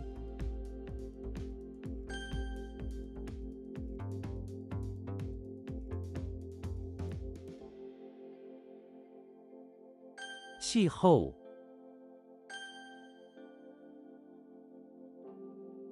对话，哎听说，听说listen to speech, listen to someone speak. We're hearing that, yeah. 听说 or heard that, yeah. I heard that. Rumor, no, just kidding. 你有听说吗？你有听说吗？听说明天会下雨。Yeah. 听说听说，认出，认出 Okay, so you recognize out of you. I think exit. It's like I think I should add out to this character. We need to add out to out it. To figure out. To figure. Figured. That's like it out. I'm using the word out because it's kind of like exit, right? But it's to out something, like figuratively. So when you're saying like to recognize something, right? You're recognizing something out, as in you have 认出, you have realized, or yeah, and that blends in well with all the other tools that end like this, at least in my opinion. Yeah, to identify, like you figured something out, like you're recognizing it out. Something is to recall a memory that exits out of your mind, and yeah, out of them, that's fair. Allowing you to recognize them, yeah. What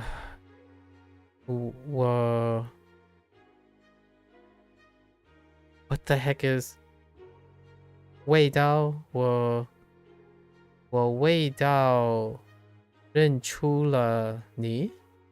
我立刻认出了你。 Lee, it's Lee. What the heck? I don't know what that means. oh, maybe I'm thinking of like this. I don't know. 我力道认出了你。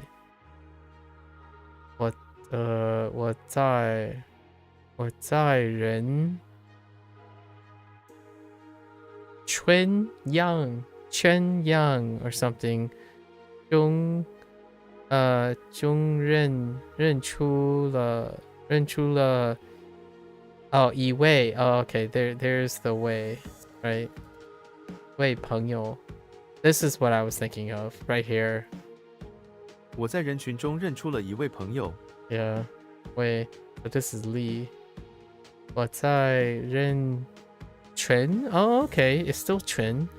I was either, I guess, 群 because of the left side, and I said yang in the right side. So it was either 人 or it's either 群 or yang because there's no other context clues I could use.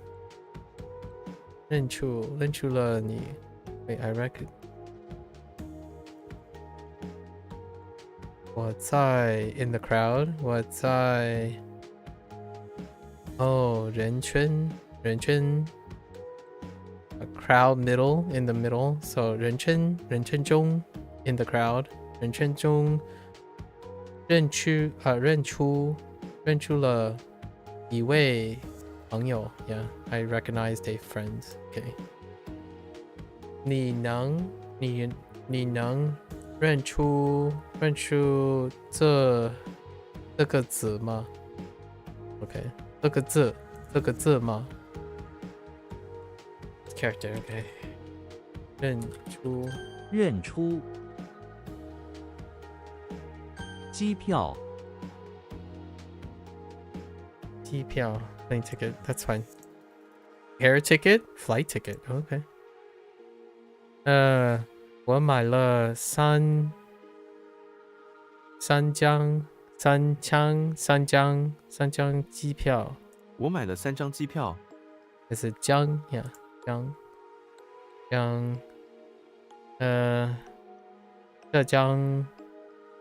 这张机票很贵。I said 高 because of Japanese. Sorry. Japanese uses 高, right? Or 高. Takai uses the character for 高 or tall, but 贵. 一张机 Is that still 江? 一江飞往 Oh, another way to say it. Oh no, just kidding. One ticket to Taipei. One plane or one flight direction to Taipei's plane ticket. Yeah, one direction to Taipei's ticket. 一张飞往台北的机票. That feels a little Japanesey right there.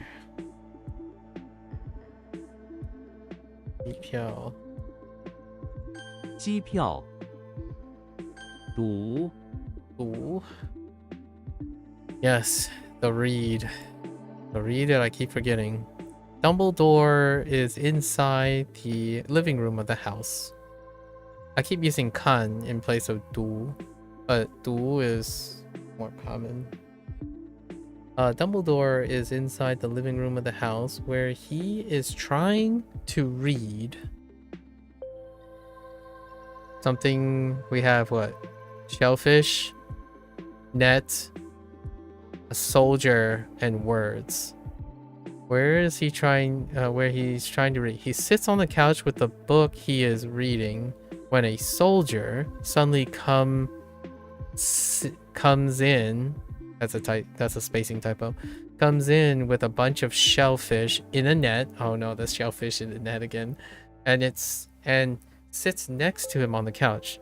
Dumbledore reads aloud as the soldier happily listens to his words. Oh, that's cute. That float around the room. While Dumbledore reads, the soldier snacks on his net full of shellfish. Alright. That turned out to be less dark than it usually is. 读书, right? 读书. 读音 makes sense. Reading sound. 读音 to silently read. 默读. Okay.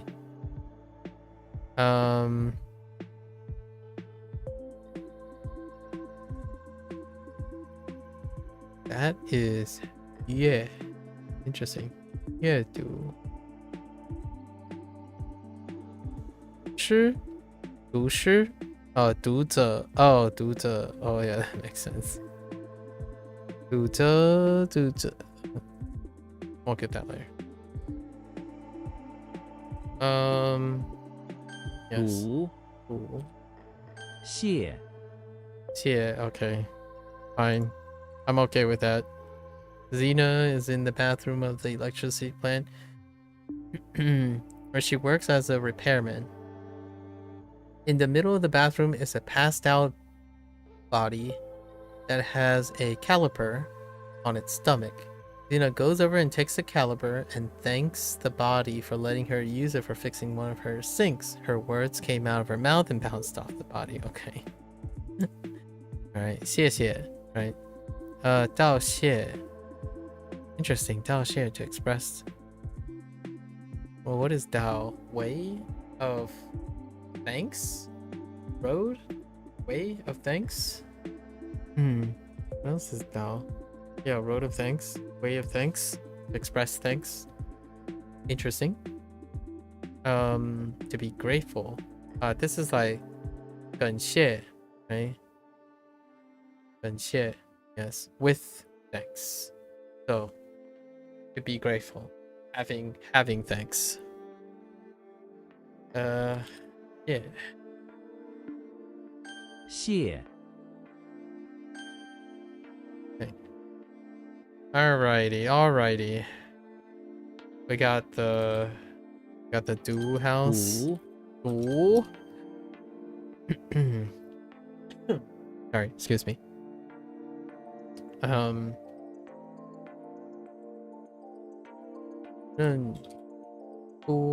认出认出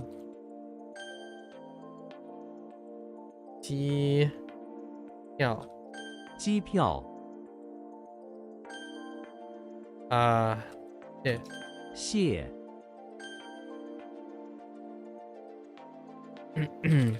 听说听说 sorry I have something not clearing from my windpipe. Fun. Meal works.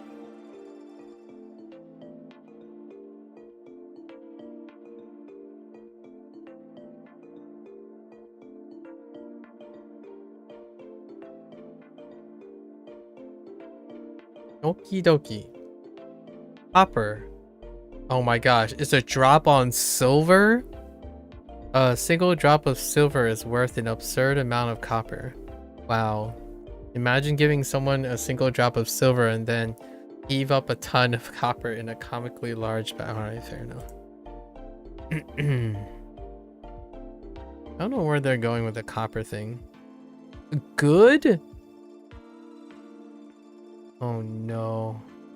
Yeah, this copper silver thing is tough. A swing. It's a folding chair under a cliff. What the heck? You have a folding stool attached to a cliff with some ropes. Now it's a swing. Probably not a very safe one. Alright. I can get behind that.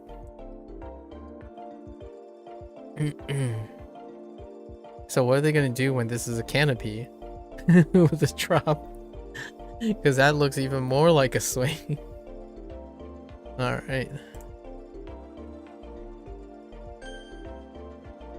Food instead of eat. Oh, I can kind of see why they chose food though, because this does not involve eat anymore. Yeah, a diversion. This is where Japanese and Chinese split. A very common one that is split. That is laid out on a copper table. Okay, imagine a bunch of food that is laid out on a copper table, modified copper table, above which represents a copper above which rests a copper umbrella. Perhaps even the food itself is made of copper. Well, that's no fun. Yeah, it's food. Sure. Okay. 饭 Fun. Frodo is in the bathroom of the pawn shop where he's eating a meal on his lunch break. Okay. Frodo has no friends. Rip. What about Sam? And so eats eats his food here. He even has a swing installed next to the toilet, so he can swing side to side while having his meal. What the? The coworkers all hate this because they can't use the bathroom while he eats his meal. What the heck? Okay, food, rice, meal. Okay, all of them are there now. It's fine. 吃饭，吃饭，晚饭，米饭，米饭，饭碗，饭碗，饭碗。Risotto. What the heck is this? Ooh. A twin? Twin fan. Interesting. Twin fan. Okay. 饭少 Oh, like 介绍 to connect. Oh, that's interesting. Yeah. Summon. Okay. You put a sword attached to every royal summons is an unspoken agreement. If you don't show up, they'll stick a sword into your mouth, either killing you or making it so you can't speak for the rest of your life. That's why everyone is summoned. Everyone who is summoned always shows up. Okay, I can kind of see where they're going for. That's gonna be a tough one. Yeah. 叫，哎，我叫你。Not in terms of I'm looking for you. Oh, that's 我叫你。I beckon you. Oh, you know, summon can also be beckon. Now that I think about it. Okay. 少 Chao. Okay, Shrek is in the basement of the... in the cellar of the barn. Or, no, in the bathroom of the barn. What am I doing? Is in the the bathroom of the barn. Where he finds a bunch of silk. Okay. Threads scattered around the sink and piles of manure. He connects some of them together and suddenly a summons drops from the ceiling requesting Shrek to see the Cow King to receive his reward for connecting these random silk threads. The heck? Alright. I got you.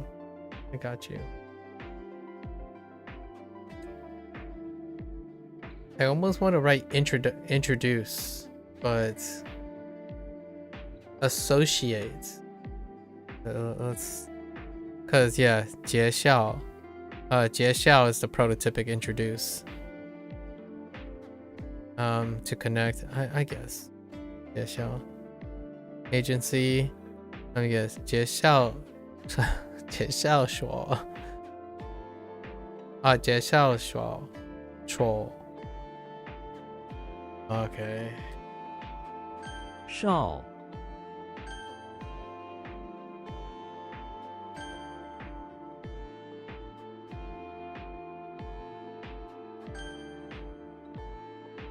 饭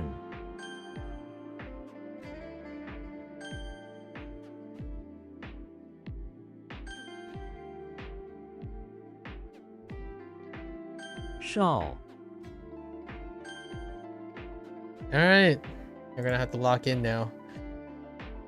Alright. Alright, let's lock in. Here we go.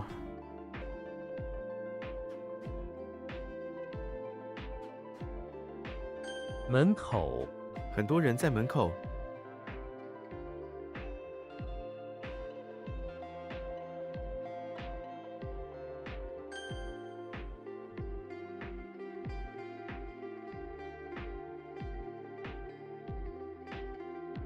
休息 我一整天都没有休息。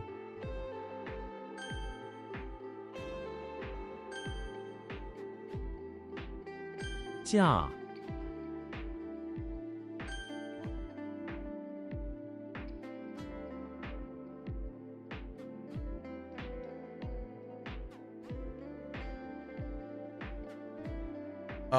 I need a I need a tone check, right? Yeah, we're fine. 道路、道路都塞车了。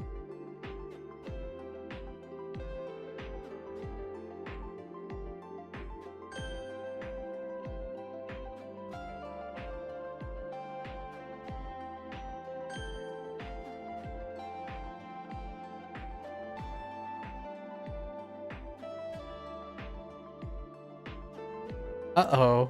Is this duffel?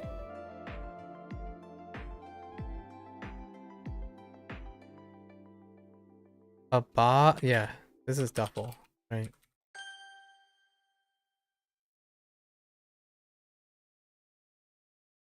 球、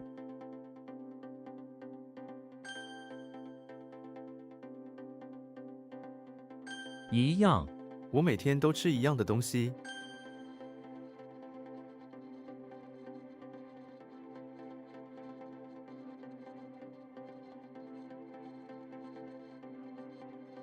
叫做这种语言叫做中文。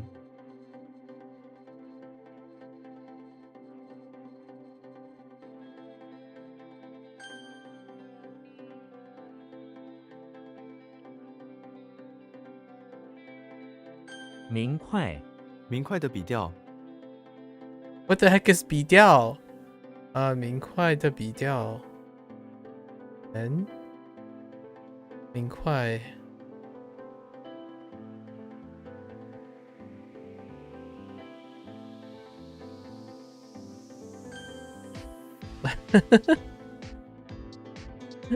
What is this? I don't remember.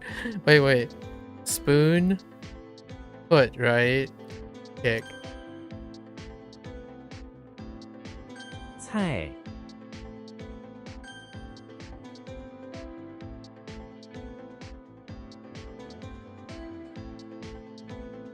汉文、汉文难懂。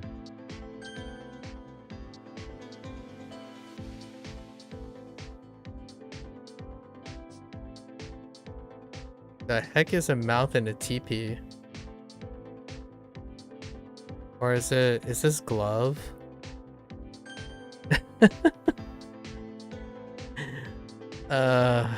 Jeez.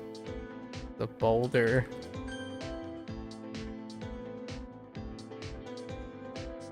生日、生生日日快乐！ Thank you, HanziHero. They knew. That's such a coincidence that came up on the SRS. Sanjay birthday. On account of it's my birthday. Oh, actually, is it my birthday? Oh, for another 15 minutes.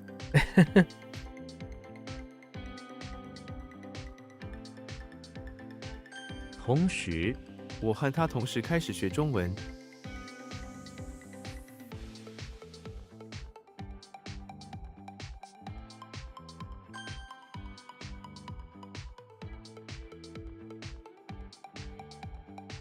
别、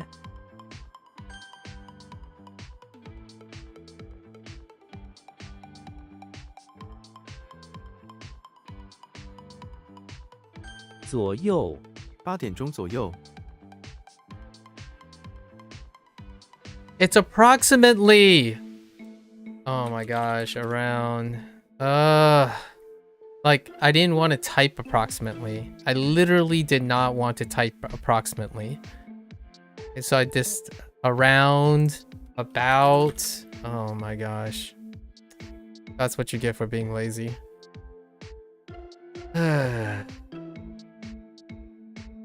Oh no, what is this? Is it still walk or is it like something else? Okay. That's so upsetting. 女儿、他的女儿很聪明。 That's so upsetting.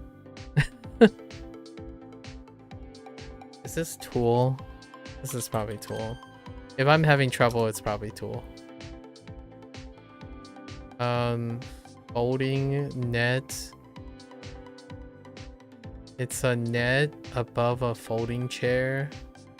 Oh no. What are you? 2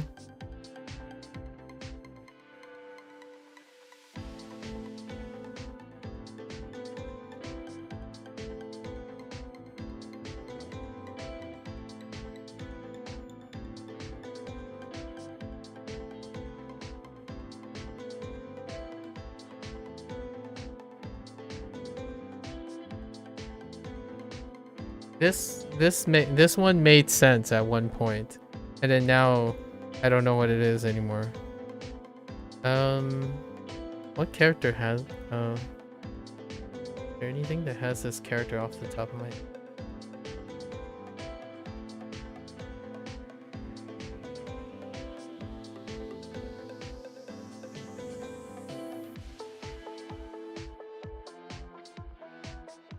Two of something as well?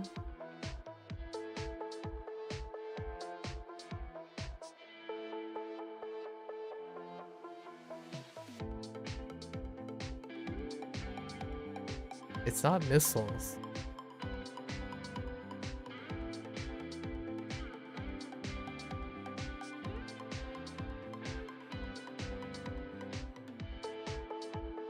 I legitimately have no idea what this is. Well, it's probably from yesterday as well. That's disappointing.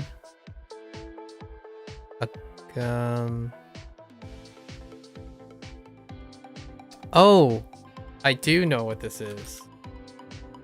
Dreamcatcher. Jeez. Screw you. Around. I'm so triggered by that. Oh no, we're gonna get so many errors now. 中文，中文系。中文系，我在中文系学习中文。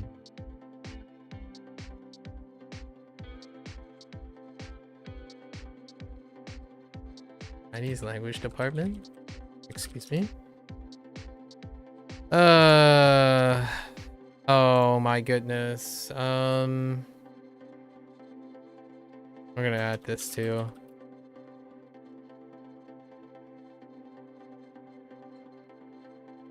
That's double triggering.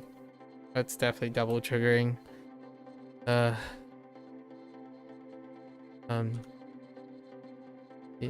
记 Already off to a great start. 您们你们几时走？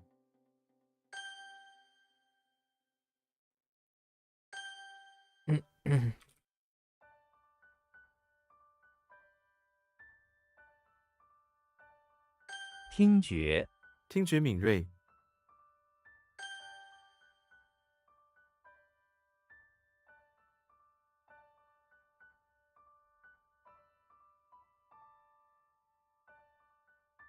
东京我没去过东京。 病人他是一位病人。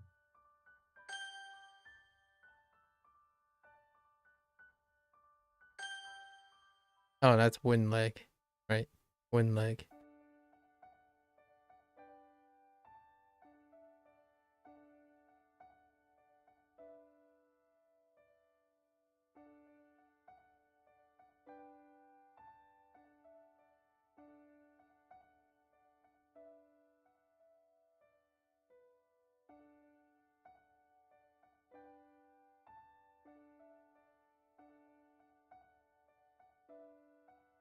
« 鸡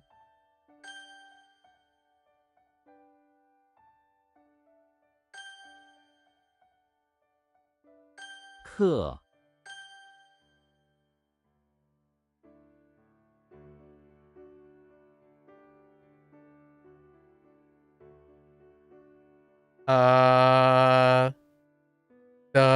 Oh my gosh, double spoons.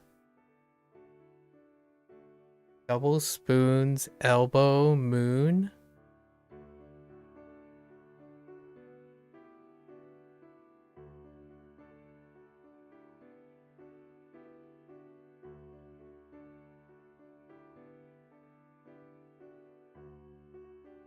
I mean, I kind of just want to type ability, but that's not it. What can you do with a double spoon and an elbow?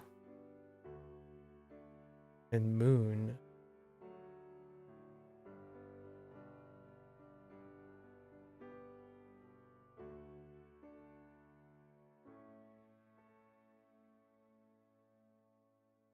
It's not can.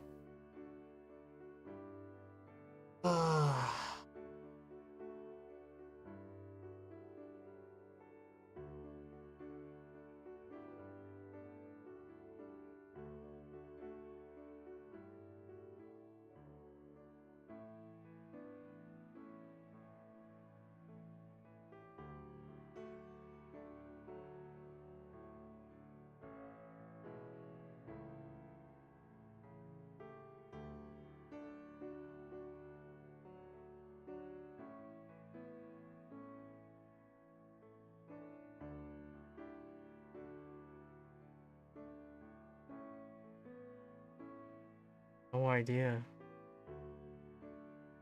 Like, nothing. Nothing comes to mind. Elbow. Double spoons. And a moon. A bear.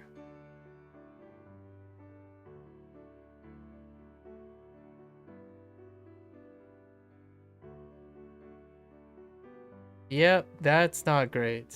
That is definitely not great. But I guess I should have used the Ned Flanders thing, right? Nung? I could have used Nung and going backwards.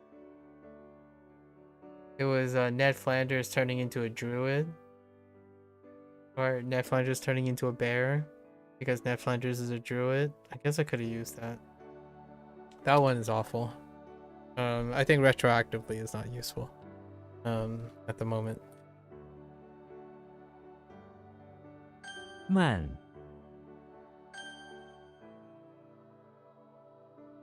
What was the right one that took me forever? Oh, Dreamcatcher, right?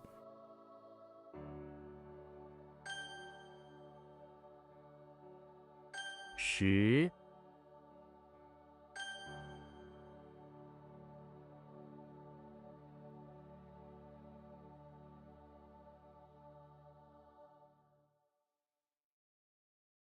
It's not. What is? Oh, yes.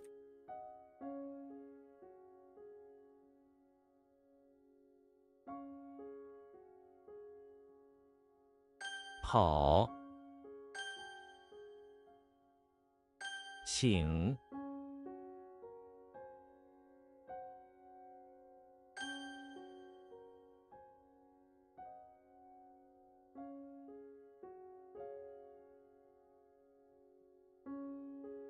What was M? Oh, yeah.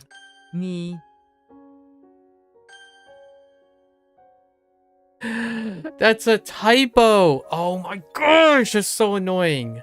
I'm so triggered. Oh my. Oh, someone save me. Absolutely hate typos. Oh. 有用 这个网站非常有用。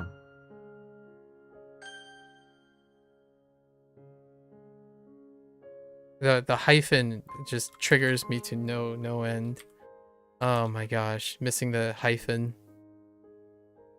Okay.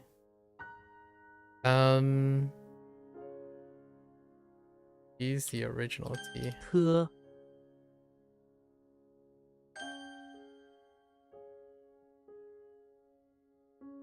个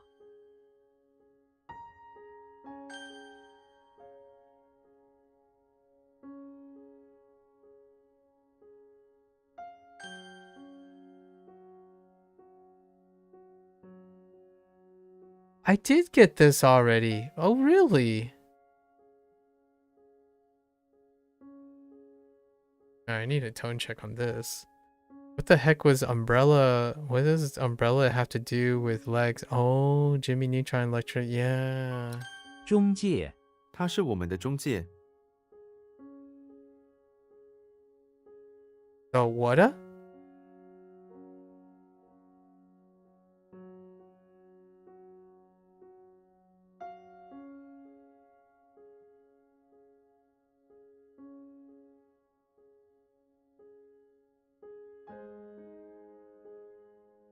That doesn't help. It's a person. Middle.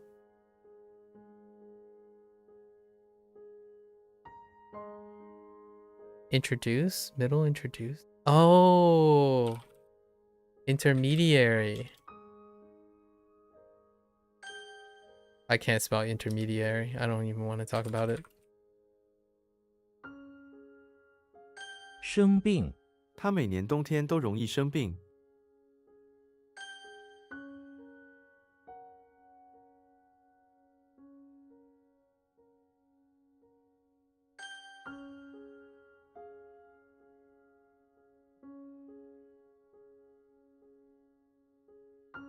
知觉 失去知觉。I'm gonna be. I know you're supposed to trust like SRS and stuff, but man, sometimes not being able to know why I know it and how I know it is causes me to be befuddling. Like, it causes me to pause. Like I don't know why this is this, but it is now this. Starting to feel some of these things are starting to feel like English, right?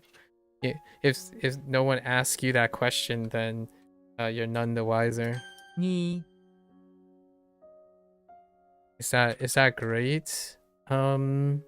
觉得 我觉得学习汉字很好玩。 that's fine. We have to silence the duh.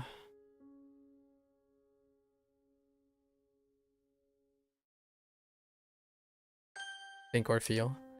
That's a shack, right? Oh, it's not a canopy, it was a shack. Oh, so the swing thing doesn't actually.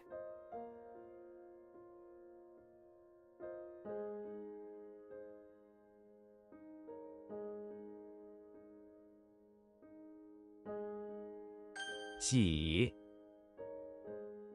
Okay. 车站 火车已经到达车站了。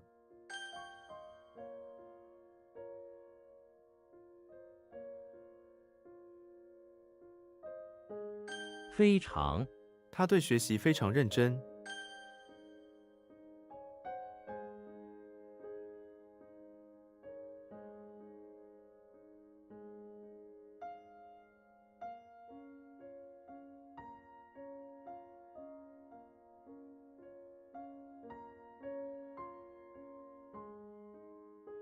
Yes.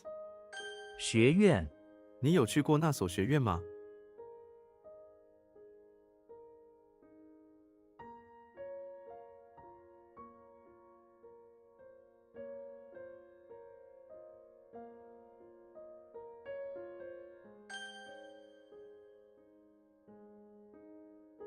的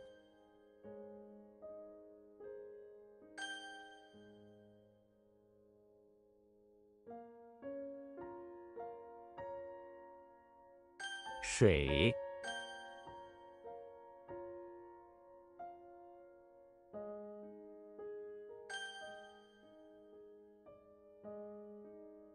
可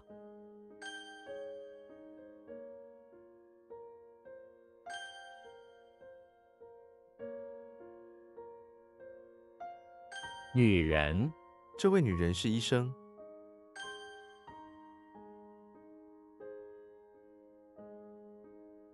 电脑 我没有电脑。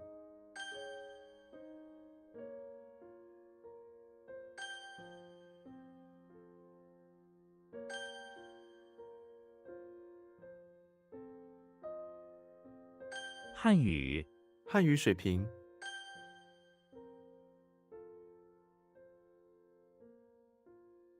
哪里 请问厕所在哪里？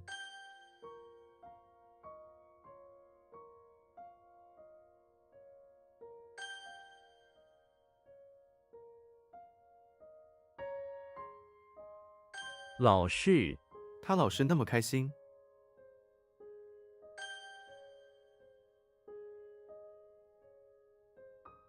哪个 在哪个餐厅？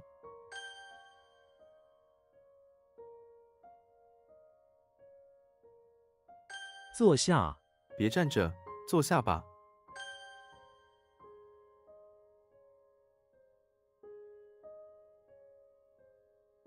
请问请问厕所在哪里？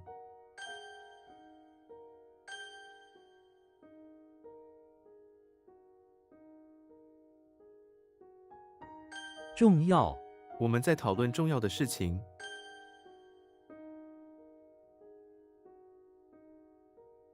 身体 我有一个健康的身体。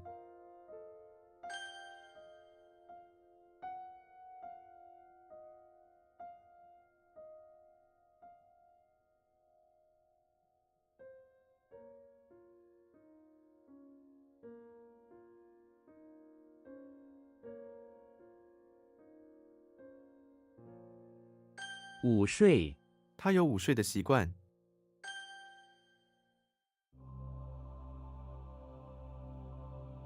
Oh.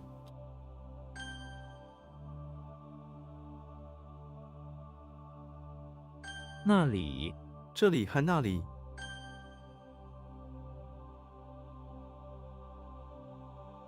走路，我每天去上班都走路。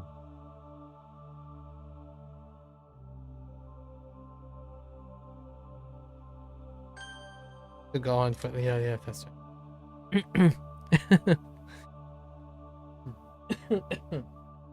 Sorry. 坏人，他不是一个坏人，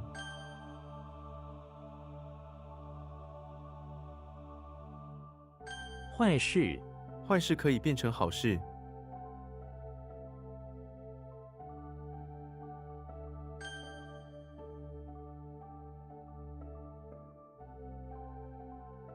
体会，个人的体会，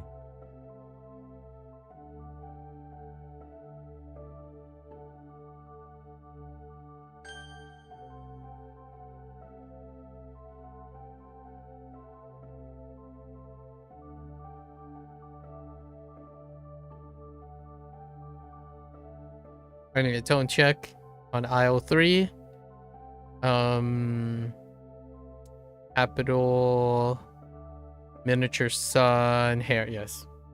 身影，纤弱的身影， Oh no. Okay.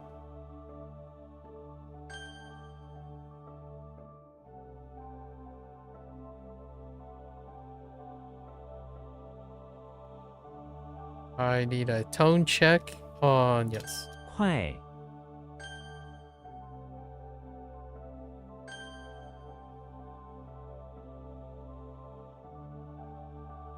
很累，我今天很累。粗，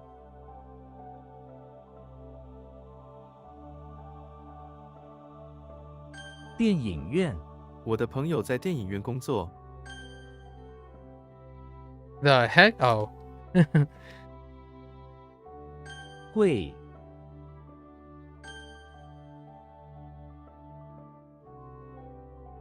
Ah, wrong tone. I did it again. The 1-4 swap. Oh no. Is this usually yeah. Ah! Oh, they write it as 3, don't they? Oh no. Oh, it's low. Whoops. I that's what happens when you get back-to-back wrongs. You didn't pause to think about things. 远， That's what happens. You need to pause. 点， Uh-oh.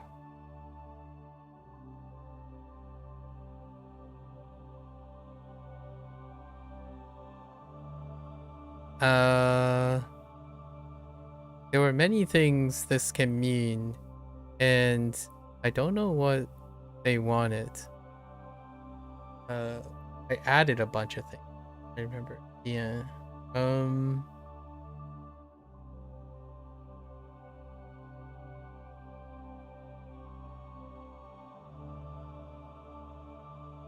Spot is what they wanted, right? Yeah. 了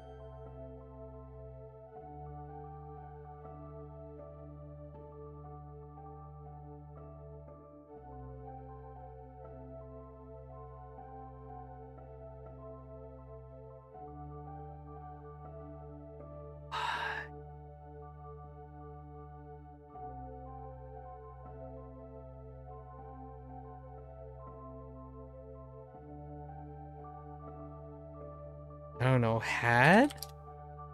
What do you want with this? Did? Oh no. Had. Oh, had. Was. Oh, okay. That, yeah, did. Not good. Not good. Not good enough. Then. All the. Yes. No. I would even take, past.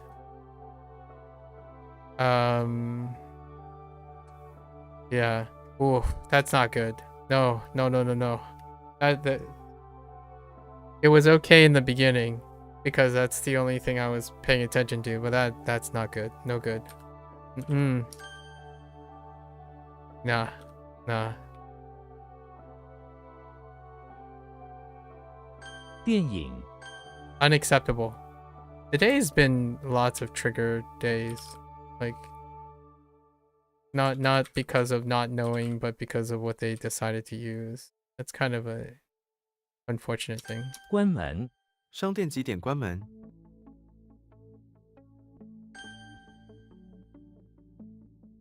Oh no. What is this? Oh no, that's fine. 肉体肉体上的痛苦， I mean human, but body. 动 That's a typo. That's a 114 typo. This one was a problem too. They went with move, right?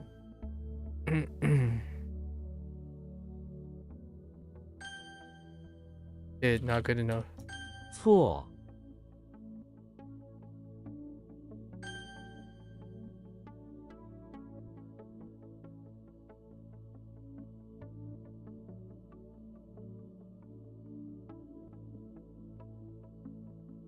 问号打个问号，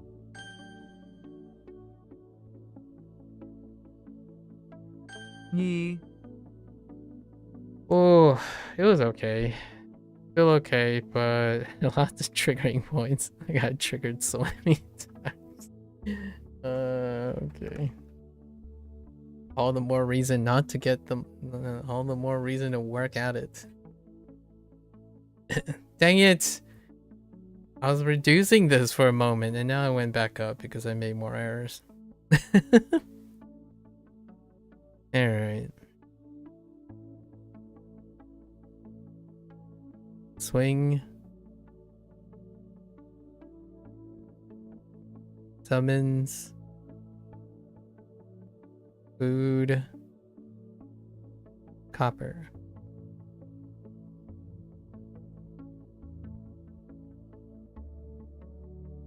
Boom.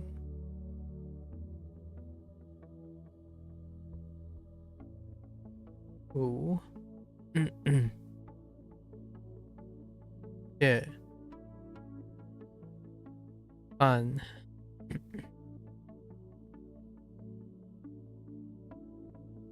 Zao. No. Not Zao. Yes, Zao. Not Zao. The initial is incorrect.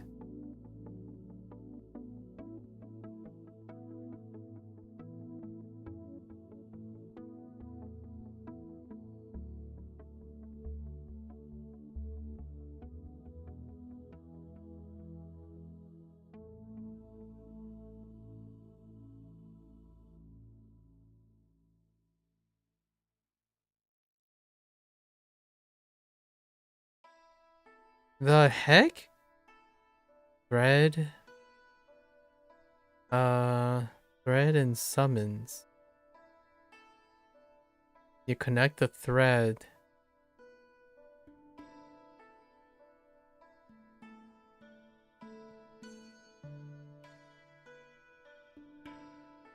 Shrek? Xiao. Yeah, Xiao. Yeah, Xiao. It was Shrek.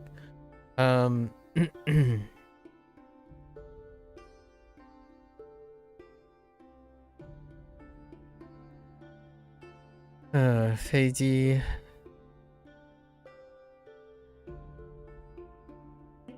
喜欢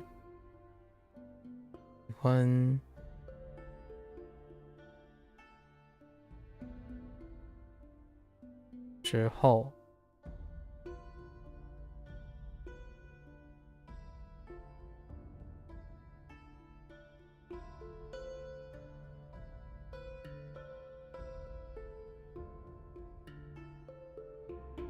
认真。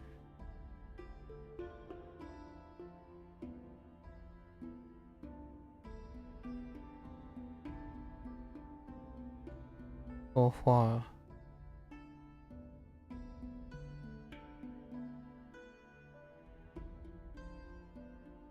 机场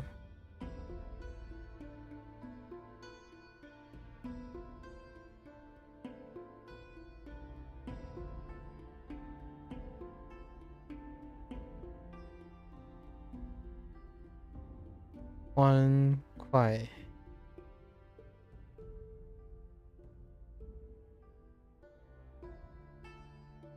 客机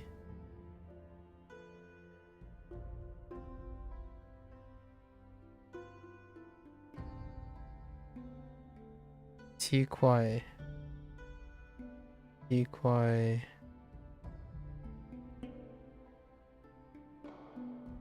，oops，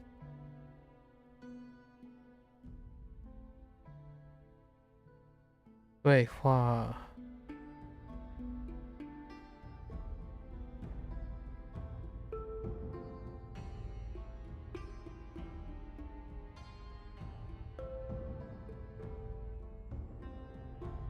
认出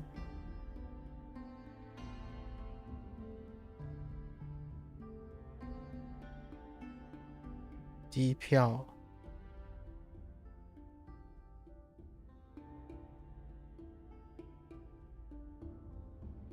听说 OK， 或者听说听说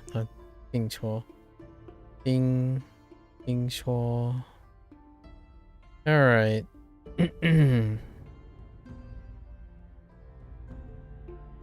Wait, did I make one near the end?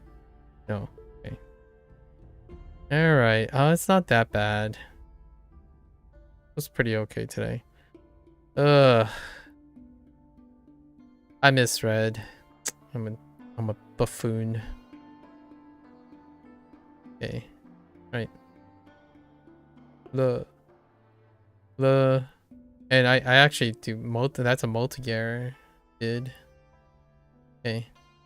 Bear. Oh boy. Bear, save me. Save me, Ned Flanders. We're gonna have to rely on Ned Flanders for this one. Bear. Think of Ned. I think our connection is gonna be known.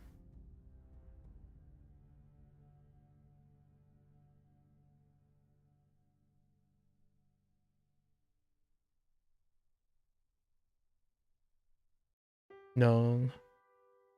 Oh, this one triggered me. Yeah. Approximately. I was being lazy and I got punished for being lazy. I used around. Like, it's around this much. And got triggered by Neo because of typo. Did not stretch far enough for the hyphen.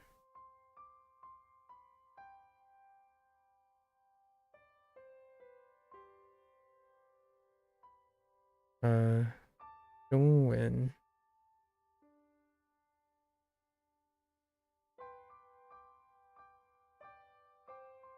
Dongwen 是中文系是中文系 this is being pedantic, so we're just gonna add not being pedantic.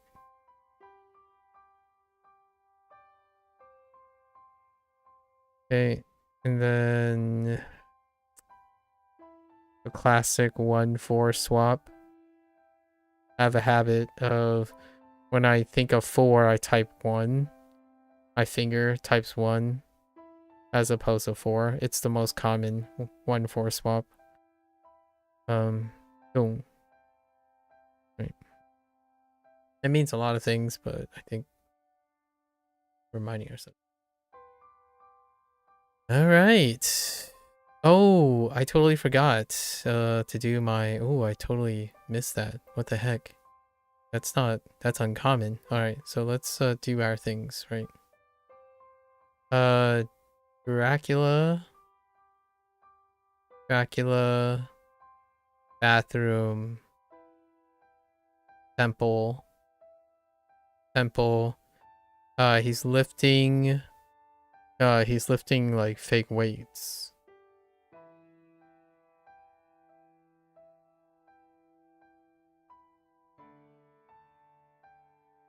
Right? All the monks are looking. Kettlebell, right? Muscular arm plus kettlebell.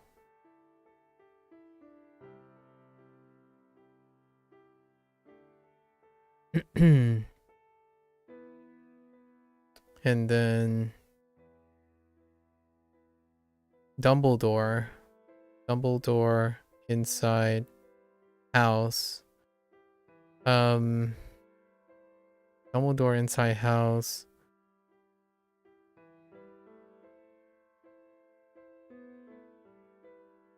He was reading, then some dude, a soldier, showed up with a net of shellfish.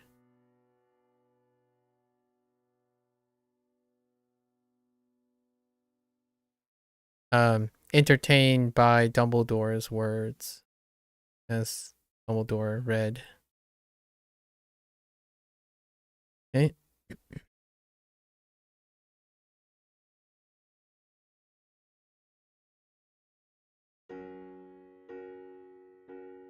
We have Xena.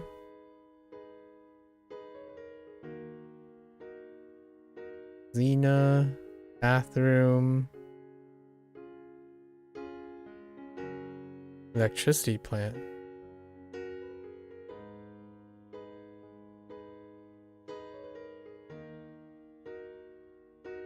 The heck? Electricity plant.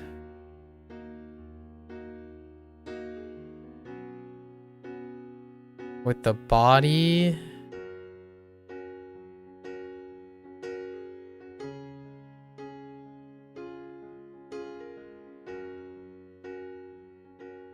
Oh, that body character is actually a little different, huh?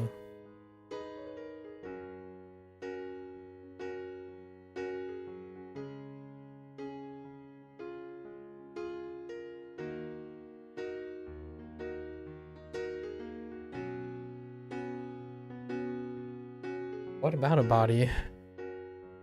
Body and caliper. There's something about body and caliper.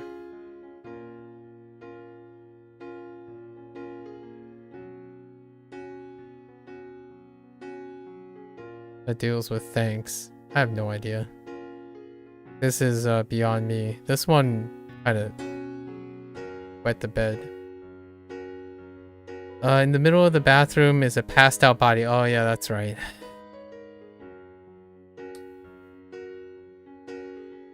In the middle of the bathroom of the bathroom of the electricity plant, there was a body with a caliper. She took the caliper and then with words said thanks as it bounces off of its body. Yeah. Yep. Nothing actually related because of thanks, right? Yeah, Frodo, bathroom, pawn shop. Oh, not bathroom. What? Yeah. He's like sitting. Yeah. Oh, yeah. Oh, that makes sense now. Because he's in the bathroom. So in the bathroom, he has his own swing. He has no friends. So that's why he eats in the bathroom. Oh, that makes sense now. He eats in the bathroom because he has no friends. He even made a swing that's between the door where he eats his meal. It's pretty sad. It's sad all around. Food, right?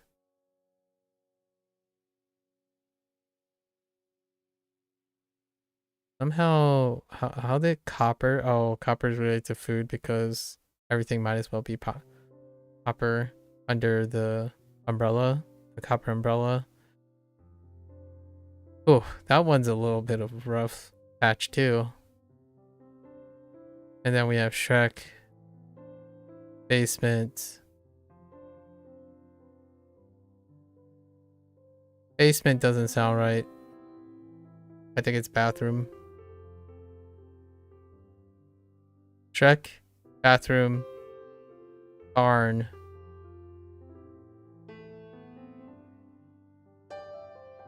Yes. Right?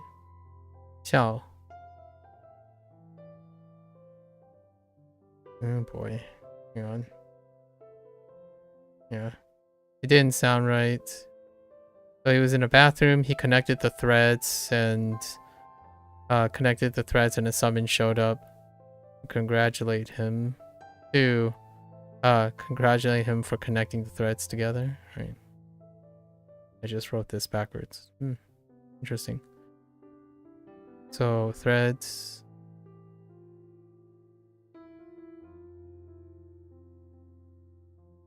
Summons comes out. They connected the thread. Okay. There we have it. Not too bad. Had a really great discussion in the middle of WaniKani today. And then we're gonna have this cupcake. Right. To end the day with. Did we manage to finish before midnight? No. We have this cupcake that I showed off a little. It looks great. You see it? Clouds, blue sky, rainbow. Happy birthday to me. Right. We're just gonna eat this separately. Seems like a sour strip.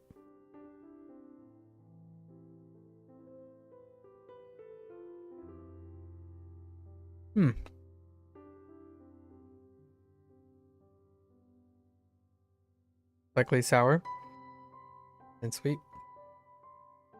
Sorry, Skittles. That actually tasted like the rainbow. I'm kidding. Now, time to make a mess of everything. Well, right. Here's to a good 38 years of life.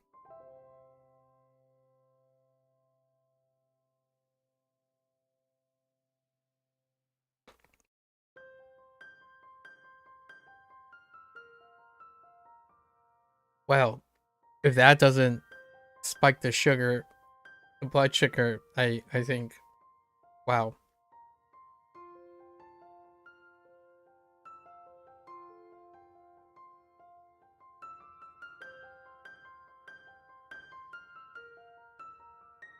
The top part is slightly tough, but pretty spongy. Tastes like icing. Got the icing. I was half expecting whipped cream. My parents and I don't eat a lot of icing, but that's definitely icing.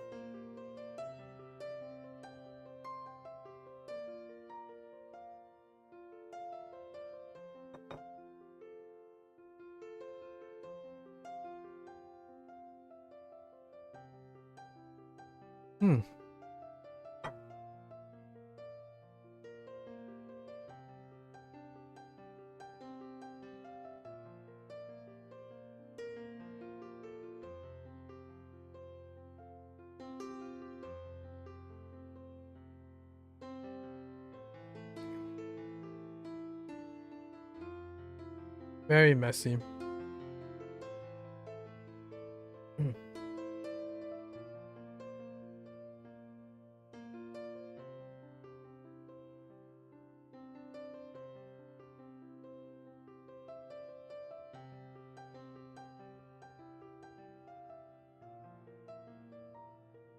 Oh.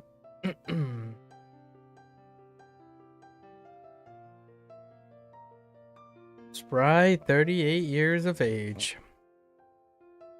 Hopefully next year.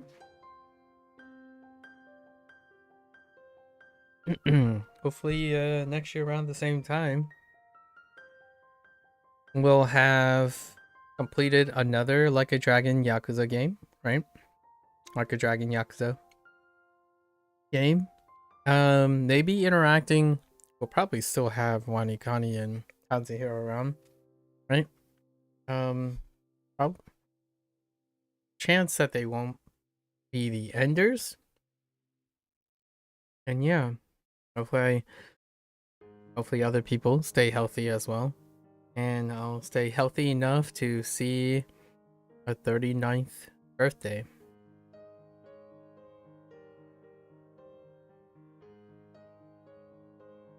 Until then, that ends our session for today. We'll be back tomorrow. So, end of HanziHero, end of our stream session.